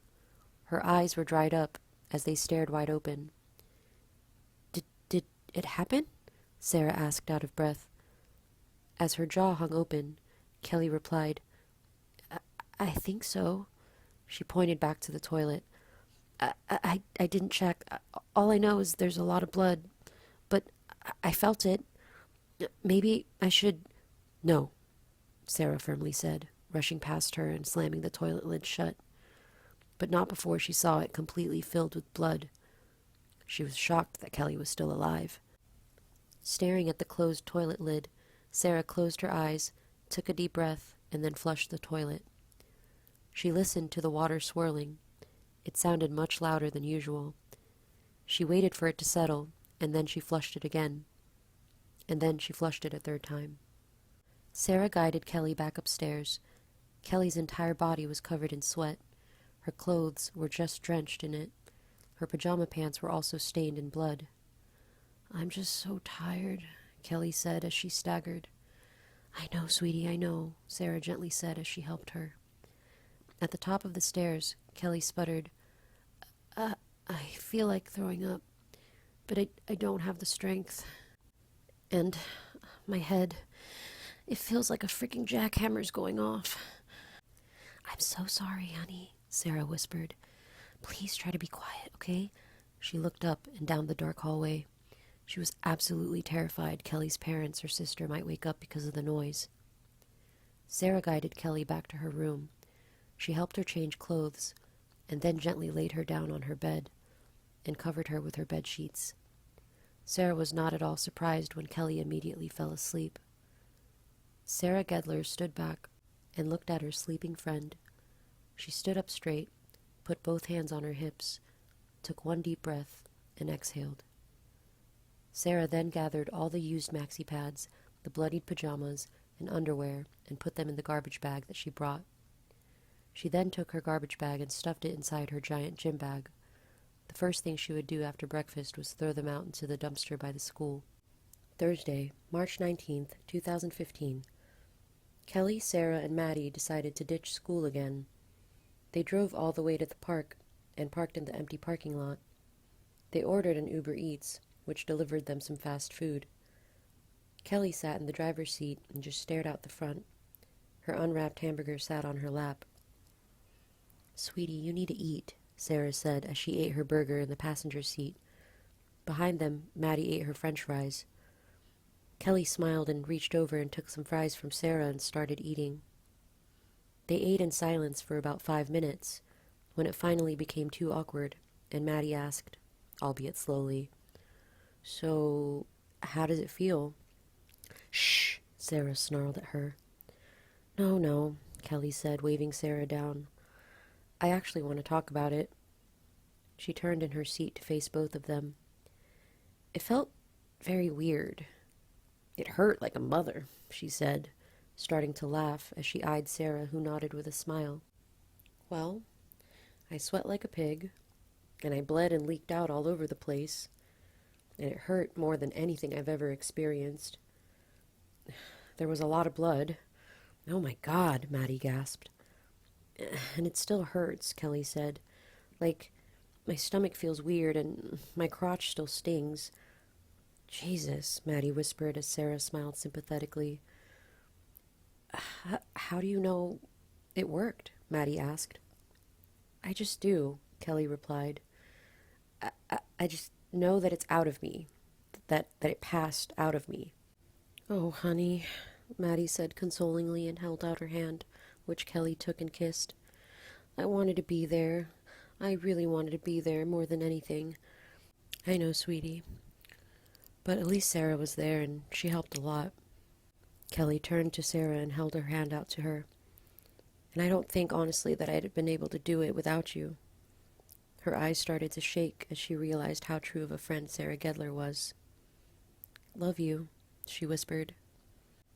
"Back at you," Sarah whispered back, her voice starting to break. Friday, March 20th, 2015. The Avelleno family home, 6 a.m.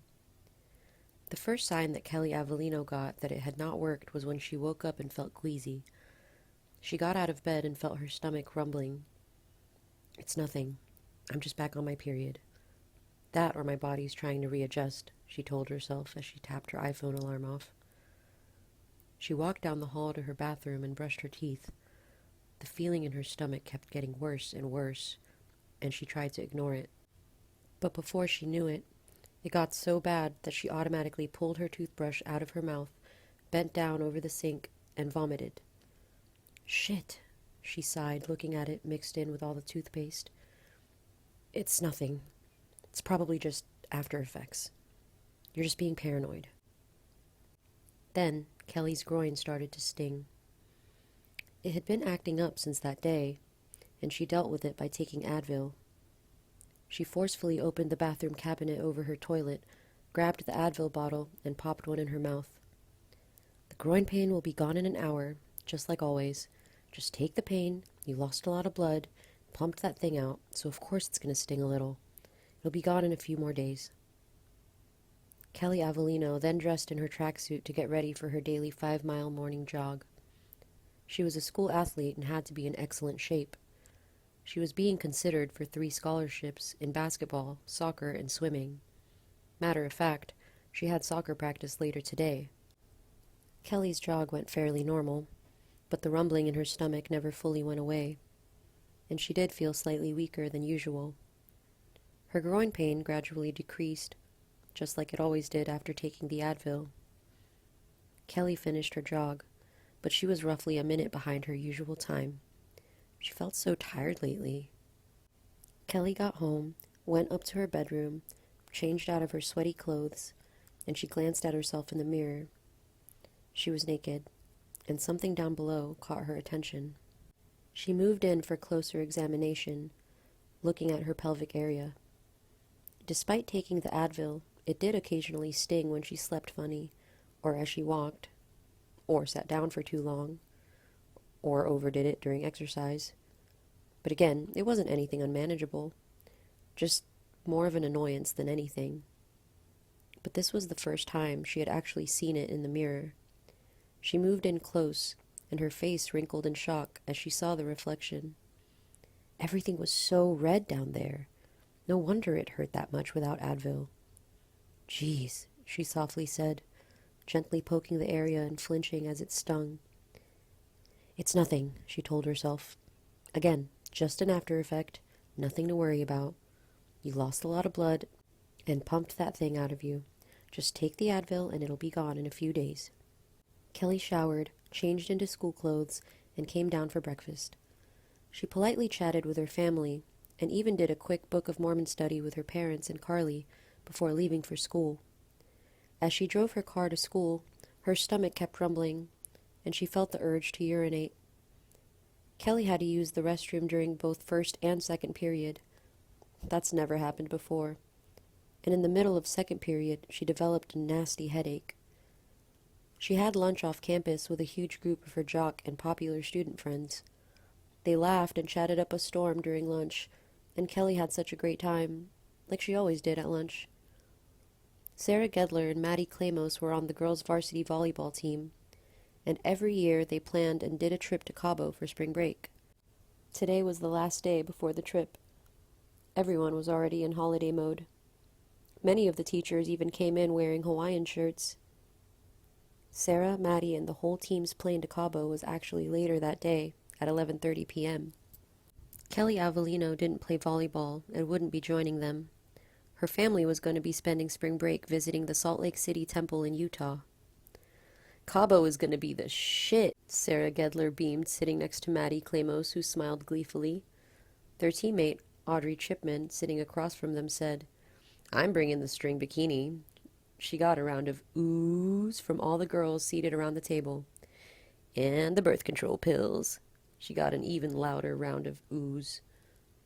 They all finished lunch and came back to school. Third and fourth periods went by without that much fuss. The stomach only rumbled here and there. At soccer practice, Kelly was nowhere near her normal self. She fell back drastically during pre-workout exercises. Coach Buford blew her whistle and called out to Kelly, "Avelleno, what are you doing to me?" Kelly stood up and, taking huge breaths, could only shake her head in response. "You know the drill, girl. You miss the count, you do the laps. 5, come on, get going." Kelly tried to do the laps, but she started struggling after lap 2, and after lap 3, it got so bad she was limping and swaying left and right. She finally finished and came up to Coach Bivens. "I'm done, Coach," she gasped. "What's up with you today?" Bivens frowned. "Are you feeling okay?" "Yeah, Coach," Kelly gasped out. "Are you sure?" "Yes, Coach," Kelly sharply spat out, springing to attention. "Good. Enough of this horse shit, then." "Yes, Coach," Kelly sharply spat out again, still at attention. "Get out there. I want you on guard." Kelly briskly sprinted out. 5 times she was expected to pull through, and all 5 times she didn't. Her teammate, Sarah Gedler, jogged up to her. "What's up, dude?" "Nothing," Kelly snapped back, as she pushed her away and ran off. She was taking heavier and heavier breaths. She just felt completely exhausted. Coach Buford blew the final whistle and screamed, "Hit the showers! Avelleno! Front and center!" Kelly ran up to her and Coach Bivens. "Are you feeling all right, girl?" Coach Buford asked. "I'm fine, Coach," Kelly said, taking huge breaths. She felt if she didn't take huge breaths, she would die on the spot. She felt ready to collapse. "Are you sure?" Yes, Coach, Kelly said, trying to snap to attention, but she couldn't. Her face was very red and she was starting to cough. You didn't look so good out there. You looked like shit from the moment you stepped foot on that field. I'm fine, Coach, Kelly said. Is this just a one-day bug? Yes, Coach. This is just pre-spring break jitters? Yes, Coach, Kelly said, taking a deep breath. Good. I hope for your sake, because if you pull a half-assed stunt like that when we get back, you're out of here. Yes, Coach. Don't muck up on me now, hun, Coach Bivens said. You've given me 4 great years. Don't screw it up now. They've even sent recruiters from UM and MSU. They asked me about Georgia, Sarah, and you, and I gave them glowing recommendations. Don't turn me into a liar. Feeling the vomit building in her stomach, Kelly replied, Yes, ma'am. Now get out of here. Hit the showers. Kelly bolted for the locker room. She blew right past the showers and straight to the bathroom, into a stall, fell to her knees, and almost put her entire head inside the bowl as she vomited. Kelly slowly stood up and wiped the spit and vomit residuals from the sides of her mouth and chin. Her vision was going in and out. The nausea was very bad. There was a knock behind her, and Kelly frantically spun around to see Sarah Gedler. Sarah just looked at Kelly and at the toilet. Oh my God, Sarah gasped. 1 hour later. The 3 of them sat atop Maddie Clamos's bed in her bedroom. The 2 positive pregnancy tests lay in the center. Kelly Avelleno snarled as she felt the left vein in her temple pulsing rapidly. I don't understand this. Her eyes were red and teary. I just don't understand this shit. She dried her eyes and turned to Sarah. We looked it up. We researched it. We researched the shit out of it. It's 90% successful. Why the hell didn't it work? I don't know, sweetie, Sarah consolingly said, shaking her head. As she brushed back her bangs and took another deep breath to calm herself down, Kelly said, What do we do now? Maddie Clamos eyed her. She wanted to say something but fought it down. She looked at the cross she had pinned up on her wall, and then back to Kelly. Honey, Maddie slowly said, I know this wasn't your first choice, but maybe you can consider it now? I mean, like you said, this was supposed to have a 90% success rate, and this time it didn't. I mean, at least for you it didn't, but for all the other people it worked. But since it didn't for you, maybe this is a sign? Maddie's face lit up as she smiled. Maybe this is a sign that this wasn't supposed to happen, and I'm not keeping it, Kelly cut her off. There was a silence. They eyed each other. Maddie slowly opened her mouth again. I just thought that 90%... I'm not keeping it, Kelly repeated, and Maddie fell silent and completely abandoned the idea. Sarah? Kelly asked, turning to her. Sarah Gedler had been reading her phone. She said, shaking her head, Information on this is very vague. Like you said, 90% of the time it works. But this guy's saying if it doesn't, the only 2 options left are going to be getting an actual abortion surgically. Fuck that, Kelly said. Or just try it again? Oh, just try it again, Kelly hissed in sarcasm. Just put those god-awful hell pills in my body and just let it have a conniption and just sweat and bleed my ass off. Honey, fuck. Sweetie, come on. Fuck! Honey, can you just please calm down, Maddie said, grabbing Kelly's arm. Just calm down, okay? I know this is very serious, but just calm down for me. Kelly closed her eyes and calmed herself down. She forcefully freed her hand from Maddie and massaged her temples. Her headache felt like a jackhammer. She could feel her stomach gurgling. Kelly remembered the pain from the cramping and bleeding from the first time, and that alone was enough to make her faint. But what other option did she have? What other feasible option did she honestly have? Kelly sighed and said, Okay, I want to do it again. Let's do it again. Okay, Sarah said, pocketing her phone, brow furrowed. Kelly looked at Maddie and said, It won't be as bad this time. This time, I'll have both of you. She turned to Sarah. Hell, this time, let's remove all room for error and just do it at your house. Your dad's in Atlanta, and Susan and Alan, Sarah's younger brother and sister, are away at the grandparents'. And, plus, your mom's a heavy sleeper. Maddie and Sarah eyed each other and frowned. They then slowly eyed Kelly. What? What? Kelly asked impatiently. Did you forget? Fuck, Kelly sighed, grabbing her forehead, which instantly started pounding again. The varsity volleyball trip to Cabo. Their plane was in less than 5 hours. Kelly Avelleno now not only had to go through this again, but had to do it solo. Babe, we'll just wait till we come back, Maddie suggested. If we do that, we'll push it to 11 weeks, and it'll make this even more dangerous, Sarah said as Kelly snapped to her wide-eyed. Yes, Sarah nodded with a somber look. The longer you wait, the more it develops, and the more blood you'll lose, and the riskier it gets. You already lost so much blood the first time. Shit, Kelly yelled, realizing that made sense. Sweetie, Sarah gently said, what do you want us to do? We'll do anything. I need money for the pills, Kelly snapped in Sarah's face, making her jump back. She turned to Maddie. Call Ralph. Maddie eyed her blankly, then slowly stood back up and pulled out her phone and walked away to talk to Ralph. Sarah got out her purse and slowly pulled out a new wad of money. Her parents had given her $200 spending money for the Cabo trip. Just last week, Sarah had been awarded a full scholarship to UM, and her parents had been very proud. Sarah had been hoping to spend that money on something special down in Cabo. I've got $200 here, Sarah said, holding up the money. Kelly reached over and took it. We're still about $20 to $30 short, she said, eyeing Maddie, who finished talking and walked back. He said he'll give it to us for $250, Maddie said. I've got 20, Kelly said, opening up her purse. I think I have a 20 also, Maddie said.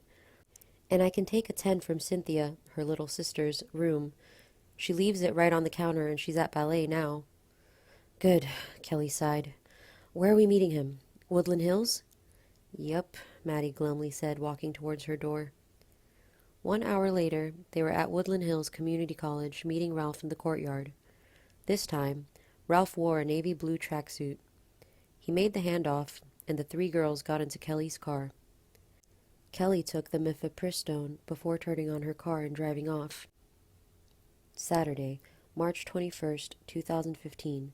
The Avelleno family home, 9:21 a.m.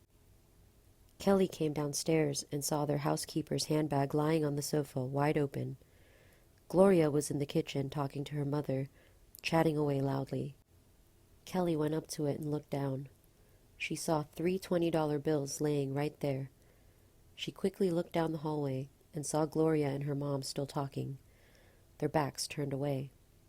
She quickly lunged her hand inside Gloria's purse and snatched up the 3 20s and stuffed them into her jeans pocket. Mom, I'm going out for a quick drive. I'll be back for dinner. Oh, okay. Be safe. Love you, Mrs. Avelleno hollered back. Love you too, Kelly said, slamming her front door as she walked out. Saturday, March 21st, 2015, Woodland Hills Community College, 10:07 a.m. This time, Ralph was wearing a gray tracksuit. The courtyard was empty again. Kelly came up to him and handed him 3 20s, and he took it and stuck it into his pants. He did a quick survey to make sure they were alone, and then reached into his pants and pulled out a tiny Ziploc bag with 6 green pills inside them. Kelly, quickly eyeing the surroundings, reached out and took them, and stuffed them into her jeans pocket. Peace, Ralph said, showing her the sign, and walked off. Kelly had decided to buy some MDMA. She had reasoned that if she had to go through another horrible night, at least she could take pills and the high would be so great that it would mask the pain. She was still absolutely dreading tonight, and she had to do it alone. She would definitely need ecstasy. As she walked down a covered walkway, she thought, I'm already freaking out. Shit. I might as well take one now, just to calm myself down. This wasn't Kelly Avelleno's first rodeo with narcotics. She knew it took about 25 to 30 minutes after taking the MDMA for a high to start, at least for her. If she took one pill now, Then by the time she got home, just as she was getting out of her car, her high would begin and last for at least 6 hours, just in time for dinner. Kelly knew her father was at work today, despite it being a Saturday, and her mother was with Carly at soccer practice. She would just go up to her bedroom, lie down on her bed, and just enjoy her high. And then later tonight, before she took the misoprostol, she'd take another MDMA pill, which should last her the whole process. And if it didn't, there were still 4 pills left. Kelly reached into her jeans and pulled out the tiny Ziploc bag and opened it. She reached in and took out 1 pill and swallowed it. And as she tucked the Ziploc bag into her jeans, she could already feel her nerves start to loosen up. As she reached the end of the walkway, her stomach started to gurgle again. "Yeah, I hear you. Don't worry, I'll take care of you tonight." She picked up her walking pace, and her stomach just churned more and more. She tried walking faster and faster, but the pain moved up to her chest, and then she could feel it in her throat. Then she found herself slamming her hands into a door, quickly entering a building, rushing into a bathroom, going to the sink, and vomiting. She vomited a nasty, giant mess. She looked at it just sitting in the sink and took heavy breaths. She spit out what was in her mouth and kept looking at her pile of sick. And in the brown, yellowy sludge, she could clearly see the green MDMA pill she had just taken. She had gotten morning sickness at exactly the same time she had taken the pill. The vomit had forced it back up before her body could absorb it. Well, shit, I'm not going to waste it, Kelly thought. So she stuck her hand into the pile of vomit and started to fish the MDMA pill out. "Kelly, wouldn't it be better for you if you just left that where it was?" a voice said, and Kelly spun around in terror to see Levi Almadi standing there. Levi looked at her with a glum look. He had been working at the counter, volunteering to fill a coworker's shift this morning. He had been at the counter when he saw someone that looked strikingly similar to Kelly Avelleno charge into the quiet library and then straight into the boys' bathroom. Kelly just looked at him, taking a few deep breaths. She was in a very upset state. She then just casually turned back around to the sink and started fishing out the MDMA pill again. Levi walked over. "Kelly, for the love of God." "I need it! I need it!" Kelly screamed in his face. "Okay? I freaking need it!" She started crying. She could feel the Advil she had taken that morning wearing off, and the pain in her groin was coming back. "Kelly, do you see yourself?" Levi asked, coming up to her. Kelly sobbed heavier. "You're digging in a pile of vomit for a narcotic pill. Do you see what this shit is doing to you? It's got you completely trapped." Kelly had retrieved the pill and was wiping vomit off of it. She sniffled as the tears came in waves. The pain in her stomach was there again, and her groin felt like it was on fire. Kelly gritted her teeth, feeling the incredible pain, then turned to Levi and said, "I'm pregnant." Book 3, Saturday, March 21st, 2015, the Avelleno family home, 12:10 p.m. Kelly and Levi pulled up on her driveway. Kelly turned off her car, and they both got out. She unlocked her front door and led Levi inside. "Gloria?" she called down the hall. No answer. "Gloria?" she called again. Still no answer. Good. Today's her day off anyway. They went upstairs and into her bedroom. Levi hadn't been in her bedroom since the 3rd grade. It had changed so much, but the pink wallpaper was still there. Levi reached into his bag, pulled out his laptop, opened it, and laid it down atop her bed. Kelly pulled up 2 chairs and they both sat down by the end of her bed. Levi pulled up Skype and clicked call. They listened to the ringtone before he finally picked up. "Levi!" Faisal Awali's beaming face said from the screen. Levi had not spoken to Faisal in many years. Not really, since that 2009 trip. He hadn't seen him face to face, really. He only knew from his father and social media that Faisal had graduated college a year early and was now in his 3rd year of medical school. "Dude, what is up?" Faisal said, smiling wide. He hadn't really kept in touch with Levi. He rarely texted or called, and was very surprised when Levi had called him out of the blue and asked for a Skype chat. "Hey, cuz," Levi said with a smile. Despite almost 6 years passing, Levi hated his cousin. He knew the true fraud that Faisal Awali was. "Bro, you look so good," Faisal beamed as Levi smiled back. "And look at you, all grown up. What grade are you in now, cuz?" 12th. "Dang! And Uncle Oliver said you're going to UM or MSU next year?" "Well, I'm hoping for UM." "Well, what are your chances like?" "I think they're pretty good." "Really? What's your GPA?" 3.8. "Damn, unweighed? That's better than mine." "So, anyway," Levi said, slapping his thighs with both hands and quelling the chit-chat, "we have a problem, which I was hoping you can help." His eyes still bright, but his smile smaller, Faisal said, "Okay." "This is Kelly," Levi said, pointing to Kelly seated next to him, who smiled. "Kelly has a secret, which I'm sure you'll keep once I tell you." "Okay." Levi then eyed Faisal's eyes keenly. "And I know you're very good at keeping secrets." Faisal's smile instantly dropped, and his eyes narrowed in on Levi. He cleared his throat and said in a serious tone, "What's up?" "So we're in agreement? For your ears only?" "We are." Levi quickly eyed Kelly before turning back to Faisal on the screen. "Kelly's pregnant." Faisal's eyes landed on Kelly Avelleno. He studied her up and down for a moment, and then went back to Levi. "Is it yours?" "She wants to get rid of it," Levi firmly said. "Okay," Faisal said with a stiff look. "She tried the way with the pills, but it didn't work." Faisal turned to Kelly. "Mifepristone and misoprostol?" he asked. "Yes," Kelly nodded. "Did you wait at least 24 hours after taking the mifepristone?" "Yes." "And what happened with the misoprostol? How many did you take?" "4, 2 on either side of my mouth. And I waited for them to dissolve and swallowed the rest." Faisal nodded. "And the cramping and pain started like 3 hours later? And I bled a lot and sat on the toilet, and honestly I thought I passed it." She stopped to sigh. "But 2 days later it still hurt, and I was vomiting, and I took 2 pregnancy tests again, and they showed positive." "You said you bled?" Faisal asked, and Kelly nodded. "Tell me more about that." I just bled and bled," Kelly said. "How much would you say?" Kelly shrugged. I don't know. A lot. I filled up 3 maxi pads." Well, that is a lot," Faisal said with his eyelids shooting up. "That's a lot indeed." Kelly stiffened her lips. "Does it still hurt?" "Yes. I'm taking Advil to control it, but even then it hurts like hell, and the Advils are wearing off too quickly."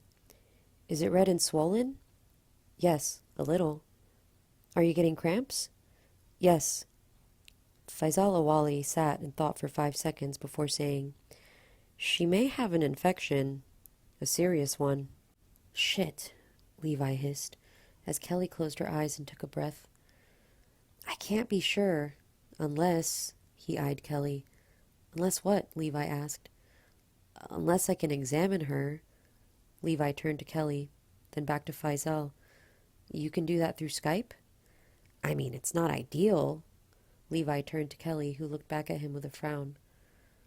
"I'll wait outside," he said, standing up and walking away. Kelly stood up and gave Levi the quickest of smirks as she started undoing her jeans.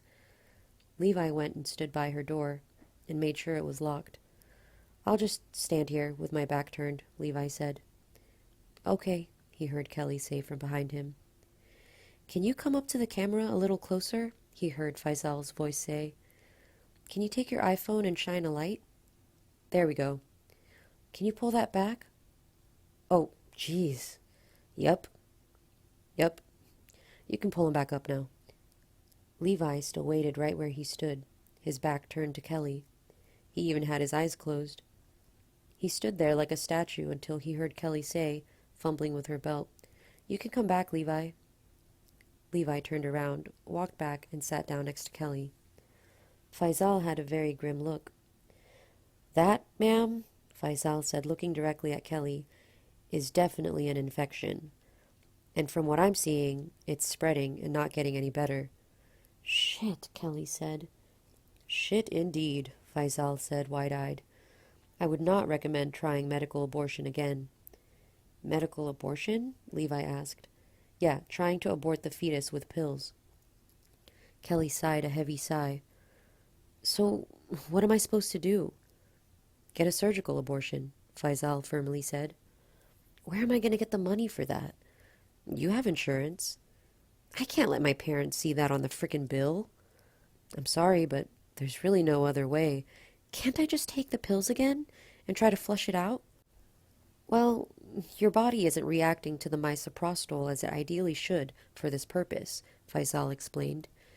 It's causing too much cramping and bleeding, and if you did this again, take the misoprostol again, there's a very high chance that you might make it worse, and honestly, it could be fatal.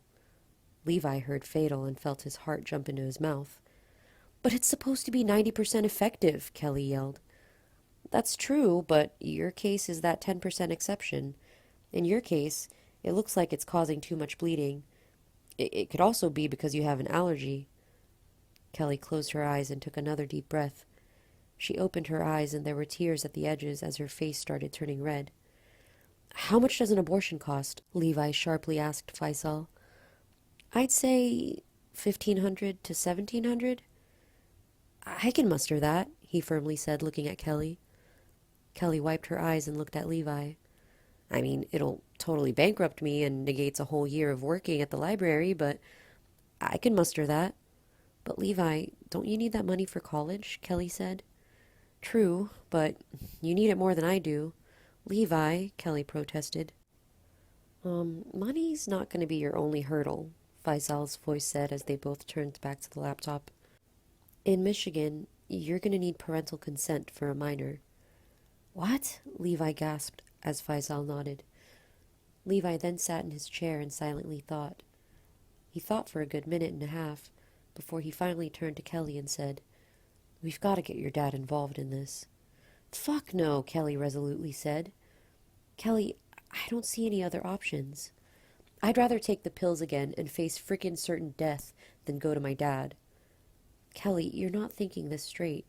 You're blowing this out of proportion. I mean, yes, they'll be mad. Levi, Kelly said, reaching over and squeezing his thigh tightly. She eyed him with the most serious face he had ever seen her give him. We are not involving my dad. Levi saw her face. Every vein and muscle was at full alert. She was being 100% serious. Levi turned back to the laptop screen and said, Is there any way we can make the medical abortion, the one with the pills, safer? Can she take something that'll stop the bleeding and possibly slow down the blood or something? Like morphine? I don't know. We can't risk that, Faisal said, shaking his head. Now we're talking about slowing down the heart, which is never a good idea, at least not without a trained and seasoned physician around. And to be more frank, with the level of swelling I saw, I think even a regular surgical abortion might be too risky. I wouldn't be shocked if the doctor says you might need a second procedure just for that. Both Levi and Kelly's jaws dropped hearing that. They then both looked at each other dumbfounded, both absolutely speechless. I have an idea, Faisal said, and both Kelly and Levi turned back to the laptop screen. New Jersey doesn't require a minor's parental consent. The train comes up and I can come and pick you guys up. Levi turned to Kelly. Next week is spring break, so no school, he said. He turned back to the screen. How long does the abortion take? How many weeks are you? Faisal asked Kelly. 10. Okay, that's still your first trimester. You can be done in a day. Levi pulled out his phone and looked up train schedules. There's a train that goes from Dearborn to Newark, Levi read out loud. That's just 45 minutes. I can pick you up, Faisal said. We were planning on going to Salt Lake City next week for spring break, Kelly said, looking at Levi. Well, cancel then, Levi said with a slight chuckle. Dad's very adamant. We'll need an excuse. Tell him that Levi's cousin got him a private tour of Princeton University, and he got you a ticket also. Kelly curled her lip. A tour? Yeah, tell him Levi got you a trip and a private meeting with an admissions counselor. Now that could work, Kelly said. She turned to Faisal. That seriously could work. She nodded several times as a confident look came over her face. Okay, I think we can do this. Faisal nodded. I can definitely arrange a tour with Princeton. Fatima goes there, and she's real buddy-buddy with the big shots. Okay, Levi said, looking at Faisal on the screen. But you're getting the tickets by yourself, Faisal said. And the procedure is all you, too. I don't mind driving you, but I'm not paying anything. I've got it covered, Levi said. Internally, he thought, there's the Faisal I know. Levi, Kelly said, reaching over and squeezing his thigh again. Are you sure? I mean, you're supposed to be saving up for college. I've been saving up my grandmother's birthday checks. That's easily $500. And I can try and make some calls and maybe call in a few favors? Please bring the $500 along. You may never know, Levi said. But be honest, can any of your friends, even grouped together, muster together $1,700 in less than 48 hours? Some of whom are probably still underage and have bank accounts controlled by their parents, who might get suspicious with that amount of money transferring over? Kelly frowned and waited a few seconds to reply. Yeah, you're probably right. But what about you? Aren't you in the same boat? Won't your parents ask when they see all your money's gone? My parents don't monitor my bank account, Levi shrugged. I turned 18 last week, and honestly, they care even less. Kelly's eyelids shot up momentarily. I mean, they glance at it from time to time, but they don't care. Levi then frowned. I think they don't check it because they trust me so much. AB honor roll since 3rd grade, plus all those AP courses and tests, dual enrollment at the community college, having a job. I've never really done anything to betray their trust. Levi looked at Kelly with a bigger frown, and Kelly said, I'm so sorry, Levi. I can't believe I'm making you do this. Levi put on a stiff smile. And it was your birthday last week? Kelly softly asked. She smiled at the corner of her mouth. I didn't know.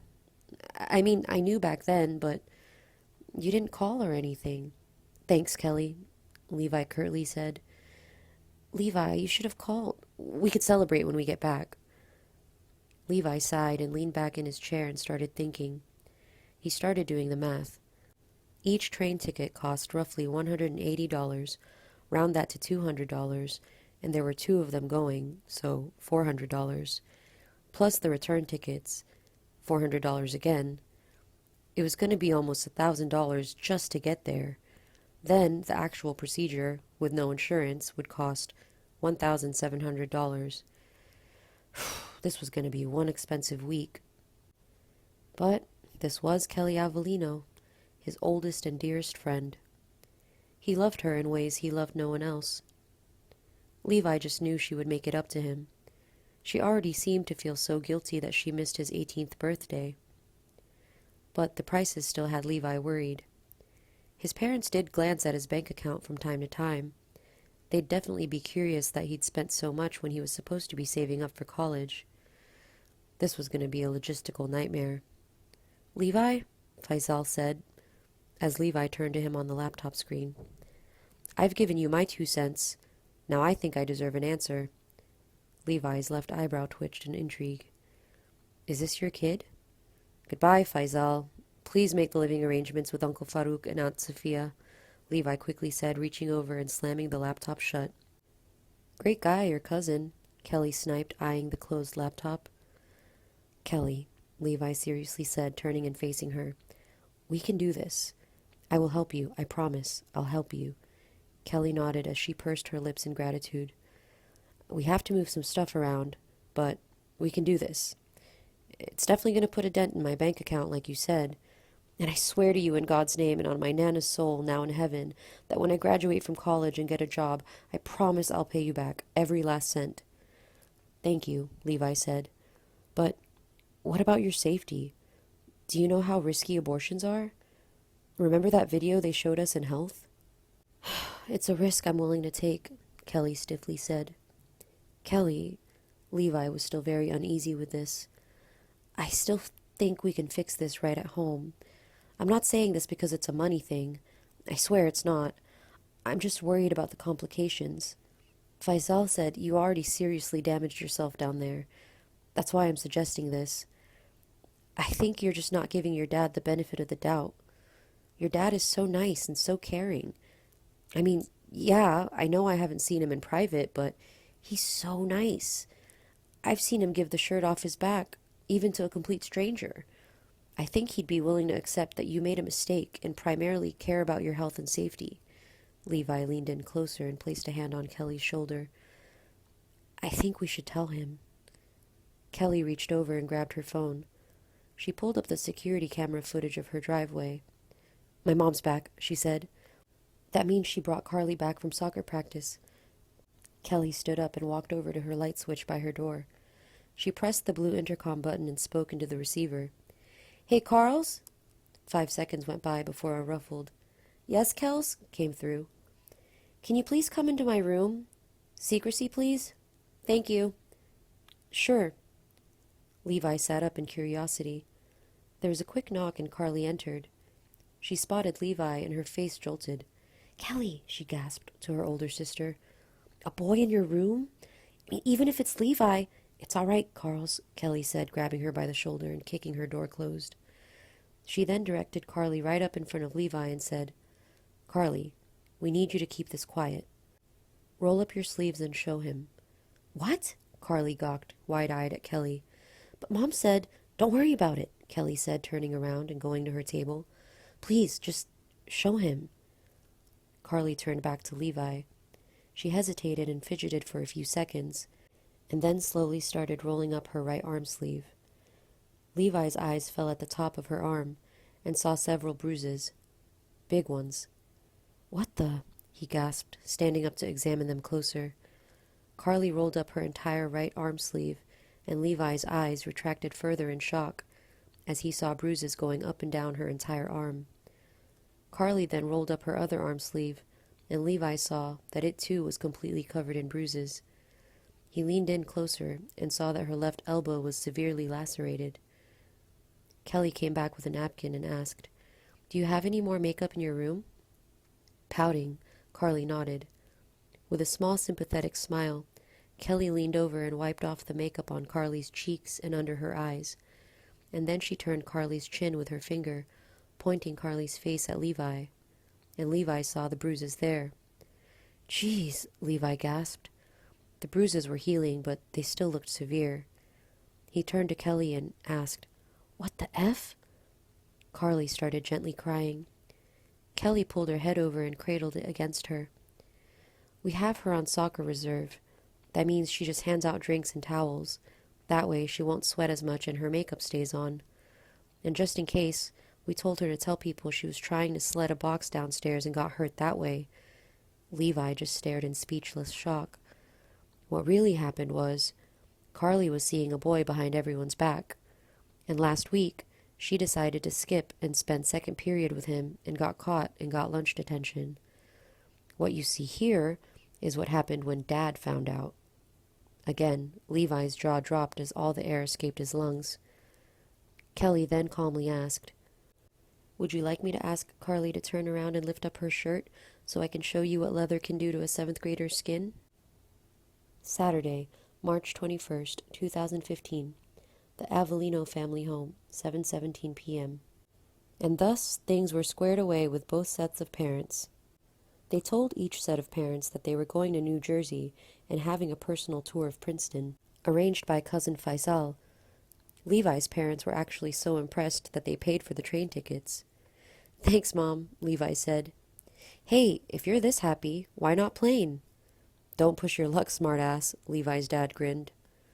Levi and Kelly would be leaving on Sunday evening and arriving at Newark early Monday morning. He and Kelly would then spend Monday at Uncle Farouk's house and sleep over, and then they would spend Tuesday doing the Princeton tour and leave Tuesday evening and arrive back in Dearborn Wednesday morning. Here, take this, for meals, Sharon Almadi said, stuffing 2 20s into Levi's shirt pocket. Don't be stingy. Make sure Kelly eats also. Yes, Mom, Levi smiled. Son, isn't this kind of out of the blue? Levi's dad asked a little curiously. Yeah, Dad, Levi said. I figured if I got the creds, why not go for it? Do you have the creds? His father asked. I know you've got a competitive standing, but Ivy League, son? His father had a slight frown. I gotta at least try, Pop, Levi said.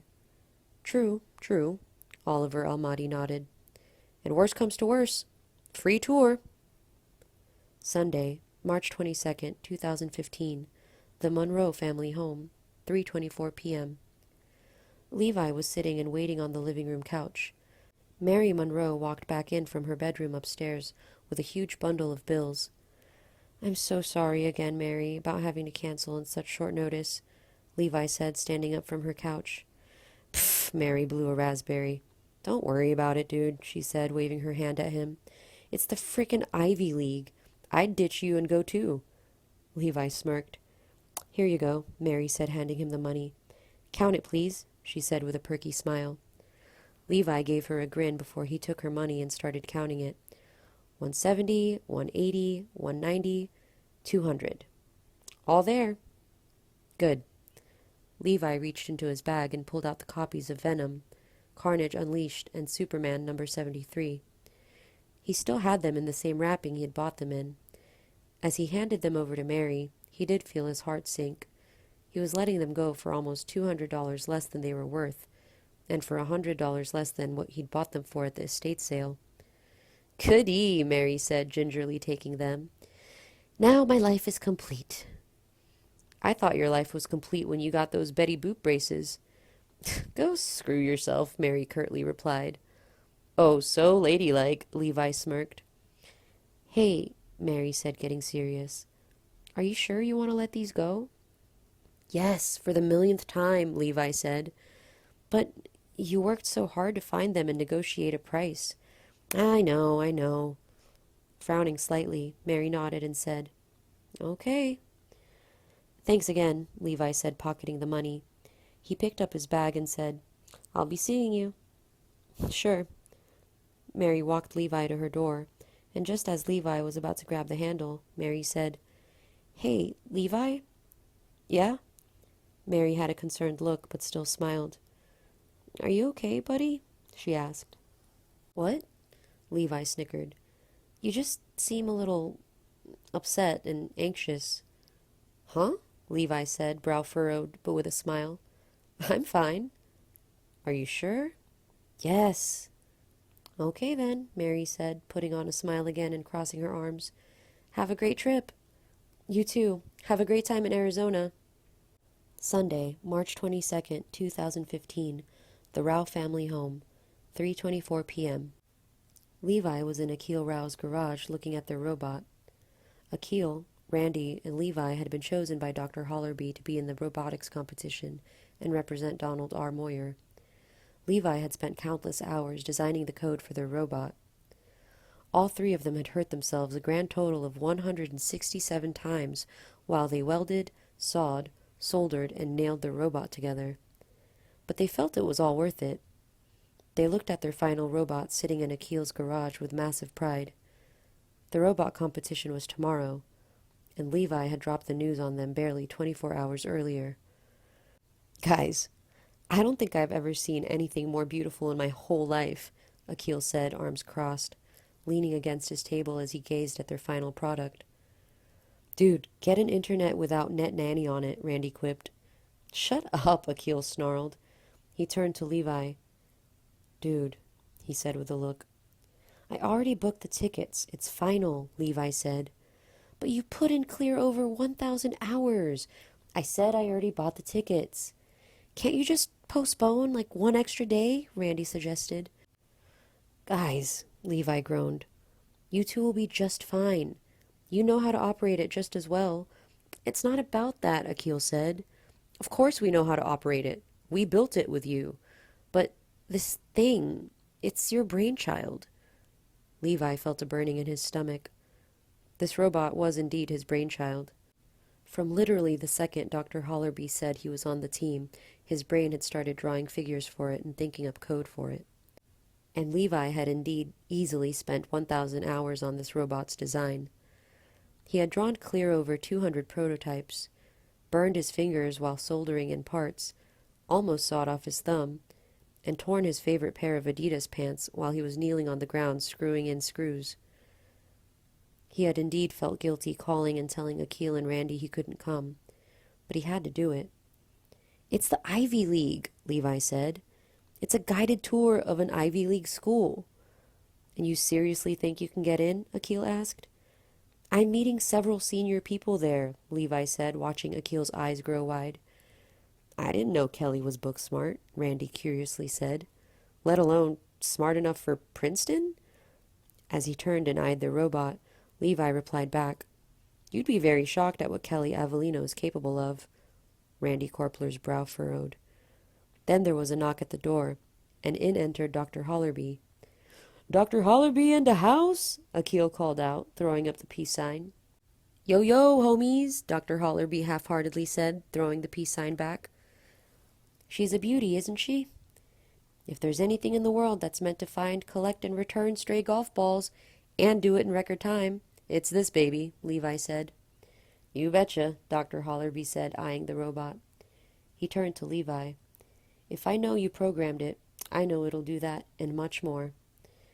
Man, it's a total shame you can't come tomorrow." "Yup," Levi sighed.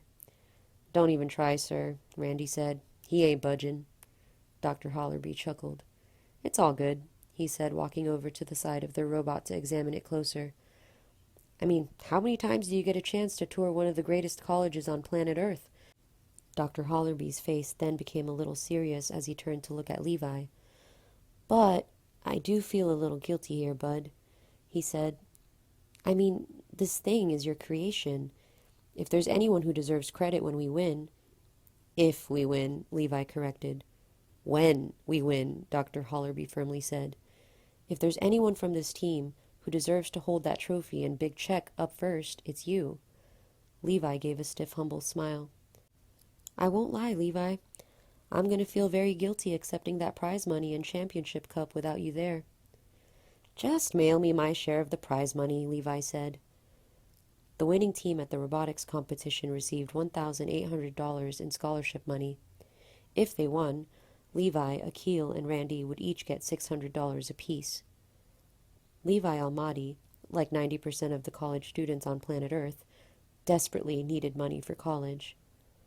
Dr. Hollerby said to Levi, "Take lots of pictures of Princeton. My youngest is 4, but it's never too early to start planning."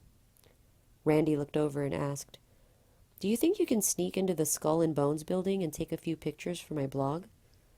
"That's Yale, you unimaginable idiot," Akil hissed. Sunday, March 22nd, 2015, Dearborn train station, 7:10 p.m. Sharon and Oliver Almadi hugged Levi goodbye. Standing right next to them, Samantha, Ron, and Carly finished hugging Kelly goodbye. And just as they announced from the ticket counter that they would now begin boarding, Ron Avelleno came up to Levi's parents. He asked with a huge smile, "Do you mind if Levi stands next to Kelly? I want to bless them for their journey." "Sure," Sharon Almadi said. "Absolutely," Oliver Almadi said.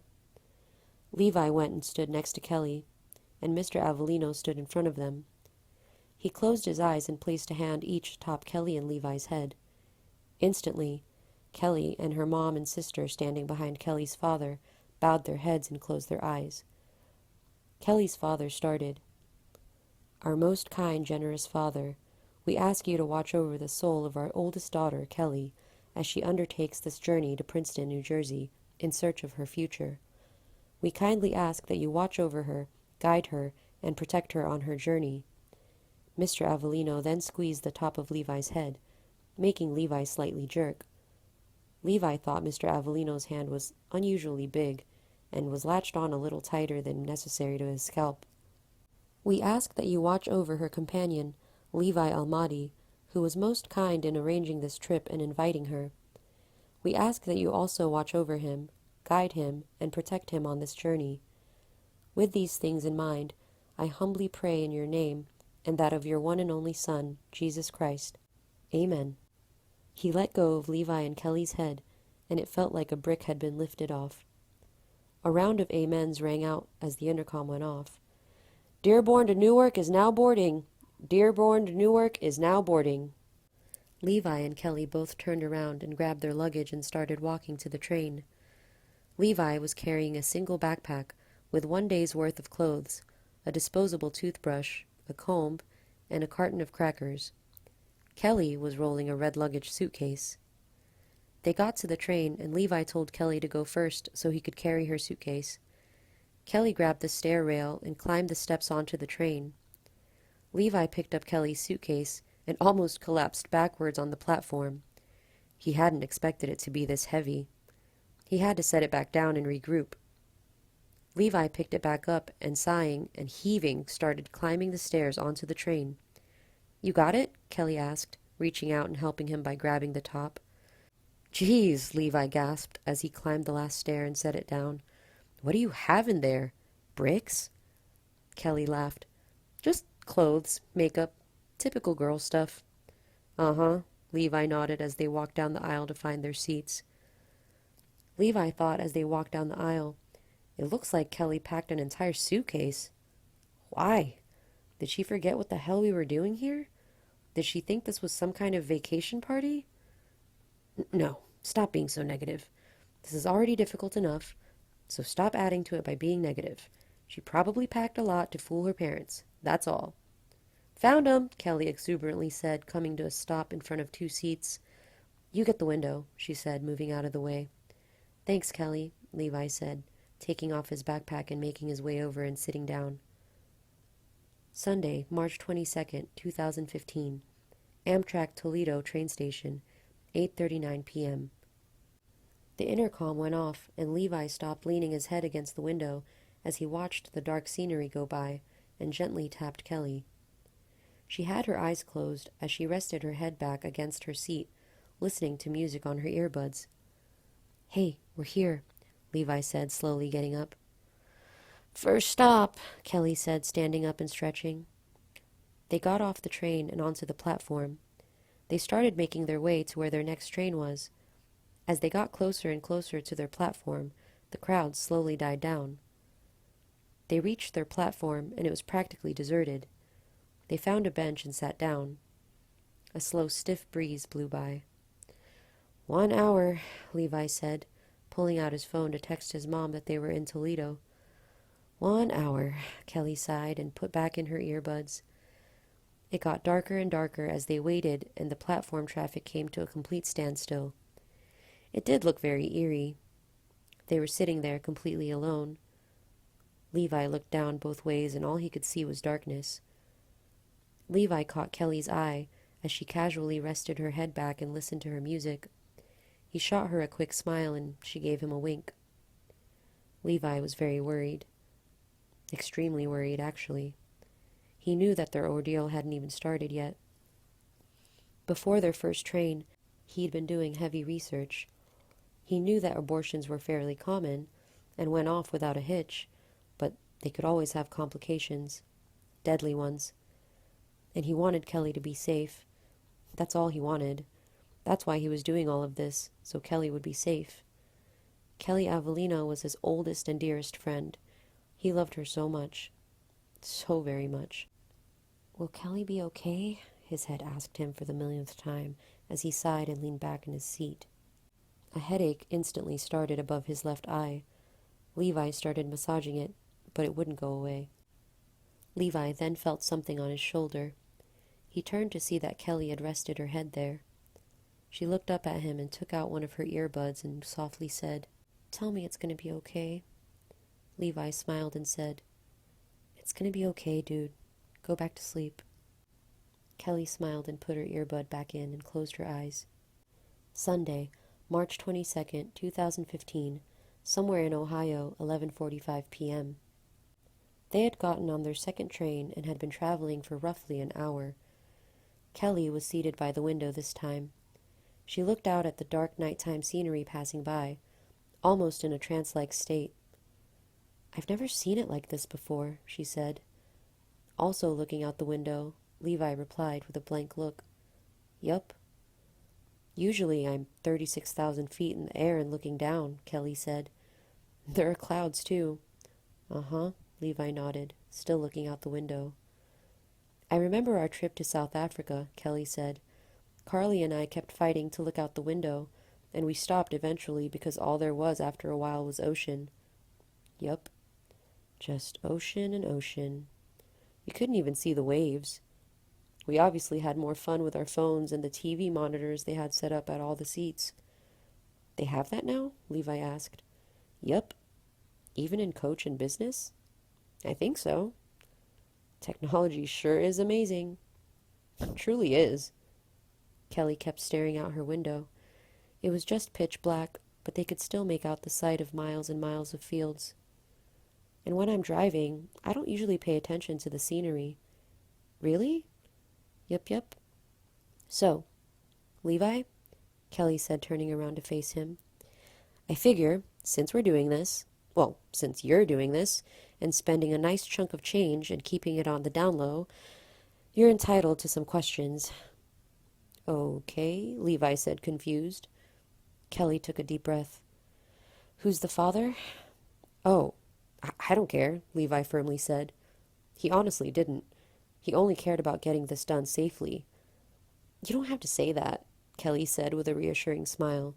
You've been more than generous. You've invested so much, and honestly, you deserve to know. No, I don't. It's fine. I want to tell you. I don't want you to tell me. Kelly eyed him. Her smile shrunk a little. Well, she slowly said, if you want to know, if you change your mind, I'll tell you. I'm going to go get some snacks, Levi said, standing up. Monday, March 23rd, 2015, somewhere between Pennsylvania and Newark, 3:47 p.m. They were finally there. The train was slowing down. The conductor walked down the aisle and told everyone getting off at Newark to stand in the aisle. Levi and Kelly had passed the trip mostly in silence, looking at their phones or looking out the window. They had both been thinking many, many things. Levi and Kelly gathered their luggage and walked down the aisle. Kelly was in front, and she went and stood behind a woman. And almost instantly, Levi and Kelly's eyes fell on the baby she was holding in her car seat. Her baby was awake and looking around. Its eyes landed on Kelly, and Kelly smiled. The baby smiled and started waving its arms. The baby's mother felt it shaking and turned around to look at Levi and Kelly. He is adorable, Kelly said to her. She, the mother corrected with a smile. Kelly nodded and looked back down at her baby. She waved, and the baby started kicking her feet in addition to waving her arms. Monday, March 23rd, 2015, Newark Penn Station, 4:11 p.m. Levi spotted Faisal. He was waiting by the doors. Levi waved, and he slowly started walking over. He came up to Levi and said with a cheap little grin, "Welcome to Newark." "Happy to be here," Levi said expressionlessly. Faisal turned to Kelly. He eyed her up and down. "Kelly?" he smirked. "Yeah," Kelly replied with a slight nod. He eyed her up and down again and said, "We're parked over here," and they followed him out of the train station. He drove them in his family's Ford SUV. Levi took the passenger seat and Kelly got in the back. "We'll be home in about an hour," Faisal said as they left the parking lot. "Uncle Farouk's house?" Levi asked. "Yup." "What does he think?" "That you and your friend are here for a Princeton tour." "Does he suspect anything else?" "No, why would he? He thinks you're a goody two-shoes." Faisal glanced at Levi before saying, "And until Saturday, so did I." He eyed Kelly in his rear view. "Who are you again?" "She's a friend," Levi stiffly replied, as Kelly remained silent and glared back at Faisal. "A friend with benefits?" he sniped. "When are we getting this done?" Levi sharply asked. Faisal snickered at Kelly's angry face in his rear view and said, "When are you headed back?" "Wednesday," Levi replied. "Then I guess we're doing this either today or tomorrow." "And you said it takes a day?" Levi asked, and Faisal nodded. Levi turned around to Kelly. "When do you want to do this?" With her arms crossed, Kelly replied, "As soon as possible." "Can she move and walk around after the procedure?" Levi asked Faisal. "She can. I mean, she'll feel tired as hell, but she can." "Levi," Kelly said, leaning forward, We have that tour tomorrow at Princeton. Levi's other cousin and Faisal's older sister, Amira, was doing her master's at Princeton. She had arranged for the tour, which was nothing more official than her showing them around. Levi and Kelly would take pictures of them and send them back, and their parents would think they had done a tour. "Is Amira in on this?" Levi asked him. "She is," Faisal replied as he drove. "I hope you don't mind. I think she can help us with this stuff." "What type of stuff?" Levi asked, brow furrowed. "Well, she is an RN." Levi now remembered vaguely that Amira had studied nursing school and was now an RN. "Good thinking," Levi nodded. "Plus, her hubby's a pediatrician." "Oh, that's right," Levi said, nodding again. Levi remembered that he had heard in passing that Amira had gotten married. Again, he didn't really keep up with Faisal and his family. He really wanted nothing to do with him. "He can come in handy too," Faisal said. Kelly leaned forward again and said to Levi, "Can they be trusted?" Levi turned to Faisal, and he just shrugged as he held his steering wheel. "I told Amira that cousin Levi was coming over with a pregnant girl who wanted an abortion." Levi closed his eyes as he sighed. Faisal, now grinning widely, said, "After she got over the shock, she said you better not tell Dad because Levi's parents will kill him. And dang, I didn't know that kid was sexually active." Kelly desperately said to Levi, "We can't risk your parents finding out about this." "Kelly," Faisal said, looking at her in the rear view, "when you're doing an abortion, especially one under the radar, rule number 1 is you're taking a lot of risks." Monday, March 23rd, 2015, the Awali family home, 5:12 p.m. They arrived at Faisal's house. "Levi!" Uncle Farouk greeted him in the hall with a huge smile and a hug. "Hello, Uncle Farouk," Levi said, hugging him back. "Levi!" Aunt Sophia said, running up to him and kissing him on either cheek. Uncle Farouk grabbed Kelly's suitcase handle and said, Come in, come in. We have the biggest pile of food inside." "It's enough to feed Bangladesh," Aunt Sophia said, leading the way. A nice home-cooked meal sounded wonderful. Levi was starving, and food might help his nasty headache. He could already smell the food from the hallway, and it smelled so good. His stomach was rumbling so hard. But as Levi took one step forward, he felt something jerk him backward by the shoulder. "Dad," Faisal said, holding on to Levi. "Come on, you didn't even let him say hi to Amira yet." "She's coming by tonight with Henry," Uncle Farouk said. "But she wants to meet him at work and show him the hospital." Faisal gripped Levi's shoulder tighter. "She was adamant, and Levi and I did promise," feeling Faisal's nails digging in. "Oh yeah," Levi said. "I did promise her, on the train over. I really want to see where she works. I've been watching a lot of Grey's Anatomy and wanted to see how a real RN works." "Aren't you tired from the train ride?" Aunt Sophia frowned. Not really," Levi said.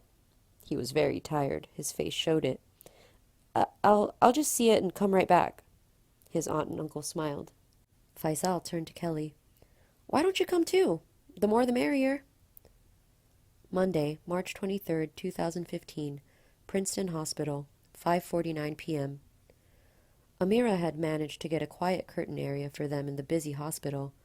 She had been working there for several years and had some pull. Her sister-in-law, Gloria Amaris, was also there. Gloria was white, a convert to Islam like her brother, Amira's husband Henry. Gloria was slightly overweight and wore a headscarf with her nurse's scrubs. She had also been briefed on the entire situation. "Levi!" Amira had greeted him with a stiff look, the first time she had seen her cousin in 6 years. "Amira!" Levi replied with his own stiff look. "I'd give you a big hug and ask what you've been up to, but I think I can fill in the gaps." Amira turned and eyed Kelly. She pointed to the bed nearby. "Get on and lift up your shirt." And Kelly did so. Gloria pulled over a cart holding a giant monitor, and Amira started squeezing out gel over Kelly's stomach. "Ultrasound?" Levi asked. "Correct," Amira replied.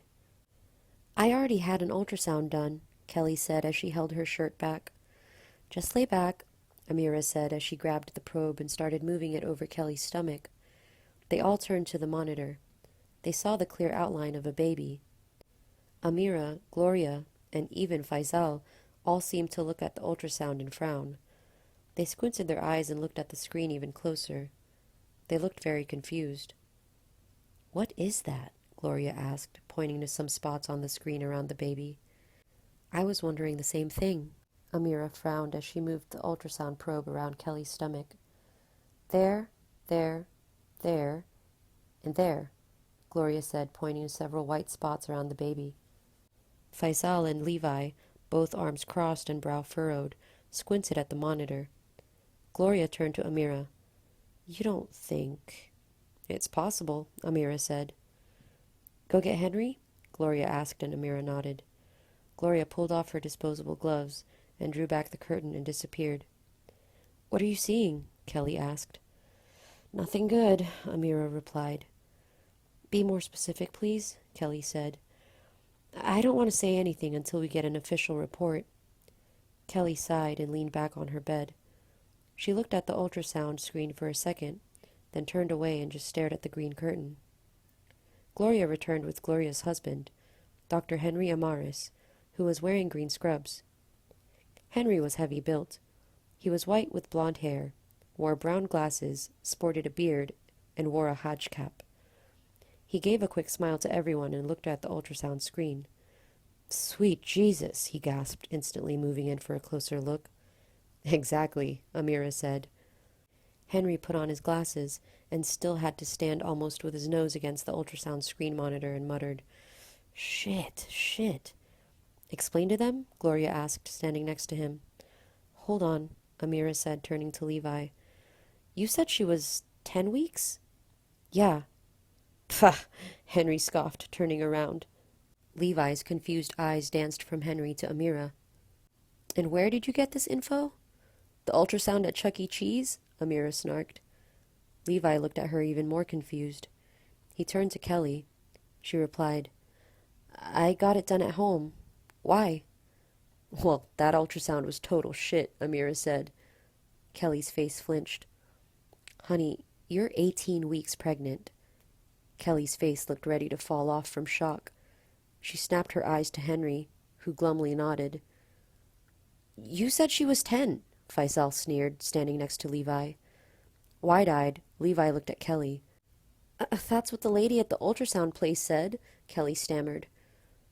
Where did you get it?" Levi asked. "Laurier Drive." "Shit," Levi groaned as he ran a hand through his bangs. He looked at the others, staring at him. "Laurier Drive is the shadiest of shady places in our area," he explained to them. He turned back to Kelly. "You should have known that. Come on." "I had no choice," Kelly said with a look. "It was the only place nearby where they'd do a free ultrasound, no questions asked." Levi's headache was so bad it felt like his head was going to explode. He looked at Gloria and Henry. "Laurier Street is affectionately known in our area as the place we go to get shot, or get AIDS." "Well, that explains the ultrasound and its accuracy, then," Gloria replied. "What does this mean?" Levi asked. "She's in her second trimester," Faisal replied. "And?" "Well, we can't do the preferred surgical abortion for the second trimester," Faisal said. "If it was in the first trimester, we basically take a vacuum cleaner, stick it in, press on, and suck it, the fetus, out." Levi's face recoiled in disgust. "In the first trimester, it's small enough that would work. But now, it's too big." "Not only that," Henry Amaris said, and everyone turned to him. "She was actually pregnant with twins." Levi and Kelly's jaws both dropped. It felt like they had just been hosed with ice water. "There are fragments of the second fetus still in the uterus. That's what these white spots are," Henry said. "This isn't good," Faisal said, shaking his head as he walked over for a closer look. "It looks like the misoprostol started forcing the second fetus out. But at some point on the way out, the second fetus started breaking up into pieces, fragments. Some of the fragments have been expelled out of the uterus and her body. However, some of the parts are still there." "That can't be good," Levi said, shaking his head. "It's very dangerous," Amira said. "Very," Henry said, still studying the ultrasound screen. "It's a miracle that the surviving fetus still has a heartbeat, let alone the mother." Feeling the cold piercing in his lungs get worse, Levi asked. What do we do now? Henry Amaris turned around, looked directly at Levi, took off his glasses, and said, "We operate immediately." Monday, March 23rd, 2015, McDowd's Gynecology Center, 6:50 p.m. One of Amira's classmates from nursing school worked at the abortion clinic. Amira called her and arranged a meeting for them. Levi, Kelly, and Amira parked a block away and walked up to the clinic. There were people standing on the opposite side of the street, on the sidewalk, facing the clinic. They easily numbered 100. Levi took one look at the lady holding up a giant painting of Jesus and instantly knew who they were and what they were doing. As they passed by the first squad car, they heard them chant, "Holy angels of God, pray for us. Saint John the Baptist, pray for us. Saint Peter and Saint Paul, pray for us." Levi glanced over at Kelly walking next to him. She had her head bowed as she walked, but her frown was very noticeable. Monday, March 23rd, 2015, McDowd's Gynecology Center, 7:12 p.m. Connie Shepperton had curly blonde hair. She sat behind her desk, wearing scrubs, as Levi, Kelly, and Amira sat in her chairs facing her. Amira had brought pictures of Kelly's ultrasound. There was a very concerned look on Connie's face as she examined the pictures. "And what did Henry say again? About the swelling?" she asked Amira, while still looking at one ultrasound picture. "Severe," Amira replied, stiff-lipped. Henry Amaris had examined Kelly at the hospital before they left to come here. He, of course, couldn't examine her internally. Right, Connie nodded. "What are your thoughts?" With her frown getting worse, Connie Shepperton put down the picture she was holding and looked at Kelly. "May I call you Kelly? Or Miss Avelleno?" "Kelly's fine." "Well, Kelly, I think you can tell this isn't good. This isn't like a regular abortion." "Yes, ma'am." "One of the fetuses fragmented and the pieces are still in your uterus. We don't know if they're infected or not. Have you been experiencing pain and cramping?" "Yes." "And you said you did try to self-abort this pregnancy with mifepristone and misoprostol?" "Yes." "And you'd categorize the bleeding as severe?" "Yes." Connie turned to Amira. "I'm going to be very honest. We can do the procedure here." She turned back to Kelly. "But judging by what you've told me, I would highly recommend you go to the hospital and have them do a full workup." "Can they do it under the radar?" Kelly asked. "Unfortunately, they cannot." Connie shook her head. "They'd need an OR, complete with surgeons, nurses, an anesthesiologist, and all the equipment." "Why are you recommending this?" "Well, it's very possible the fetal fragments may have caused an infection, especially if they've been in your uterus for that long. You're 18 weeks, correct?" Kelly nodded. "It's a miracle you haven't reported any more serious conditions than just severe cramping, swelling, and bleeding," Connie said, shaking her head again. "A pure miracle, honestly." "It's an even bigger miracle that the surviving fetus still has a heartbeat," Amira said. Kelly tried for a smile but couldn't. She turned to Levi, seated next to her. "They just want you to be safe, Kels," Levi said. "That's all I want. That's the only thing about this whole trip that has me worried. Honest to God, the only thing that worries me is that they might mess up and you won't be okay. They're saying you could be in serious trouble already. Maybe doing this isn't a bad idea?" Kelly bit her lip hard. "I just can't do it, Levi," she said. She bit her lip harder and her eyes started to shake. "I just can't do it. They'll kill me." Her eyes started tearing. Okay, Levi softly said, patting her knee and calming her down. "Well, Kelly," Amira slowly said, and Kelly turned to her. "I want you to think about it like this. That first fetus inside of you survived a self-abortion. It survived the bursting of a second fetus, and it's still alive now." She looked at Kelly with her eyes slowly lighting up. "Maybe this is a sign? What your surviving fetus has done is nothing short of a genuine miracle. Maybe it was supposed to survive. Maybe you're supposed to keep it?" Kelly took a deep breath. Amira's words did touch her deep inside. However, Kelly replied. I just can't. Have you honestly thought about other options? I can't. We've had many girls come into the hospital, Kelly. They've been more terrified than you. Kelly held up her hand and cut Amira off. I will not be continuing with this pregnancy, Kelly firmly said. Amira's eyes showed her disappointment, but she pursed her lips and stood down. Kelly had started slightly crying. Connie handed her a tissue off her desk. So, are you doing this through our clinic then? Yes, Kelly nodded, taking the tissue and wiping her eyes. How will you be paying for this? Kelly turned to Levi. Levi reached down for his bag and pulled out from it a huge stack of bills. He had gone to the ATM before leaving Dearborn and had withdrawn everything from his bank account, save $100. Levi placed it atop Connie's desk and looked at it sitting there. That was 2 years' worth of salary from working at the library. His eyes longingly looked at his money lying there. That's $1,333, Levi said, stiff-lipped. He turned to Kelly, who reached down and pulled out her purse and took out 5 $100 bills. She placed them down next to Levi's money. Connie eyed the money lying on her desk.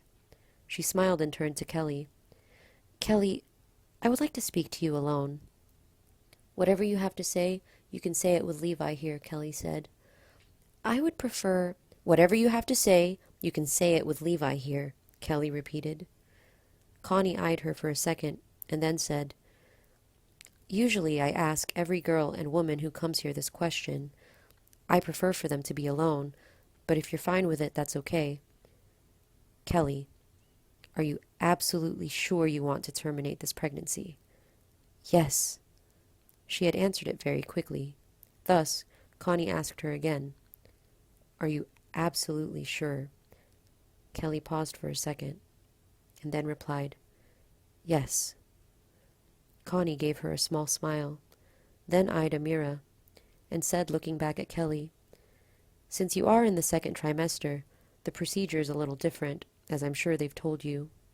Kelly nodded. We will have to put in dilators to expand your cervix, and we will have to wait 24 hours before we can proceed further. Her eyelids rising, Kelly said, Is there any way we can do this in one day? Unfortunately, no. Kelly turned to Levi. We can't leave on Wednesday. I know, Levi sighed. Don't worry, I'll call home and tell them something. He turned to Connie. How many days are we talking here? Well, if we do the dilation now, and we wait all day Tuesday, she can be ready by Wednesday. She will need a day or two to rest, and granted no new complications, she should be ready. Friday evening? Levi suggested. Yeah, Connie replied softly. Levi looked at Kelly. I'll call home and I'll figure it out, Levi said. They should be able to exchange the tickets, no problem. They left the clinic around 8:30 p.m. After doing the cervix dilation procedure.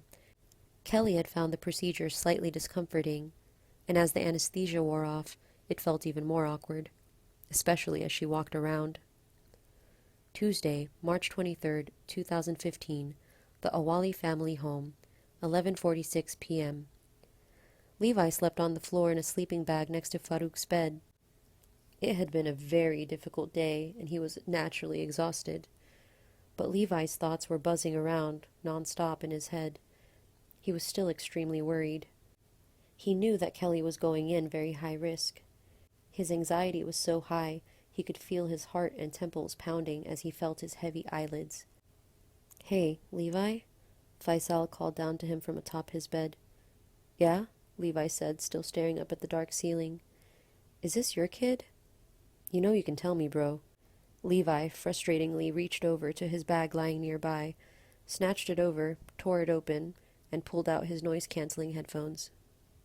Tuesday, March 24th, 2015, the Awali family home, 7:11 a.m. Levi was on speakerphone with his parents. Sure, we can exchange those tickets for Friday evening, his mom's voice came through. No problem. He heard his father chuckle. They mentioned robots, and I bet you got a hard-on. Oliver, he heard his mom snap at his father. Did you speak to Uncle Farouk and Aunt Sophia? Are they okay with the extra days? Yeah, they are. Levi had spoken to them yesterday evening, and they had gladly okayed it. "Oh, hey," his dad's voice said. "Did Akil and Randy get to you? You guys won yesterday. Congrats!" Levi had received the text messages from Randy, Akil, and Dr. Hollerby. He had also seen the pictures on Facebook. They looked so happy standing there, with that huge crowd of people clapping and cheering and hoisting that first-place cup over their heads. Levi couldn't stop himself from saying as he scrolled through those pictures, "I should have been there." Tuesday, March 24th, 2015, Princeton University, 8:14 a.m. Faisal drove Levi and Kelly to the Princeton University campus. "How do you feel?"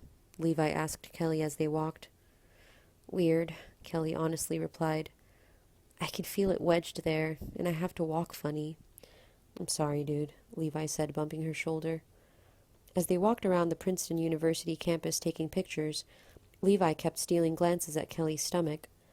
Since they had said she was 18 weeks, Kelly's stomach seemed to be 10 times larger to Levi's eyes. "She's 18 weeks pregnant?" Levi whispered to Faisal as Kelly walked in front of them. "And with frickin' twins. If you didn't tell me, I wouldn't have even noticed a frickin' thing."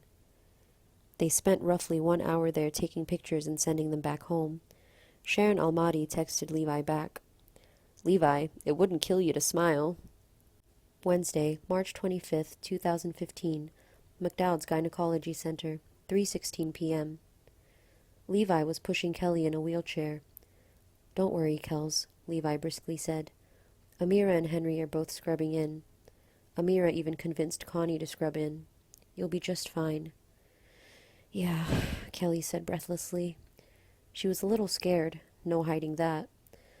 "I'd come in there too, but they only allow medical people." "I know," she said, eyeing the doors ahead of them. "I understand." Her hands started fidgeting. "Good luck in there, dude," Levi said, calling over a nurse.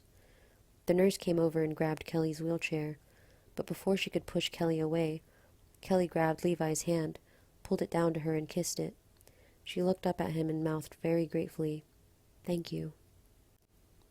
Wednesday, March 25th, 2015, McDowd's Gynecology Center, 5:34 p.m. Levi sat in the waiting room. He looked around at the scattering of people waiting there, both male and female. They ranged in age from teenagers to people in their mid-40s, and they were all there for the same thing. They all sat in eerie silence. They sat so quietly and in such deep thought. Very few of them even looked at their phones. There were no demonstrators outside today, yet many of the faces had guilt written all over them. Levi felt the sweat on his temples and on the tip of his nose. His blood was red hot as it pulsed through him. His heart seemed ready to beat out of his chest, it was beating so rapidly. The doors opened, and Amira appeared wearing blue scrubs. She pointed over to Levi and motioned for him to come. Levi sprung up and ran over to her at the doors. "What's happened?" Levi desperately asked as they started walking quickly down the hall. "We got in and took it out." "All of it?" "All of it." They turned a corner and started walking down another hallway. "But, like we thought, there was an infection." "How bad?" "Bad enough. We should have operated earlier, but we got it done." They went down another hallway and came up to a set of double doors. Amira told him to stop, and she pointed to one of the double doors' windows. Levi peered through to see the room inside. He saw several females, all with a heavy, dazed look, seated in blue medical recliners, each separated by a curtain for privacy. Levi spotted Kelly third down from the left. She was wearing a light blue hospital gown, and her legs were slightly propped up. She had a small apple juice bottle on the tray next to her. Her eyes were half open, and her face looked absolutely exhausted. "Can I go in there?" Levi said, placing his hand on the door. "No," Amira said, grabbing him and pulling him back. "She can leave in 2 hours, and you can talk to her at home." "Okay," Levi frowned. He wanted nothing more than to walk in there and give Kelly Avelleno a tight hug. "How's our patient doing?" a voice from behind them came. Amira and Levi turned around to see that Henry Amaris had walked up. He was wearing blue scrubs. "She's in recovery," Amira replied, turning back around and looking through the door windows. "How did the procedure go?" Levi asked Henry. "We went in and got it out," Henry replied, crossing his arms and also looking through the door windows. "All of it, including the fragments from the second fetus." "There was some infection," Amira said. "Yup," Henry said. "And there was some hemorrhaging." "Hemorrhaging?" Levi gawked. "It's a complication sometimes in abortions," Henry replied, still looking through the door windows at Kelly. "We're lucky Kelly has one hell of an immune system." "She fights infections and bleeding like a beast," Amira said with a small smile at the corner of her mouth. "What about this hemorrhaging thing?" Levi anxiously asked Henry. "We stopped it," Henry replied. "She still lost a lot of blood, but her body managed to bounce back and contain the infection. The antibiotics should knock the rest of it out in a few days. Luckily, the infection didn't spread nearly as bad as we thought. I was actually expecting much worse." Amira looked at Levi and said, "Again, Kelly's immune system is just a beast." "Well, she does work out and play on the field like a beast," Levi replied. He turned to Henry. "So, what now?" Henry Amaris took off his surgeon cap and said, "She'll be sore for a while, and very fatigued. I mean, barely able to move fatigued." Amira nodded and crossed her arms.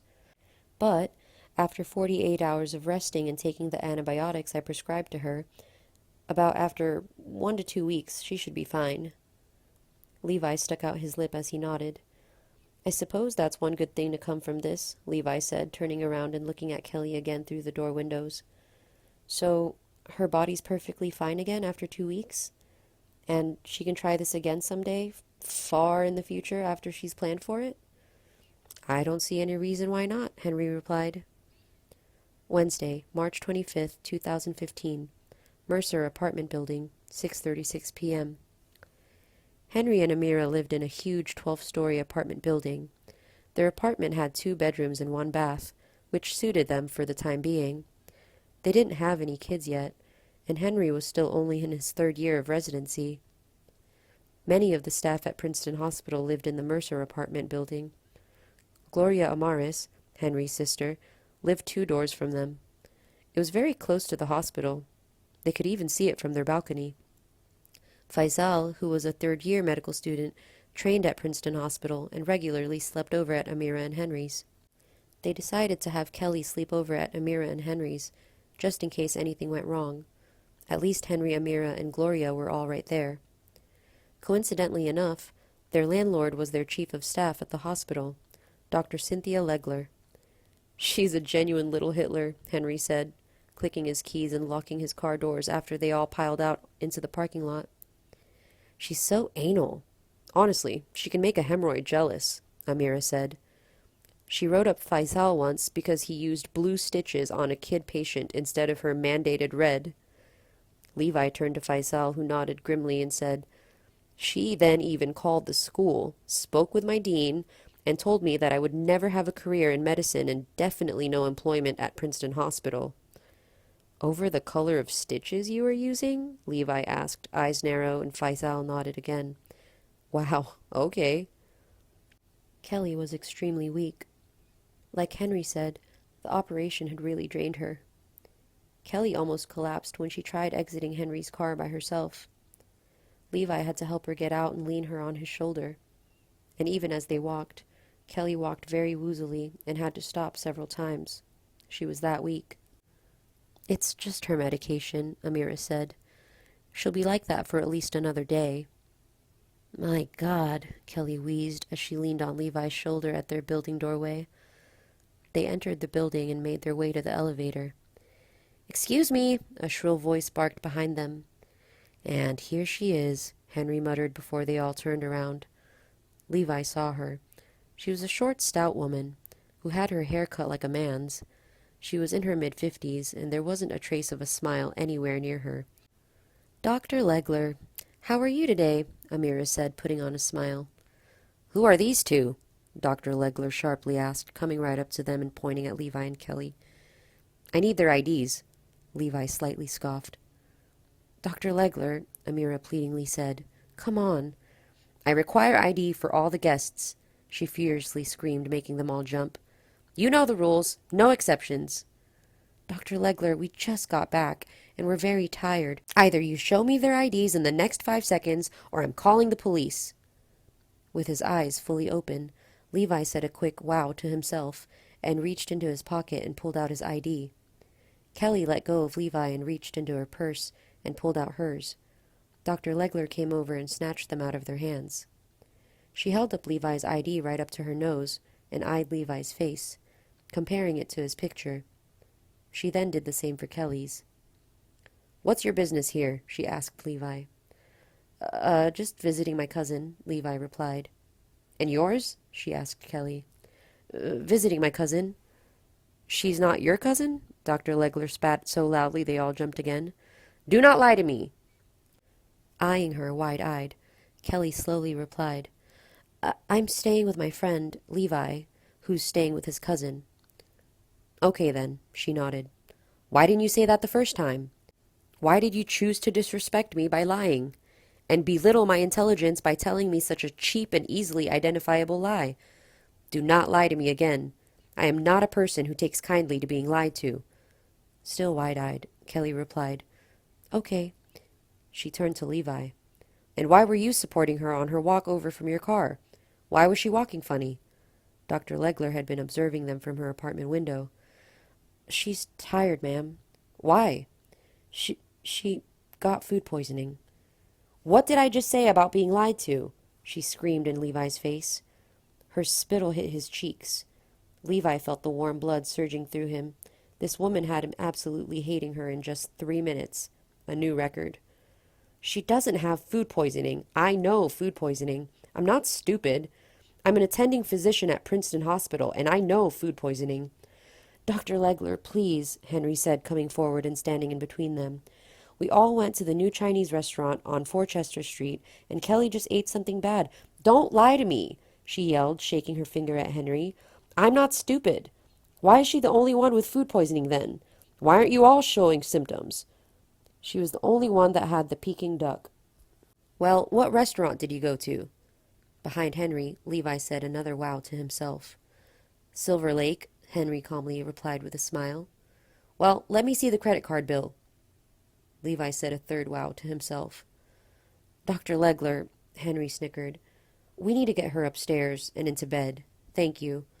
I only ask because if you have the bill, you can file a police report." "I'm sure that's the only reason," Levi thought to himself. "I don't think that'll be necessary, Dr. Legler," Henry calmly replied. "And we don't have a bill because they comped the meal for us." Dr. Legler then just stared at Henry for a good 10 seconds. "May I have their IDs back?"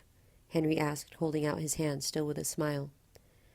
Dr. Legler walked around Henry and up to Levi and Kelly. "No drinking and smoking, okay? You're underage," she snarked in Kelly's face. She faced Levi. "And I, in general, do not tolerate loud music and wild partying." "Yes, ma'am," Levi said. "Yes, ma'am," Kelly said. "Get her straight into bed. No TV, no talking, no playing on her phone or tablet." "Yes, ma'am," Levi and Kelly both said.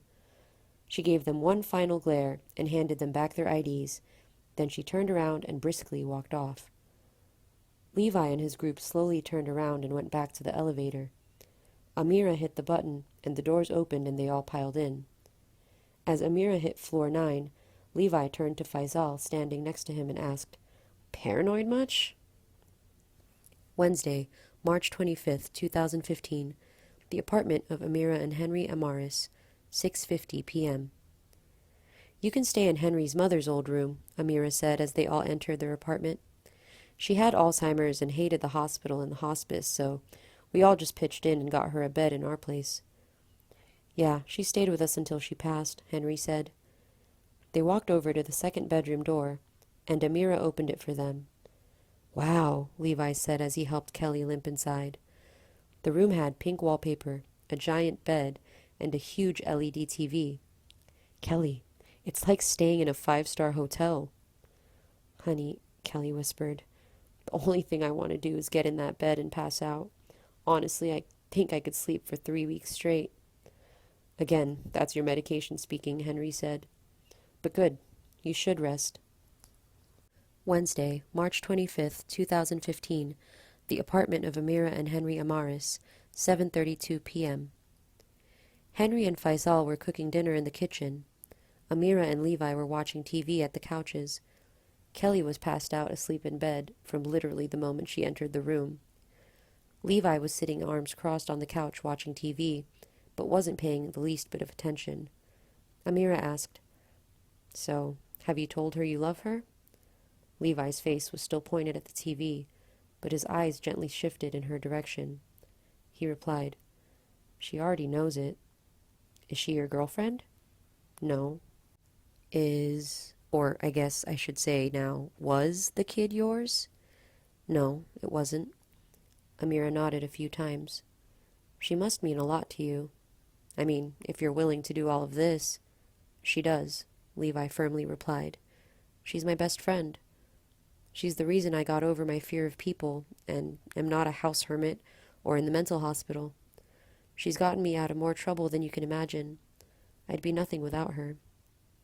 "Dude, until today, I thought you were just a nerd whose worst crime was putting salt in the pepper shaker," Amira snickered. "I'm flattered," Levi snarked. "Are you going to tell her how you feel?" Amira asked. "Eventually." "Good, because I don't think now's really the best time to spill your feelings out to her." "No, not at all. She has enough drugs in her right now to sedate Manhattan." "And in hindsight, Kelly Almadi has a catchy sound," Amira smirked. Wednesday, March 25th, 2015. The apartment of Amira and Henry Amaris, 7:51 p.m. Levi, Amira, Henry, and Faisal had been sitting by the sofa and recliner watching Netflix. Kelly was still passed out asleep in her bedroom. Suddenly, there was a loud knocking at the door. It was like someone was trying to break down the door, it was that heavy. "Here we go," Henry muttered, putting down his Coke can. He stood up and walked over to the front door and opened it. "Hello, Dr. Legler," he cheerfully said. "Are those two staying with you for more than 4 days straight?" she demanded. "No, ma'am, they're not." "Because if they stay with you for 4 days straight, they're considered tenants, and you're in violation of your lease agreement, and we'll have to call the building owner and evict you." "Excuse me, how dare you try to sneak in more tenants when you have just a 2-person lease?" "They're here only for spring break," Henry calmly replied with a smile. "They better be," she hissed, pointing her finger at his nose.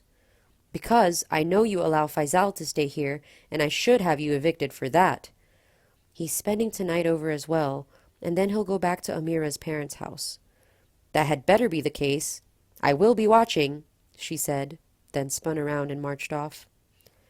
As Henry walked back over to sit back down on the sofa, Levi asked, "I'm shocked that crazy F doesn't set up video cameras and take snapshots of everyone entering and leaving."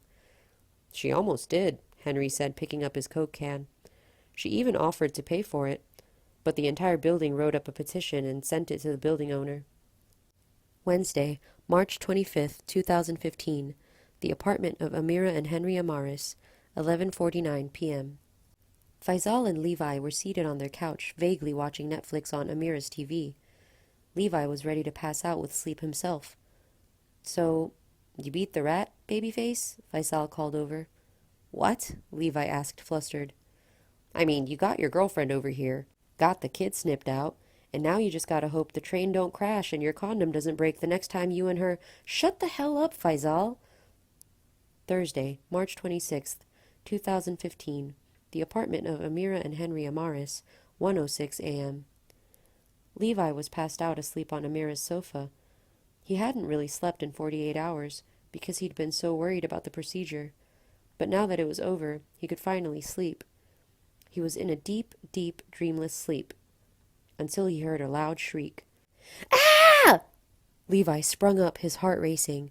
His terrified eyes searched in the pitch-black darkness, and found Faisal had also jolted up from his sleeping spot atop Henry's recliner. Behind the sofa, Henry and Amira's bedroom door jerked open, and they both tumbled out in their nightclothes.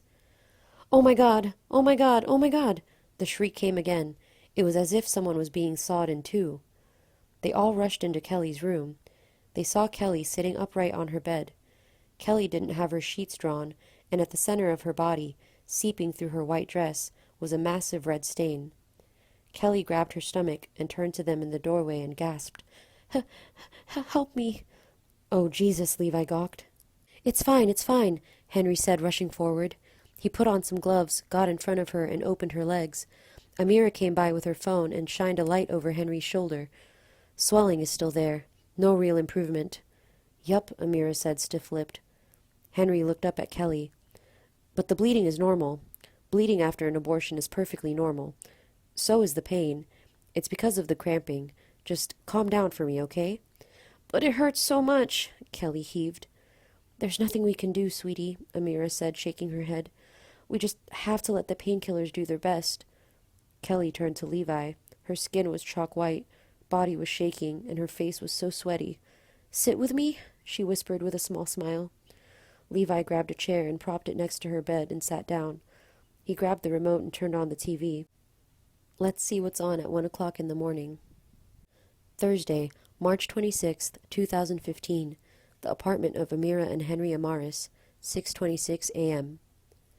Amira and Henry were getting ready for shift. There was loud, heavy knocking on the door. Faisal flinched as he ate his cereal at the table.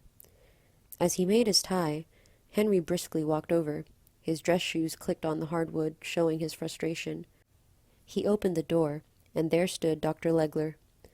I heard screaming last night, she sharply said, and started walking into their apartment. Henry stuck out his hand and grabbed the doorframe, blocking her way. You're good right there, he said with a smile. What are you doing? Dr. Legler asked testily. I'm sorry, but you can't come in right now, Henry replied, still with a smile. Are you forgetting under New Jersey law the landlord may enter? And are you forgetting the letter the building owner sent you explicitly saying you are never allowed to do that again? But I have severe mitigating circumstances. I say you don't. I heard screaming. It's fine. It was one of our guests, the one with food poisoning. Are you sure? I'm positive, Henry said, widening his smile. Are you sure it's food poisoning? Yes. Abdominal pain? Yes. Diarrhea? Yes. Vomiting? Yes. Then let me come in and examine her. No need. Already did it. She stood at the door and glared at him. Henry stood at the door, continuing to block her way with his hand, continuing to smile. Dr. Legler then said, Thank you, Dr. Amaris. I just found out who will be draining all the rectal abscesses today. And then she turned around and left. Thursday, March 26th, 2015. The apartment of Amira and Henry Amaris, 5:47 p.m.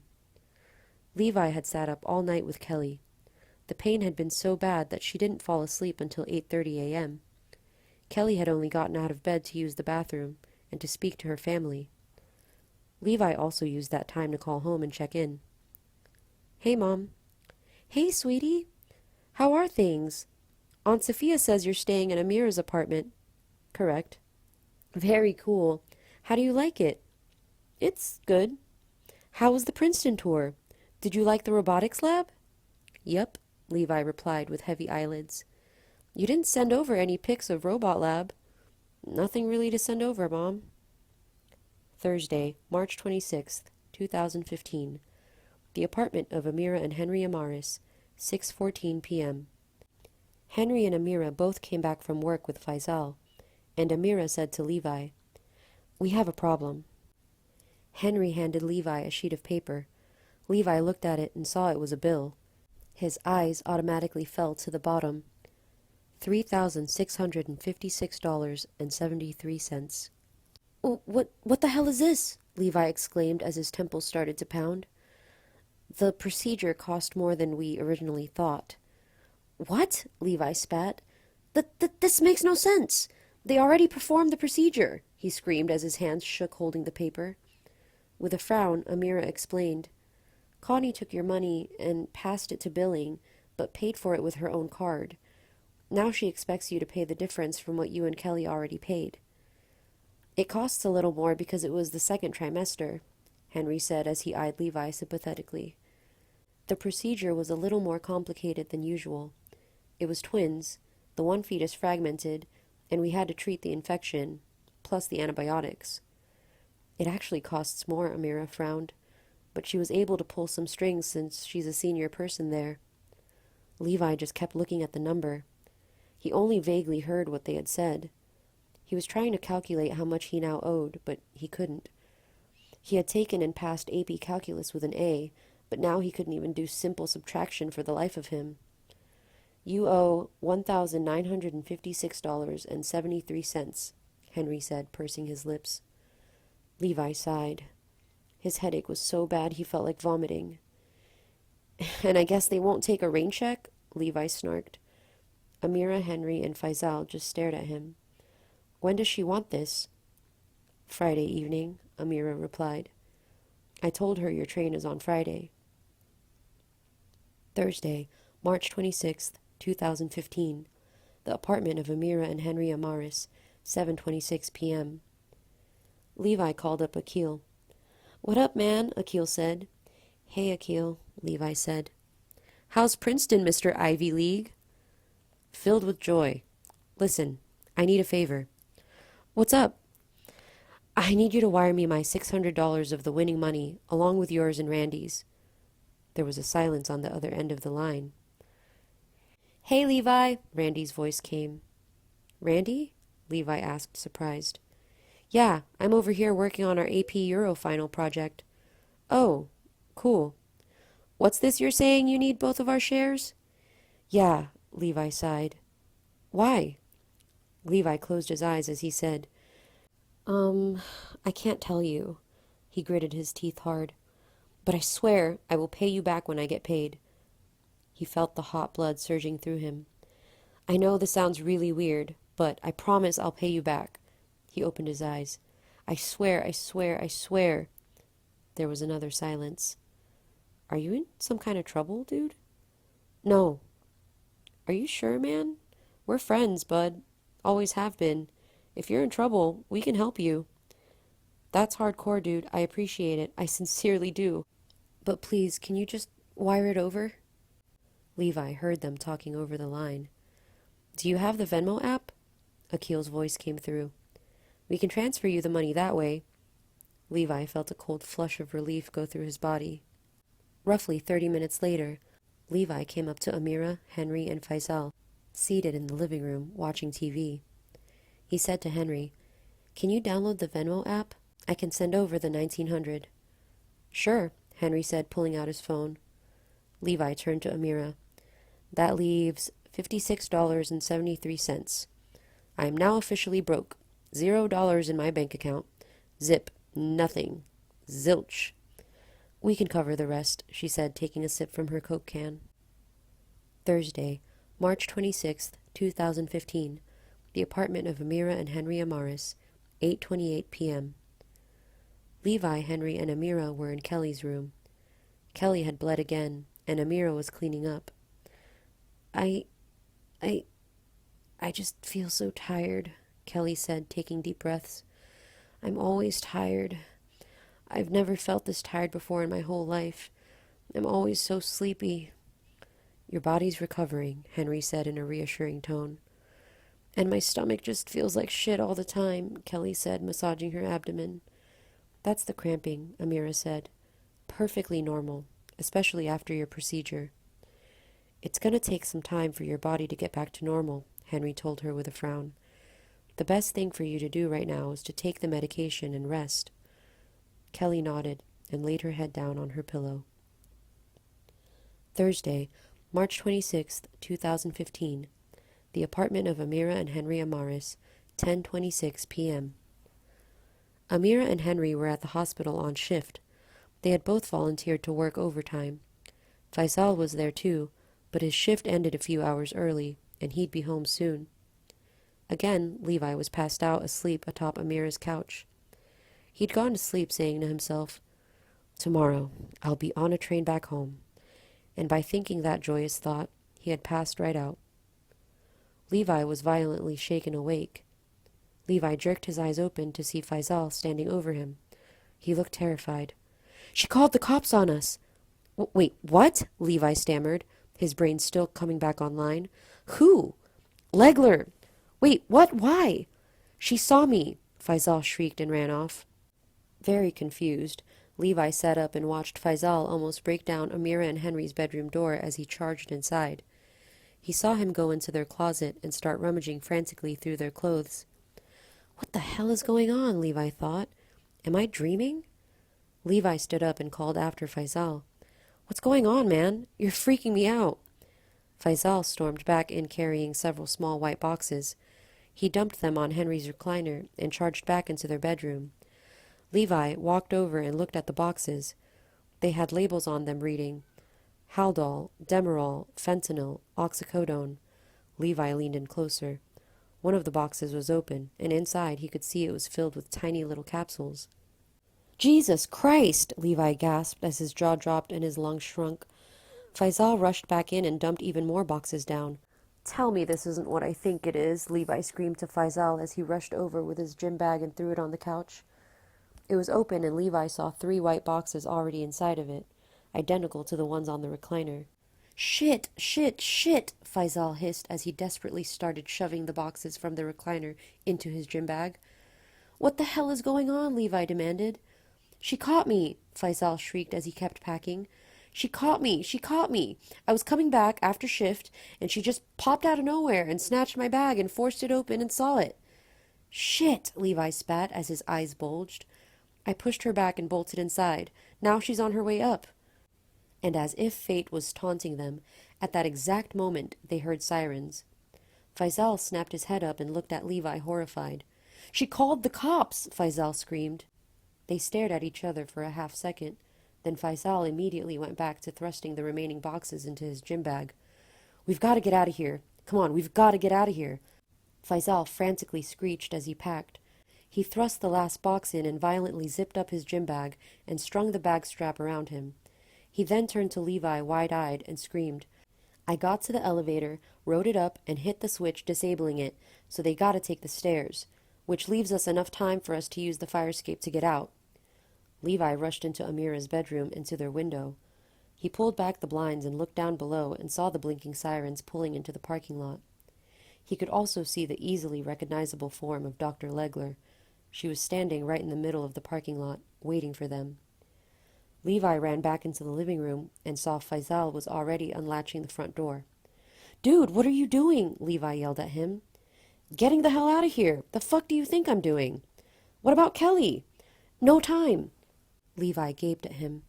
Faisal unlatched the lock, twisted the handle, flung the door open, and was in the hallway. Faisal! Levi roared, but he was gone. Feeling the sweat all over his face, Levi muttered, Shit, shit, shit! He ran into Kelly's room. It was pitch black, and he turned on the light. Kelly was lying there, knocked out asleep.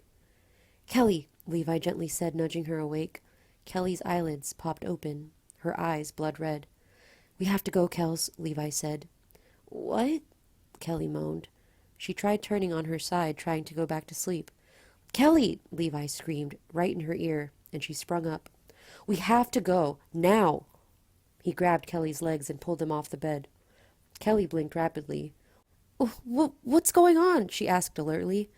Faisal did something stupid. Come on. Kelly was only wearing a tank top and shorts, but it would have to do. They both rushed out of the bedroom, cut across the living room, and over to the still open front door, and then into the hall. Levi remembered Amira told him the spare key was under their doormat. He bent down and pulled it up and saw the key. He took it and closed their front door and locked it. He turned to Kelly, who was breathing heavily and holding her head. I feel dizzy. I know, Levi said, grabbing her hand, and they ran down the hall. Levi followed the signs and saw the back staircase. He opened the door, and they started taking the stairs. They took the first flight of stairs, and Levi turned around to see that Kelly was easily 3 feet behind. She was heaving and heaving. Kelly, come on! Levi called after flying down the second flight. He looked back, and now she was 5 feet behind him. Levi doubled back and snatched her hand and dragged her. He pulled her down the third flight of stairs, and he could hear her panting heavier and heavier until the fourth flight, when she stopped and said, I can't, and broke free and collapsed down to cough and wheeze, her face bright red. Levi crouched down. Kelly, he desperately screamed to her face, you can't stop. If they catch you, do you know how much shit we'll be in? Kelly remained standing right where she was, panting heavily. My head's dizzy. I can't see straight. Everything's blurry. Feeling the searing hot blood pumping in the back of his neck, Levi grabbed her shoulders and said, Dude, I know. It really hurts. They just cut you open and they have you medicated up the wazoo. But you have to keep moving, Kels. You have to keep moving. Stop! Whoever's down there! Stop! Princeton PD! A frigid, cold shudder went through both Levi and Kelly. They both instantly snapped their heads up. Levi could make out a shadowy figure. He could clearly hear them rapidly descending the stairs. Run! Levi blared. Kelly instantaneously sprung up to her feet and broke into a sprint. Levi spun around and ran as fast as he could, faster than he had ever done in his entire life. They both ran so fast that the remaining flights of stairs just flew by in what felt like seconds. Levi got to the door first and charged into it, almost breaking it down. He ran full speed into the middle of the parking lot and stopped. Gasping for air, Kelly ran up and stood next to him. Heavily panting, Levi peered down and saw the squad car still there, lights blinking. But it was empty. The cops must be inside.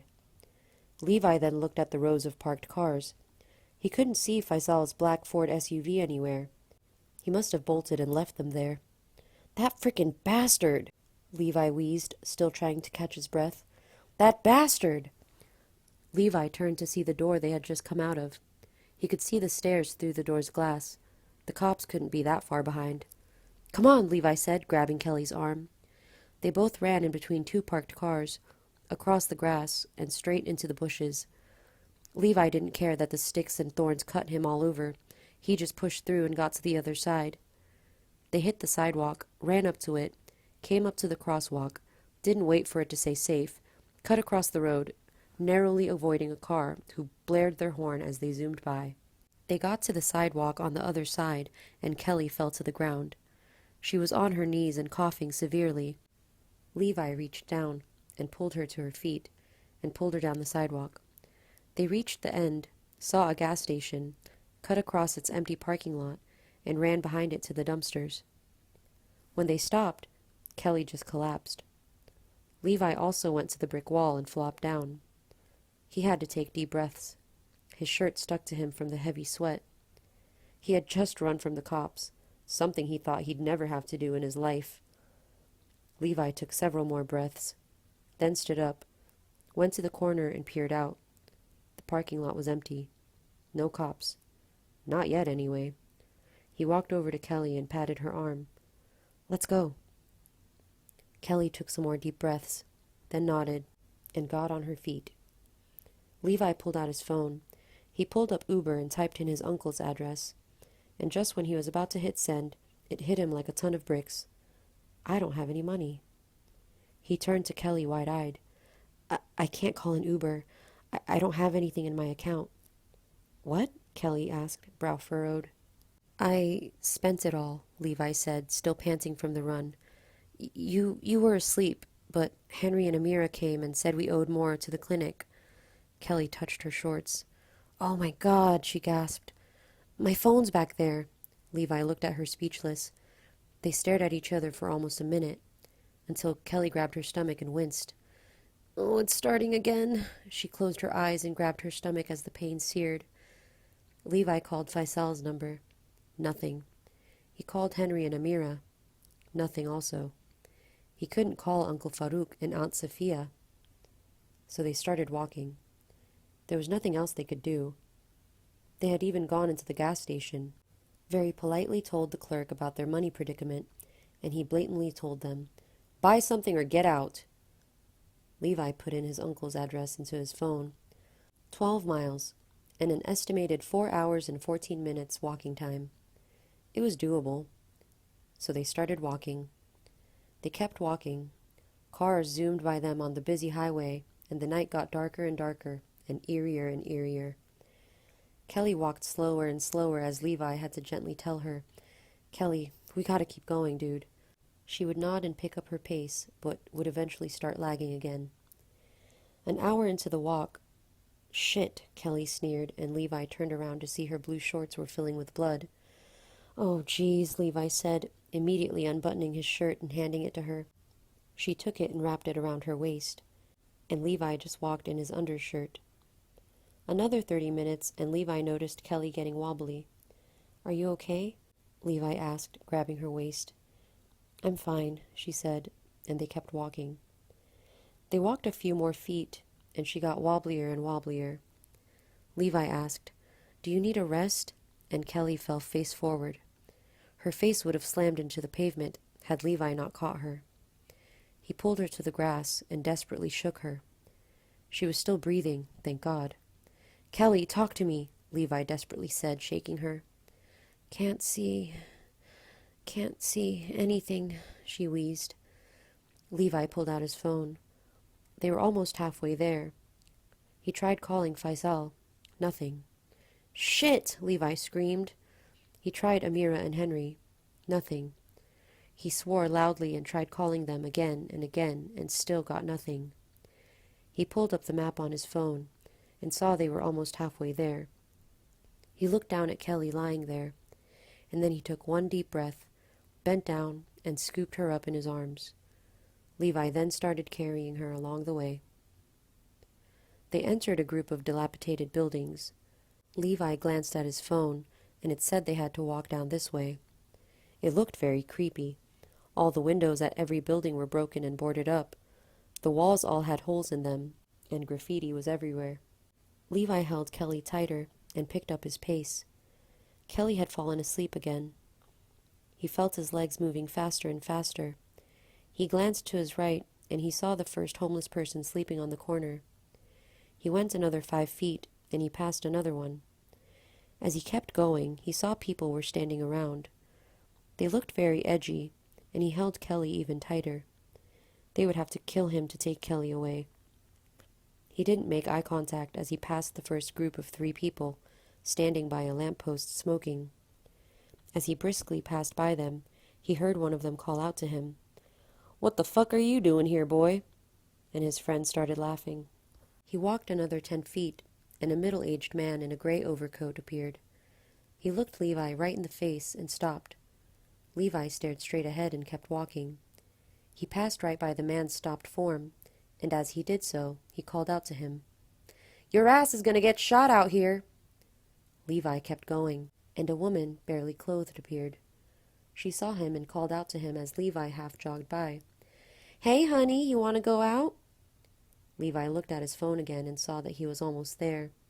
If he went just a little further. He saw 2 men coming up. They were huge.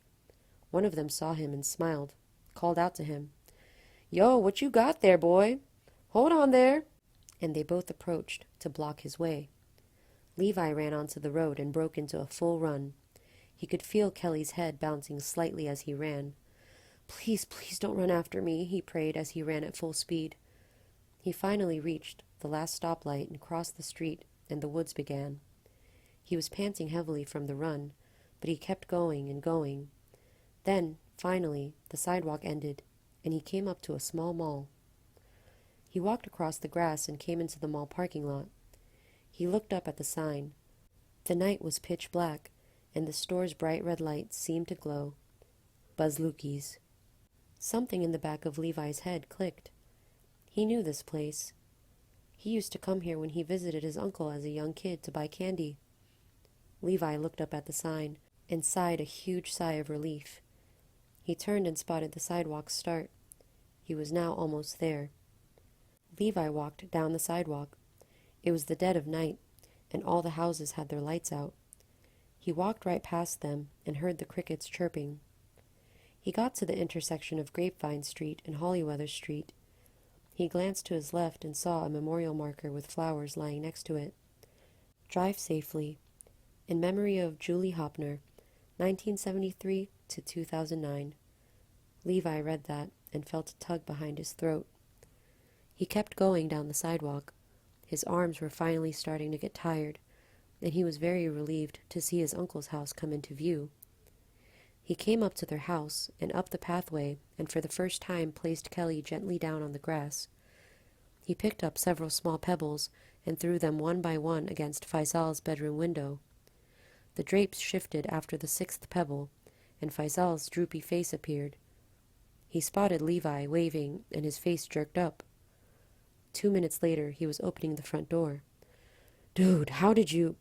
Levi was carrying Kelly again, and just pushed Faisal out of the way, coming into the house. He walked up the stairs and over to Amira's old room. He got in and saw that Kelly's suitcase was lying half open next to the closet. He walked over to the bed and gently laid Kelly down. Kelly was shifting in and out, and now she opened her eyes and squinted up at Levi. She looked so tired. "Levi?" she whispered. "You're fine now. Go back to sleep," Levi softly said. Kelly nodded and closed her eyes. Levi took a deep, deep breath and let it out. He couldn't believe he had just done what he had done. He didn't realize he was capable of a lot of things until this trip. He turned to leave, but then stopped. He turned back around, went over to Kelly, bent down and kissed her forehead, and then he left. Friday, March 27th, 2015. The apartment of Amira and Henry Amaris, 10:28 a.m. Faisal had driven him over. Kelly was at Uncle Farouk's house, resting and packing for the train trip later that day. Henry, Amira, Faisal, and Levi sat at the dining table. After taking a huge breath, Henry said, "So, let's start with the meds." Instantly, Faisal, seated to Levi's right, closed his eyes and bowed his head. Eyeing Faisal, Henry said, "We've discovered who the notorious prescription medication bandit is." Turning to Levi, Henry said, "For the last 14 months at the hospital, our numbers for certain meds have been coming up short." As she held her coffee mug, Amira said, seated to Henry's left, "It shouldn't shock you that Dr. Legler checks the numbers devoutly." "It doesn't," Levi replied. "And yet, despite her fascist-like running of the hospital, every single time, on check-in day, she comes up short." Amira paused to grin. "She looks stupider and stupider, the one blot on Little Miss Perfect's otherwise stellar resume. And she gets into more and more hot water with her superiors." "Good," Levi firmly said. He turned to Faisal. His eyes were still closed and his head still bowed. "So, let me guess. You slip them right out from underneath Nazi Legler's nose and sell them on the black market to the highest bidder?" Faisal didn't answer. However, a small smile curled at the corner of his mouth. "We had no idea Faisal was doing this," Henry said. "Furthermore, we had no idea he was bringing those meds and hiding them in our apartment." "Asshole," Amira sneered at Faisal as she got up from her chair and walked away. Faisal continued to keep his head bowed, but his smile got a little bigger. "That's why we owe you a major kudos," Henry said to Levi, and Levi's eyebrows slightly shot up. "When you left the apartment, you had the sense to get that spare key and lock the door. When Dr. Legler and the cops got up here, they saw it was locked, and they didn't have just cause to enter." "And they would have found this," Amira screamed briskly, walking back holding a white box. It was one of the same boxes Levi had seen Faisal with. Amira threw the box on the dining table. It skidded across, flew past Faisal, landed on the floor, and the contents spilled everywhere. His eyes bulging wide, Faisal yelled, "Hey!" He instantly fell down on the floor and started collecting the syringes that had fallen out.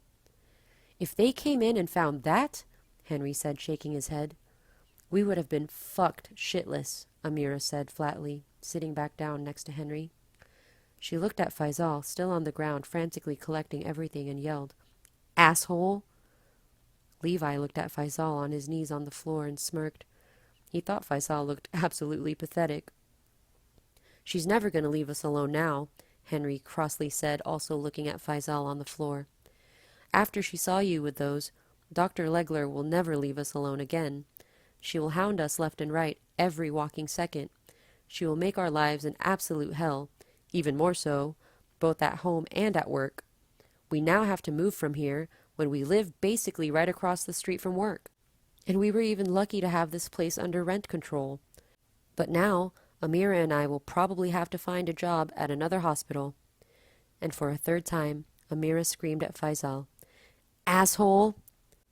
"We're sorry we weren't home that evening," Henry said, turning to Levi. "There was a nasty 5-car pileup on the interstate," Henry grimly said.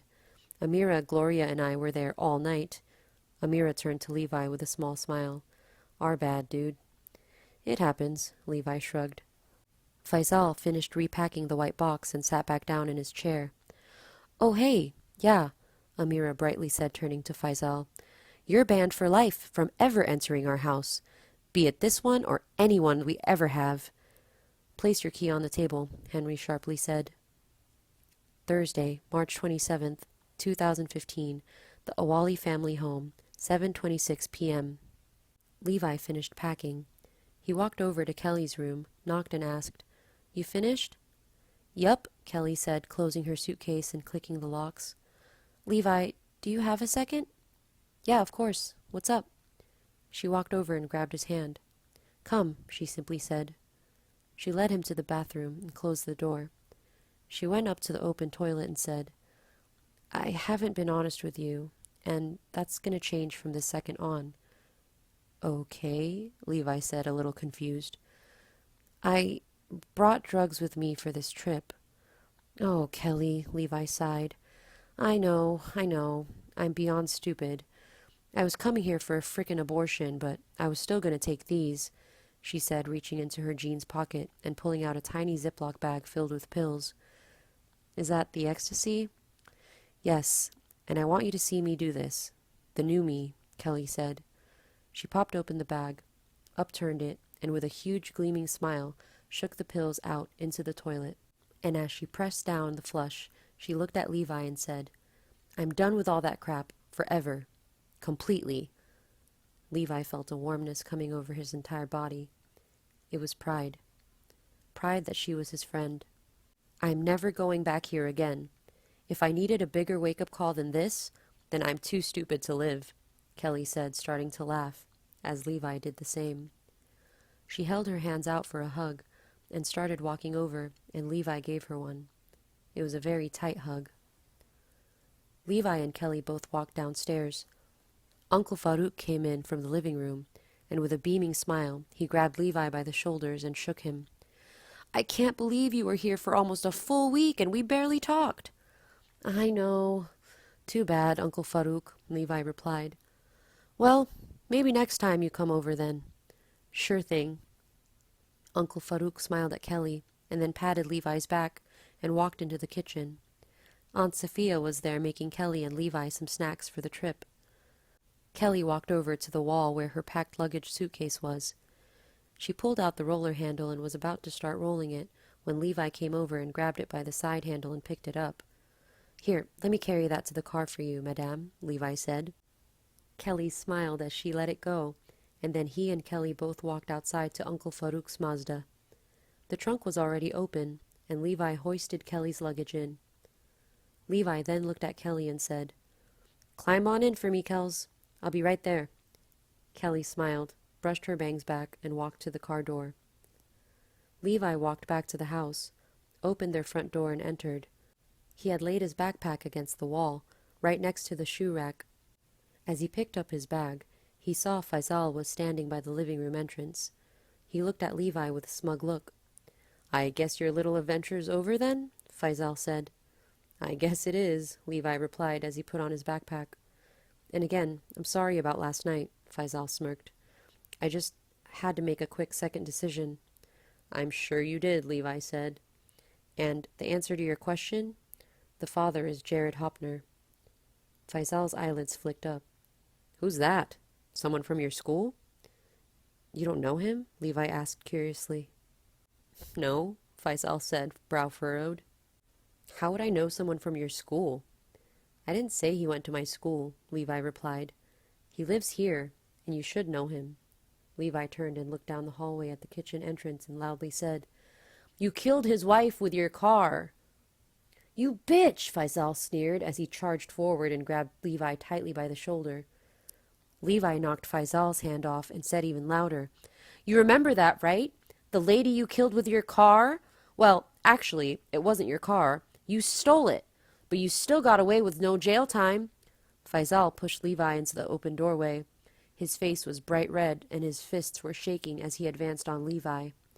"So now that Henry and Amira have banned you from their house, are you going to stash those stolen hospital drugs at Uncle Farouk's house?" Levi screamed down the hallway. Faisal desperately snapped his head around to see if anyone was listening. "So where do you have the stolen meds hid now? "Shut up!" Faisal hissed, rushing forward to push Levi again.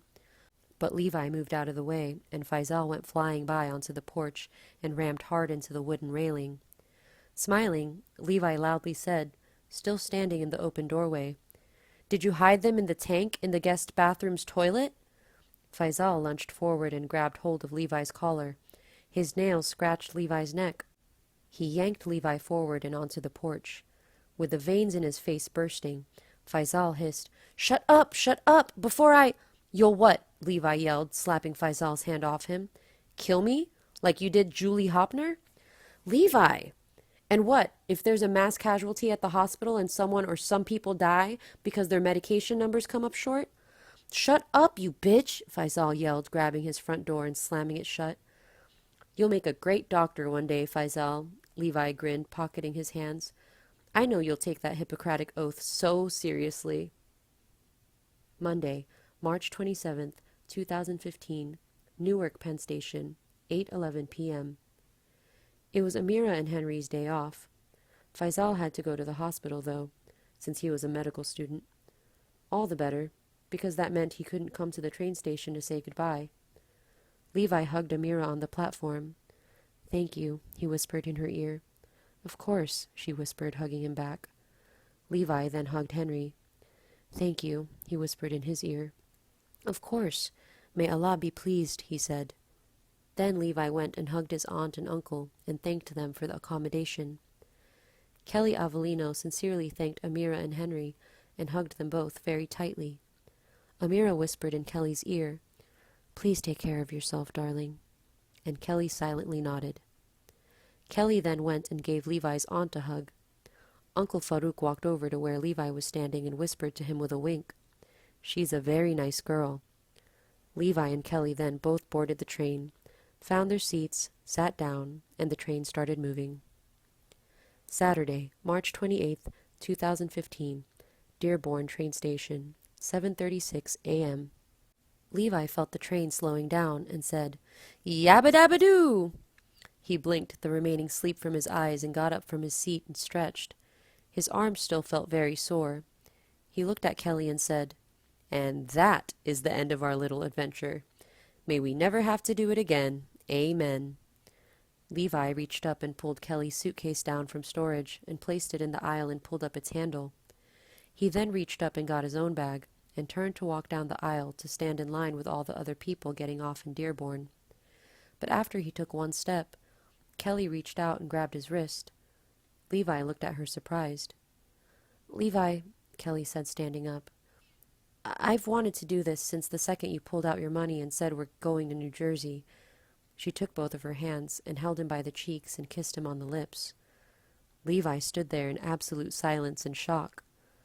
Kelly stopped kissing him and whispered, still holding him by the cheeks, "I love you, and thank you so much.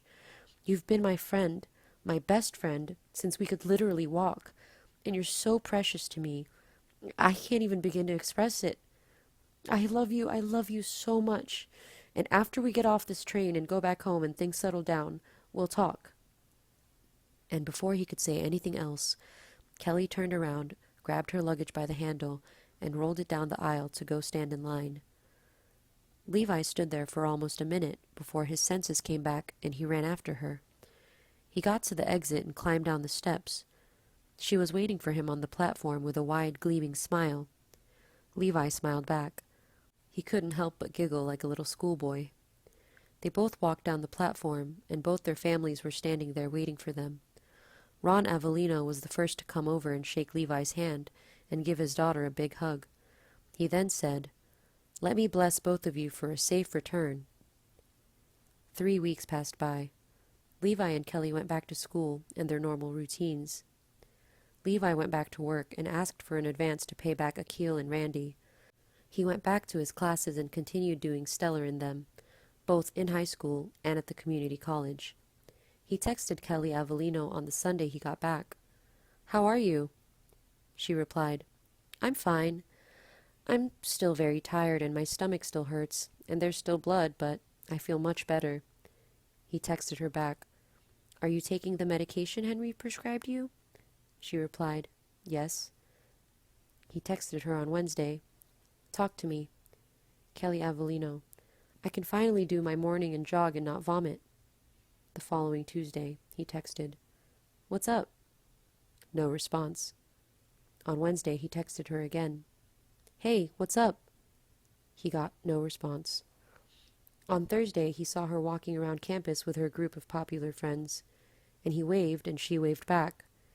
He texted her later in the evening. Dude, talk to me.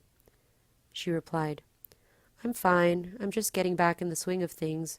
Practice has been intense, and I forgot to text you back. I'm so sorry. Let's get lunch, just you and I. The second week after they got back, Levi got slammed by a series of tests, and he was completely strapped for time. It was Saturday by the time he realized he hadn't texted her. Levi. Kels, I'm so sorry. I just got slammed with tests.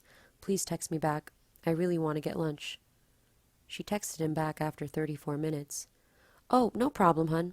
I was too busy to get lunch last week, too. And honestly, I'll be too busy this coming week. But I promise you and I will meet up soon. XOXO. The third week they came back, Levi got his packet in the mail. Congratulations, you have been accepted into the University of Michigan. After he was done hugging his mom and dad and jumping up and down with them screaming for 10 minutes, the first person he texted was her. I got into UM! I got into UM! She didn't text him back. That Wednesday, there was a special morning edition of the school video announcements. Levi sat in first period and looked up at the TV monitor and saw Coach Bivens and Coach Buford proudly standing there with Sarah Gedler, Maddie Klamos, Kelly Avelleno, and several other senior soccer girls. We are so proud to announce, Coach Bivens said, that we just got confirmation that MSU has awarded these 5 wonderful ladies full ride scholarships to their great school. He texted the moment first period let out. Dude, you got a full ride? Why am I finding out like this? Congratulations. She didn't text him back. She's probably just super busy, Levi told himself. Levi and Mary Monroe had been partnered together for an AP project. Mary had texted him to meet him at the library after school. As Levi walked up, he saw her speaking to Chet Hockley. And when Mary saw him walking up, she smiled. She always looked so cute and adorable when she smiled. Waved and then said something quick to Chet, and then they kissed. Levi felt the arrow go through his heart. He slowed down his pace and waited for them to stop kissing. Mary smiled so happily at Chet as he tapped her nose and walked away. Chet spotted Levi and gave him a polite smile and a nod as he walked off. Levi came up to Mary and said, a little astonished, Wow! And Mary blushed a deep red. When did that happen? Oh, yeah, Mary said, giggling slightly. After you had to cancel, I kind of invited him, and I guess it happened there. He's so sweet. I didn't know he had a sentimental side.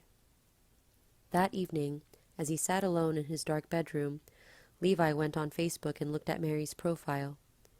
Mary's profile status read, in a relationship with Chet Hockley. He saw the pictures of them on their spring break trip. He saw them holding hands as they explored Antelope Canyon. And as Levi went through their many pictures of them holding hands, sitting outside cuddled up in a blanket under the stars, and of them kissing, he couldn't help but think, she invited you to go on that trip first. The fourth week they got back, Levi texted and called, but she didn't reply. It was only on that Friday, while he was at work, that Mr. Avelleno called Levi. Dude, Kelly's having a major pre-prom party. Come over. Bring your date. I don't have one, sir, Levi replied. What do you mean you don't have a date? An A-list celebrity handsome guy like you? Then who are you going to prom with? Alone? Haha, I'm not going to prom, Mr. Avelleno. What? You're going to miss out on this once-in-a-lifetime experience? Still smiling, Levi replied, I'm afraid so, sir. You can't miss prom. Come on. Sir, I just have no interest. Well, come over to the house for the party, please, as my guest, for taking her on that trip to see Princeton. Please, please, please. Levi sighed. Okay, sure, he said. He got his best suit ready. He bought the most expensive card he could find, and then he spent 7 hours thinking about what to write down, what his exact feelings were. He just couldn't muster the courage to tell Kelly face to face his true feelings, despite everything. That's why he had settled on writing it down and letting her read it. Levi wrote, "Kelly, you are my oldest friend. You are my first friend. You helped me break my fear of people. Without you, I would probably have become some sad, pathetic loner, terrified of just stepping outside of my house. I literally owe my life to you. You opened your home to me, and there's nothing I wouldn't do for you. I'd carry you over a minefield if I had to. That's my level of devotion to you. With that said, I love you. I absolutely cannot say it any other way. I love you, Kelly Margaret Avelleno. I love you more than life itself, and heaven cannot be heaven without you in it. Please tell me you feel the same way." He had written it, mostly thinking about the last thing that happened before they got off the train. He had to do this. He had to. She had to know how he felt about her. He placed the card in the red envelope and sealed it, and wrote on the front, "Kelly Avelleno." He would simply take her hand, lead her to an isolated place, hand her the card, let her read it, and then let her take it from there. Levi couldn't stop thinking about how wonderful it felt when she kissed him. Saturday, April 11th, 2015, the Avelleno family home, 6:56 p.m. Levi came in. The house was completely packed. Everyone was dressed in their formal best and talking excitedly about going to prom. Levi spotted Carly. "Hey," he said, making his way over to her as she ran up to him and gave him a hug. You came, she happily said. "Daddy said he invited you and you were coming." "Of course," Levi said, smiling wide. He held his envelope tighter. "Where's Kelly?" She's around here somewhere. Everyone's just waiting for the limos to get here." "Limos?" Levi asked. "Yup," Carly nodded with a huge smile. "Daddy rented them. They're the Hummer limos." Levi's face lit up. He'd seen videos of those on YouTube. "Maybe you're one of the lucky ones Kelly's pre-picked to ride into prom. Or you win the lottery we have set up. Did you put your name in the hat?" "I did not," Levi grinned. "Levi!" a voice rang out. Levi turned to see Samantha Avelleno. "Mrs. Avelleno!" Levi beamed and walked over to give her a hug. "Honey, when did you get here?" "Just now, ma'am," Levi replied. "Did you see Kelly's prom dress?" Mrs. Avelleno asked, beaming with pride. "Wait till you see it, Levi. It's imported Italian silk." "Wow," Levi said, impressed. "You know what? You have to see it to believe it. Let me go find her." "Excuse me," Mrs. Avelleno said, walking past him and disappearing into the crowd, trying to find Kelly. Levi was left standing there with Carly. She looked at him and smiled and asked, "You took my sister to New Jersey?" "I did," Levi smiled. "To go see that big university? Princeton, right?" "Yup." "Did you do anything else?" "No, pretty much just that," Levi said, fighting down a laugh. "You didn't go see any sights?" "Nope." Someone called Carly's name, and she looked over Levi's shoulder to wave at them. "I gotta go," Carly said with a wide, toothy smile. "Sure, of course," Levi said. "Help yourself to the food." "Okay," Levi said, giving the thumbs up. Levi made his way through the crowd. The noise from the music was very loud, so he decided to go out the French doors and step onto their patio. He'd been out there many times before. He loved looking out at the view of the mountains. He walked over to the wooden railing and breathed in the fresh air. He thought about Kelly's expression when she read the card and how happy he would feel kissing her again.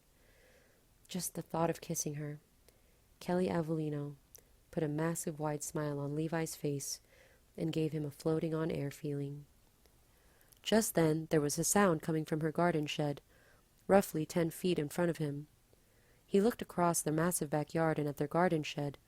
Its door seemed to be moving. Levi squinted slightly in curiosity. Then the garden shed door thrust open, and out popped a tall, stocky, shaggy blonde-haired boy. He came out hastily fixing his hair and straightening up his black tuxedo. Levi squinted harder and saw that it was Daniel Gelland. He was on the varsity football team. He was very popular, a very good football player. easily had 100 girls crushing on him, and was most definitely MSU bound with a full football scholarship. Levi eyed him suspiciously. What was he doing in their garden shed? He saw Daniel turn back to open the garden shed door, and quickly call someone out with his hand. And a second later, Kelly Avelleno walked out. She was smiling and breathing heavily, and pulling the bottom of her dress down. Levi then clearly saw Daniel Gelland reach into his pockets. He pulled out something small, tiny and square-shaped. And as if by instinct, Levi's ears seemed to hone in. He heard Daniel say, "I didn't even have time to put this on." And then he started laughing as he blushed. Levi then heard Kelly Avelleno clearly say, "It's not as much fun with that on," as she laughed and continued to straighten her dress. Levi felt like he had been dumped into an ice bucket. It felt like 1,000 needles were piercing him at once. Levi Almadi felt like his entire life, not just the last 4 weeks, had been a total and complete lie. Levi Almadi felt that he could never be happy again. Ever. He just stood there at the railing dumbfounded. He could feel his entire body going numb. Easily a minute went by before Daniel turned around and spotted Levi by the railing, and his jaw dropped. Kelly saw that and spun around, and when her eyes landed on Levi, the blush red on her face disappeared and was replaced with bone white. 3 silent seconds went by, and then Levi loudly said, "I'm done." "Levi!" she called out to him with her bottom lip trembling. Levi immediately turned around and stormed to her French doors. "Levi!" he heard her shriek from behind him, and he kept walking. "Levi, wait! Wait!" He started walking faster as his throat started pricking, his lips started trembling, and his eyes started watering. He got to the French doors, grabbed the handle, and thrust it open so forcefully it made a huge thunk, making several people jump and stare. He charged into the crowd and pushed many people out of the way. He heard several shrieks of protests. He bumped into Carly at the front door, and as she saw him forcefully unlocking their front door, she asked him, surprised, "Levi, are you leaving?" "I'm done!" Levi screamed in her face, making her jump. The 3 girls Carly had been talking to also jumped. "I'm done with her! I'm done with your entire family! You can all go straight to hell for all I care!" Carly's jaw dropped. "When she gets over here, tell her to leave me the hell alone. Never call, never text, never email, don't even look at me down the hall. I'm dead to her because she's dead to me." "Okay," Carly managed to say. Levi then turned around and thrust their front door handle open and was outside. He could feel many eyes on his back. He walked back home in roughly 30 minutes. The first thing he realized as he entered was he still had his card. He went to his father's empty den, turned on the shredder, and fed it in. He then went upstairs to his bedroom and slammed the door. His body was still filled with rage. He went to his desk where he still had some robot prototypes laid out, which he'd spent hours working on. He picked them up and hurled them on the ground, where they broke. He then obliterated the pieces by stomping on them. He saw his old laptop sitting atop his table. He used it only for gaming now. He ripped it free from his charging cable and hurled it on the ground. He tore open his closet door, pulled out his old baseball bat, and swung it at his laptop until pieces started flying around. His anger was still there as he let his bat fall from his hand and make a loud, clattering sound as it fell on his bedroom floor. He looked at the carnage in his bedroom, and he felt his face shrivel up as the tears flooded his eyes. He let his back hit his wall, and then he sunk down to the floor. He put his head to his knees and started crying. Sunday, April 12, 2015, the Almadi family home, 6:12 p.m. Levi had spent the day cleaning his bedroom. He had asked for the day off at work. He finished sweeping the last of the mess into the trash bag. He tied up his trash bag and started carrying it downstairs. And as he reached the bottom of his staircase, his dad called out from where he was sitting at the living room sofa. "There he is!" "Levi?" his mom said, coming into view. "We want to talk to you." Levi climbed down the last stair and said, "What's up?" His dad walked over with a look. "I just got off the phone with Ron Avelleno," his dad said.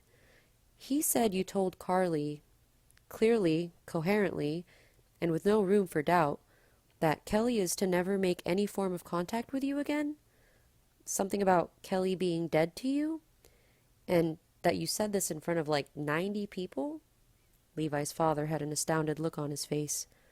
Yep, Levi said with a casual look and tone. I'd categorize that as true. Excuse me. He started walking to the front door, to go outside and leave his trash bag at the curb with the rest of the trash. Get back here, his father demanded. Oliver Almadi was so shocked he was actually slightly smiling. Levi stopped and turned to face his parents. Explain, Levi's dad said, crossing his arms as his mother did the same. Dad, Levi firmly said, you make friends, you lose friends. That's it. That's all I have to say. Well said, Confucius, Mr. Almadi quipped. Now stop being a smartass and tell us what the hell is going on. That's all I have to say, Levi repeated. Both his parents just looked at him amazed. Levi, his mom said, starting to slightly chuckle herself. First of all, you don't go to someone else's house when they invited you over and make a scene like that.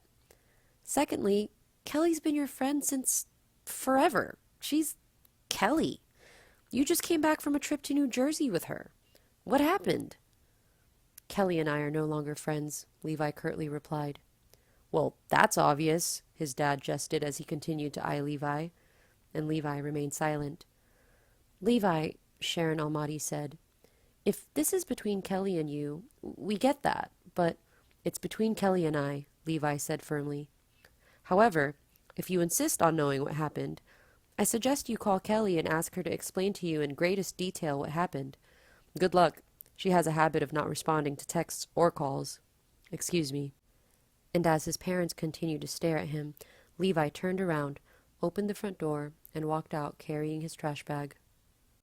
Monday, April 13th, 2015, Donald R. Moyer High School, 7:56 p.m. Levi, Akil, and Randy were working on their final project for Dr. Hollerby's class in the robotics lab. As they were starting to pack up for the evening, Randy Korpler asked, So, Levi, what'd you need that $1,800 for so badly? Randy, Levi said, turning around to face him, swear to me that even if 50 years go by, you will never ever ask me that question again, or mention that trip to New Jersey. All you need to know is I paid you back. Wow, okay, Randy grinned. I guess mentioning that rumor that's going around everywhere that you made a big-ass scene at Kelly Avelleno's house and demanding she never speak to you again, that also falls into that category? Correct, Levi replied. After they packed up everything, Levi started walking home. It was very late in the evening, and everything was dark. He saw the dark sidewalk and the dark buildings. It reminded him of when he had carried Kelly. Tuesday, April 14th, 2015, Donald R. Moyer High School, lunch period. Levi had decided to skip lunch and go to the robotics lab and finish work on his final project. There was a knock on the lab door, and Levi looked up and was shocked to see Maddie Claymos standing there. Someone of her popularity and reputation wouldn't be caught dead in this building where all the nerd classes were taught. Maddie looked at Levi with a smile. She had rarely ever done that in the 7 years he'd known her. They'd been adversaries since literally the moment they met. Levi motioned for her to enter. Hi, she said, walking up to him, that big smile still there. You know, you're a hard guy to track down, she said, displaying her bleach-white teeth. I was looking everywhere for you in the cafeteria, the courtyard. You weren't eating lunch. What do you want? Levi cut her off. Her smile immediately flattened, and she looked at him snidely. That was the Maddie Claymos he knew. Kelly told us about New Jersey, she said. Good for her, Levi replied. She wants to talk to you. Well, I don't want to talk to her. Don't be an ass. Get out, Levi said, pointing at the door and then picking up his soldering iron and going back to his project. Wednesday, April 15th, 2015. Donald R. Moyer High School, 4:36 p.m.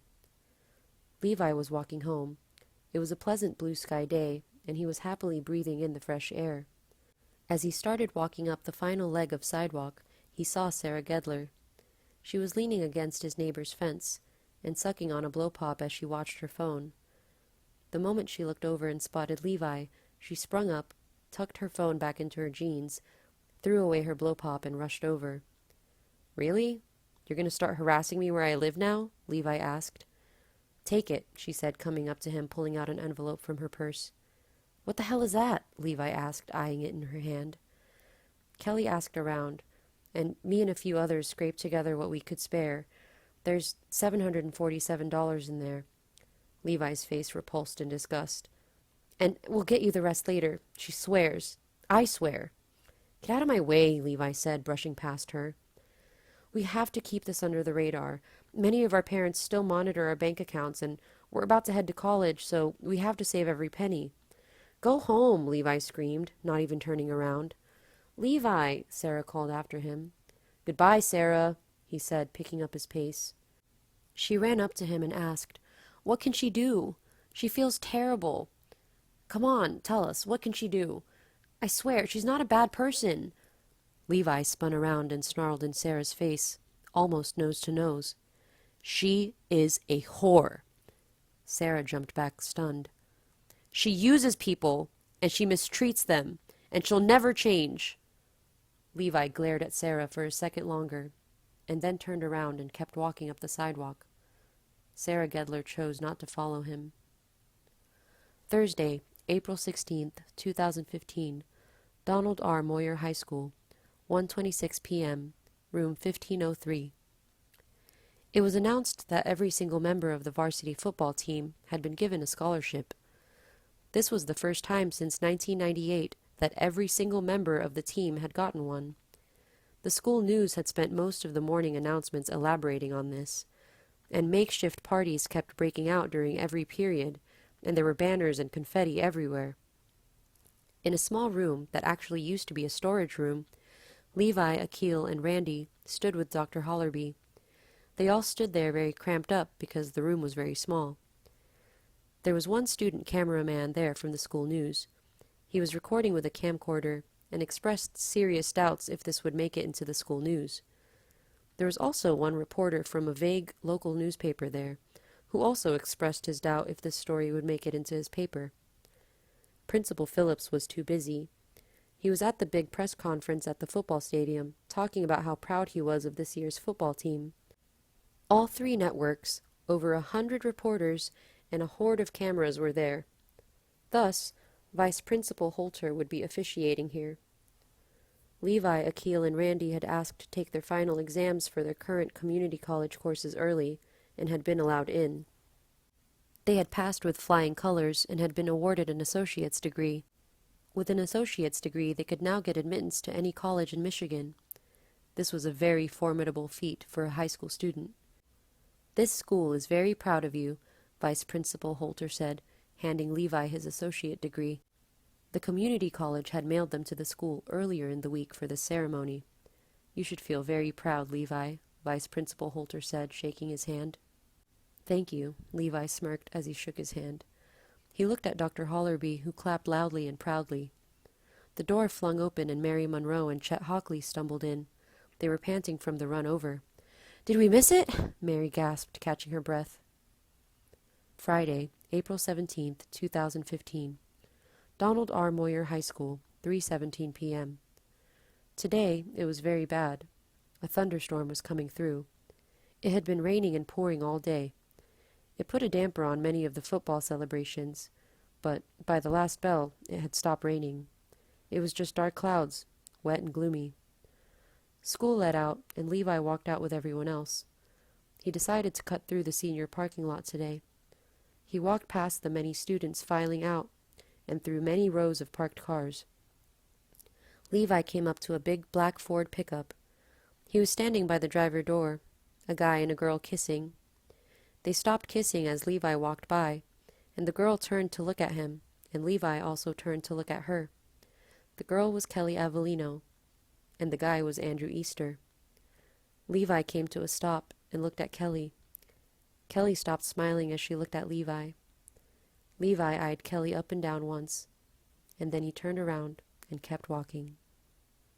The end. Mifepristone and misoprostol are both prescription medications.